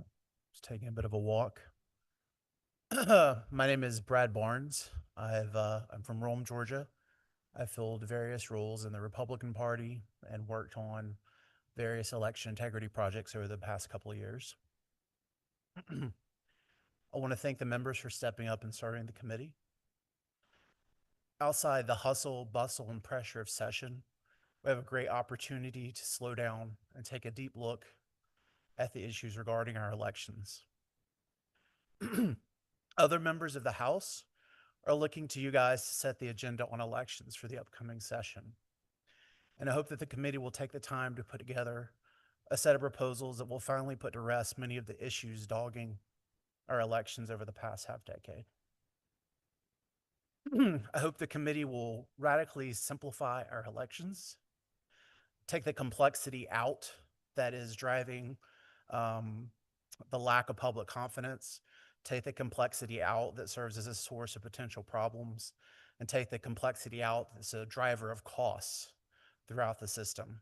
I urge the committee to recommend the dumping of the Dominion systems and a move to hand-mark paper ballots, to clarify the powers of the State Elections Board so that they can get back to work, And finally, I'd ask the committee to take a look at some of the recommendations of the Georgia GOP Election Integrity Task Force. Several years of effort were put into those recommendations, and I think a lot of them are quite solid. So thank you for your time and the opportunity to speak. Thank you. Phoebe Eckhart, followed by Adeline Kummer. Hi. My name is Phoebe Eckhart. I live up in Roswell, Georgia.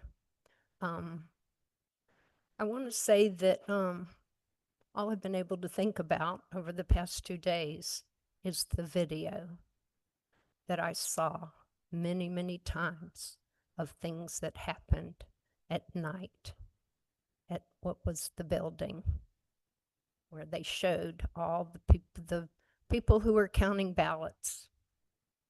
Everyone was supposed to go home, right? All I can do is think about that. I saw it over and over again. I saw it over and over again. Them taking the ballots and putting them in the machine to over and over and over again to recount them. It was fraud. I even have a real good friend who followed ballots down to Atlanta because she was concerned about them being safe and saw, I mean, you just wouldn't believe what she saw. She was shocked and she took pictures and she told a lot of people about it. Do you know that I ran for office last year? And do you know what? On the day that I stood in Alpharetta all day long holding my sign, that a lady came up to me and she just said, guess what? I worked the poll and I saw all this fraud. And she just told me her story. And she said, you know, I reported the fraud, but nobody cared. The person I reported it to, they didn't care. Then she said, I reported it to the next person up the line. And she said, they didn't care either. She said, I just couldn't believe it. I couldn't believe that that would happen right here in Alpharetta. You know, I've been hoping for 5 years that Republicans, you know, I was at a Republican breakfast, and when they outlawed a speaker, outlawed a person who was very passionate for election integrity, outlawed what were the top posed things of the Republican platform, and the very first one was election integrity. I just was like shocked that we've been 5 years and no election integrity in here. Please, can you do something about this? Thank you, ma'am. Adeline. And then Maria Guadio will be next. Adeline's wiped out. Okay. Maria Gaudio, All right. Fulton County. Oh, real quick, excuse me. After Julie Allen will be next. Yeah. Thank you. It's okay. Thank you. Fulton County. Phoebe had alluded to the person who saw all the cheating. That was me. I saw tens of thousands of illicit ballots loaded onto vans, white vans, at least 16 vans. They went in empty and they came out full, front to back, bottom to top, side to side. I was charged with following the chain of custody. There was no chain of custody, but they made illicit stops on the way down from Roswell and filled up on Mitchell Street at a warehouse. And there was chaos and mayhem. That was an illegal, illicit, unscheduled stop before they went down to the World Congress Center. I don't know about anybody else, but this morning when I walked in and I'm hearing Blake Evans speak, and I just felt like I needed another shower after all of that ridiculous gaslighting. I was like, I need washed off after that. I mean, it was like an infomercial for fake. Yeah. Eric has been blown out of 9 other states. Why does Georgia have to be last? Let's get rid of Eric. We have to get on to cleaning our voter rolls. When Fulton County has 113% of the people who show up for an election, it's impossible to get 100%, let alone 113%. And they say our election rolls are fine. No way. They're not going to do it. It's the people it's the citizenry, the citizen journalists, the citizen investigators who have been the best at finding the fraud. We need to keep those people employed, maybe by ourselves. Thank you. Thank you. Miss Julie Allen, followed by Mr. Kevin Muldowney.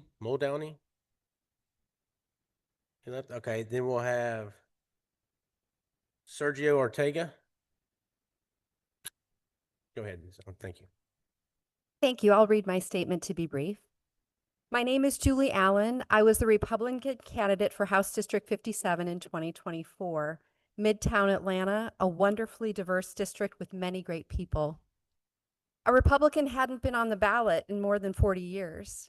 While Representative Stacey Evans and I differ on many issues, we also agree on some. I say the same here. There is a serious need to restore public trust in our elections.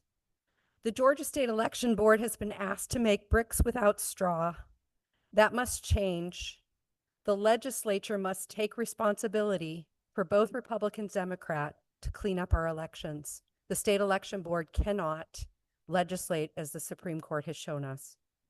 We need same-day voting, hand-marked paper ballots, secure paper, precinct-level counting, no QR codes, no black box machines, no unverifiable systems. This isn't about what Governor Kemp or Speaker Burns wants. It's about what's right. It's what's for the next generation. We must return elections to the people with accurate, auditable, verifiable results. 2 + 2 must equal 4. Truth, transparency, accountability, now. We all agree and we beg you. Thank you. Thank you. Mr. Sergio Ortega, followed by Bill Henderson, will be next. Good evening. I am Sergio Ortega with the Libertarian Party of Georgia. I'm kind of regretting skipping lunch right now. I'm here to inform the committee about the pains of Georgia ballot access for political bodies. As of today or last election, there are no political bodies in Georgia anymore. There is only the Republican Party and the Democratic Party. There was the Libertarian Party, but we lost ballot access this past election. And 2026 will be the first year since 1994 that Georgia Libertarians will not be on the ballot. It'll be the first year without a political body on the board at all. There have been 4 bodies that have completed the petitioning process. The Republican Party, the American Independent Party with George Wallace, the Reform Party with Ross Perot, and the Libertarian Party. But now there's no more. As you may know, the Public Service Commission faced an injunction that halted the election, which we are now redoing right now. And because of that, we were unable to run a candidate to gain 1% of the election result. Because of that, we couldn't get the 1% and were kicked off the ballot this past year. We were only on the ballot for the presidential election. We are allowed to keep that, but we're not allowed to run statewide candidates despite doing so since the early 90s. And one of the complaints I frequently hear is about rhino candidates taking up U.S. House offices. No third-party candidate has ran for U.S. House since 1943. It predates the election code. This is an actual problem. And as my vice chair pointed out, federal courts have found these high burdens to be unconstitutional. That's why we're allowed to run for presidential candidates. Is my time over? Okay. So I really hope you take this before it has to go to court. Thank you. Next, Bill Henderson, followed by Scott Bailey. Hi, good afternoon. I'm Bill Henderson. I'm a citizen of DeKalb County, and I've also been a database manager and analyst for 35 years. I'm asking this committee to consider one thing that came up earlier in this meeting. I've been an engaged citizen in my county concerned about election integrity, and believe me, I would not be here if I knew that the Georgia voter roll was clean. I'd probably be somewhere on a beach. But I've attended and participated in almost every county board of elections meeting for more than 2 years. My engagement in this was recognized by my county's Republican Party, and I was nominated unanimously by that party's membership for a seat on the DeKalb County Election Board. However, DeKalb County law states that nominations from the two main parties, Republican and Democrat, go to the Chief Judge of the Superior Court for appointment. The rules in other counties differ, but they all have to go through a process because, as I understand it, appointments like these need to be made by elected officials. To be brief, my appointment was denied. Arguments can be made for and against the notion that the denial was due to partisan influence, and that is the problem. Both political parties deserve to have their nominees appointed without any taint of partisanship in every county. I call upon this committee to make the change to the law to make County Board of Elections appointments a ministerial function. Each political party should get to choose who represents them on the county election board without influence from the dominant political party in the county. This change would advance fairness and assure equal representation for both parties regardless of whomever is charged with making the appointments official. Thank you very much. Thank you. Scott Bailey, followed by Eric Christensen. My name's Scott Bailey. I'm here on behalf of America First Chamber of Commerce, and particularly here on behalf of the populace of Georgia. I want to thank the attorney for this committee for recognizing Georgia's Constitution, Article 1, Section 2, Paragraphs 1 and 2, our inherent right to amend our government servants. In paragraph 9, I want to draw attention to is prescribed that ministerial functions are breached by our government servants, they're liable to suit. And I'm part of a group of citizen law fighters. We're having trouble in our courts. They're not enforcing the election code and upholding it. They have a ministerial function to do this. And I want to remind this committee that our representatives and senators have the authority to set suits that can remove any government official from office that refuse to comply with our Georgia law. And if you're interested, contact me at my email, bailey@americafirstchamber.org. I would love to show you our evidence that's being completely obstructed, because I'm here to uphold the election code. And what good is the code and y'all's time to prescribe it if it's not upheld? Thank you. Thank you. Eric Christensen. Hey guys. Eileen Nakamura. No. All right, that is it for our public comment. Thank you everybody for being patient as we work through those. Just want to remind everybody that our next meeting will be August 8th in Rockmart, Georgia. It will start at 10 o'clock. And as I said, myself and Chairman Anderson earlier, it will focus on the local elections officials, where we'll have several there addressing the committee. Also, we've had several questions about the agendas. We will do our dead level best to get the agenda posted early on the committee website so y'all can see the order of the committee hearing and who will be speaking. If there are no other questions or comments from fellow committee members, we will stand adjourned and we will see y'all next month. Thank y'all.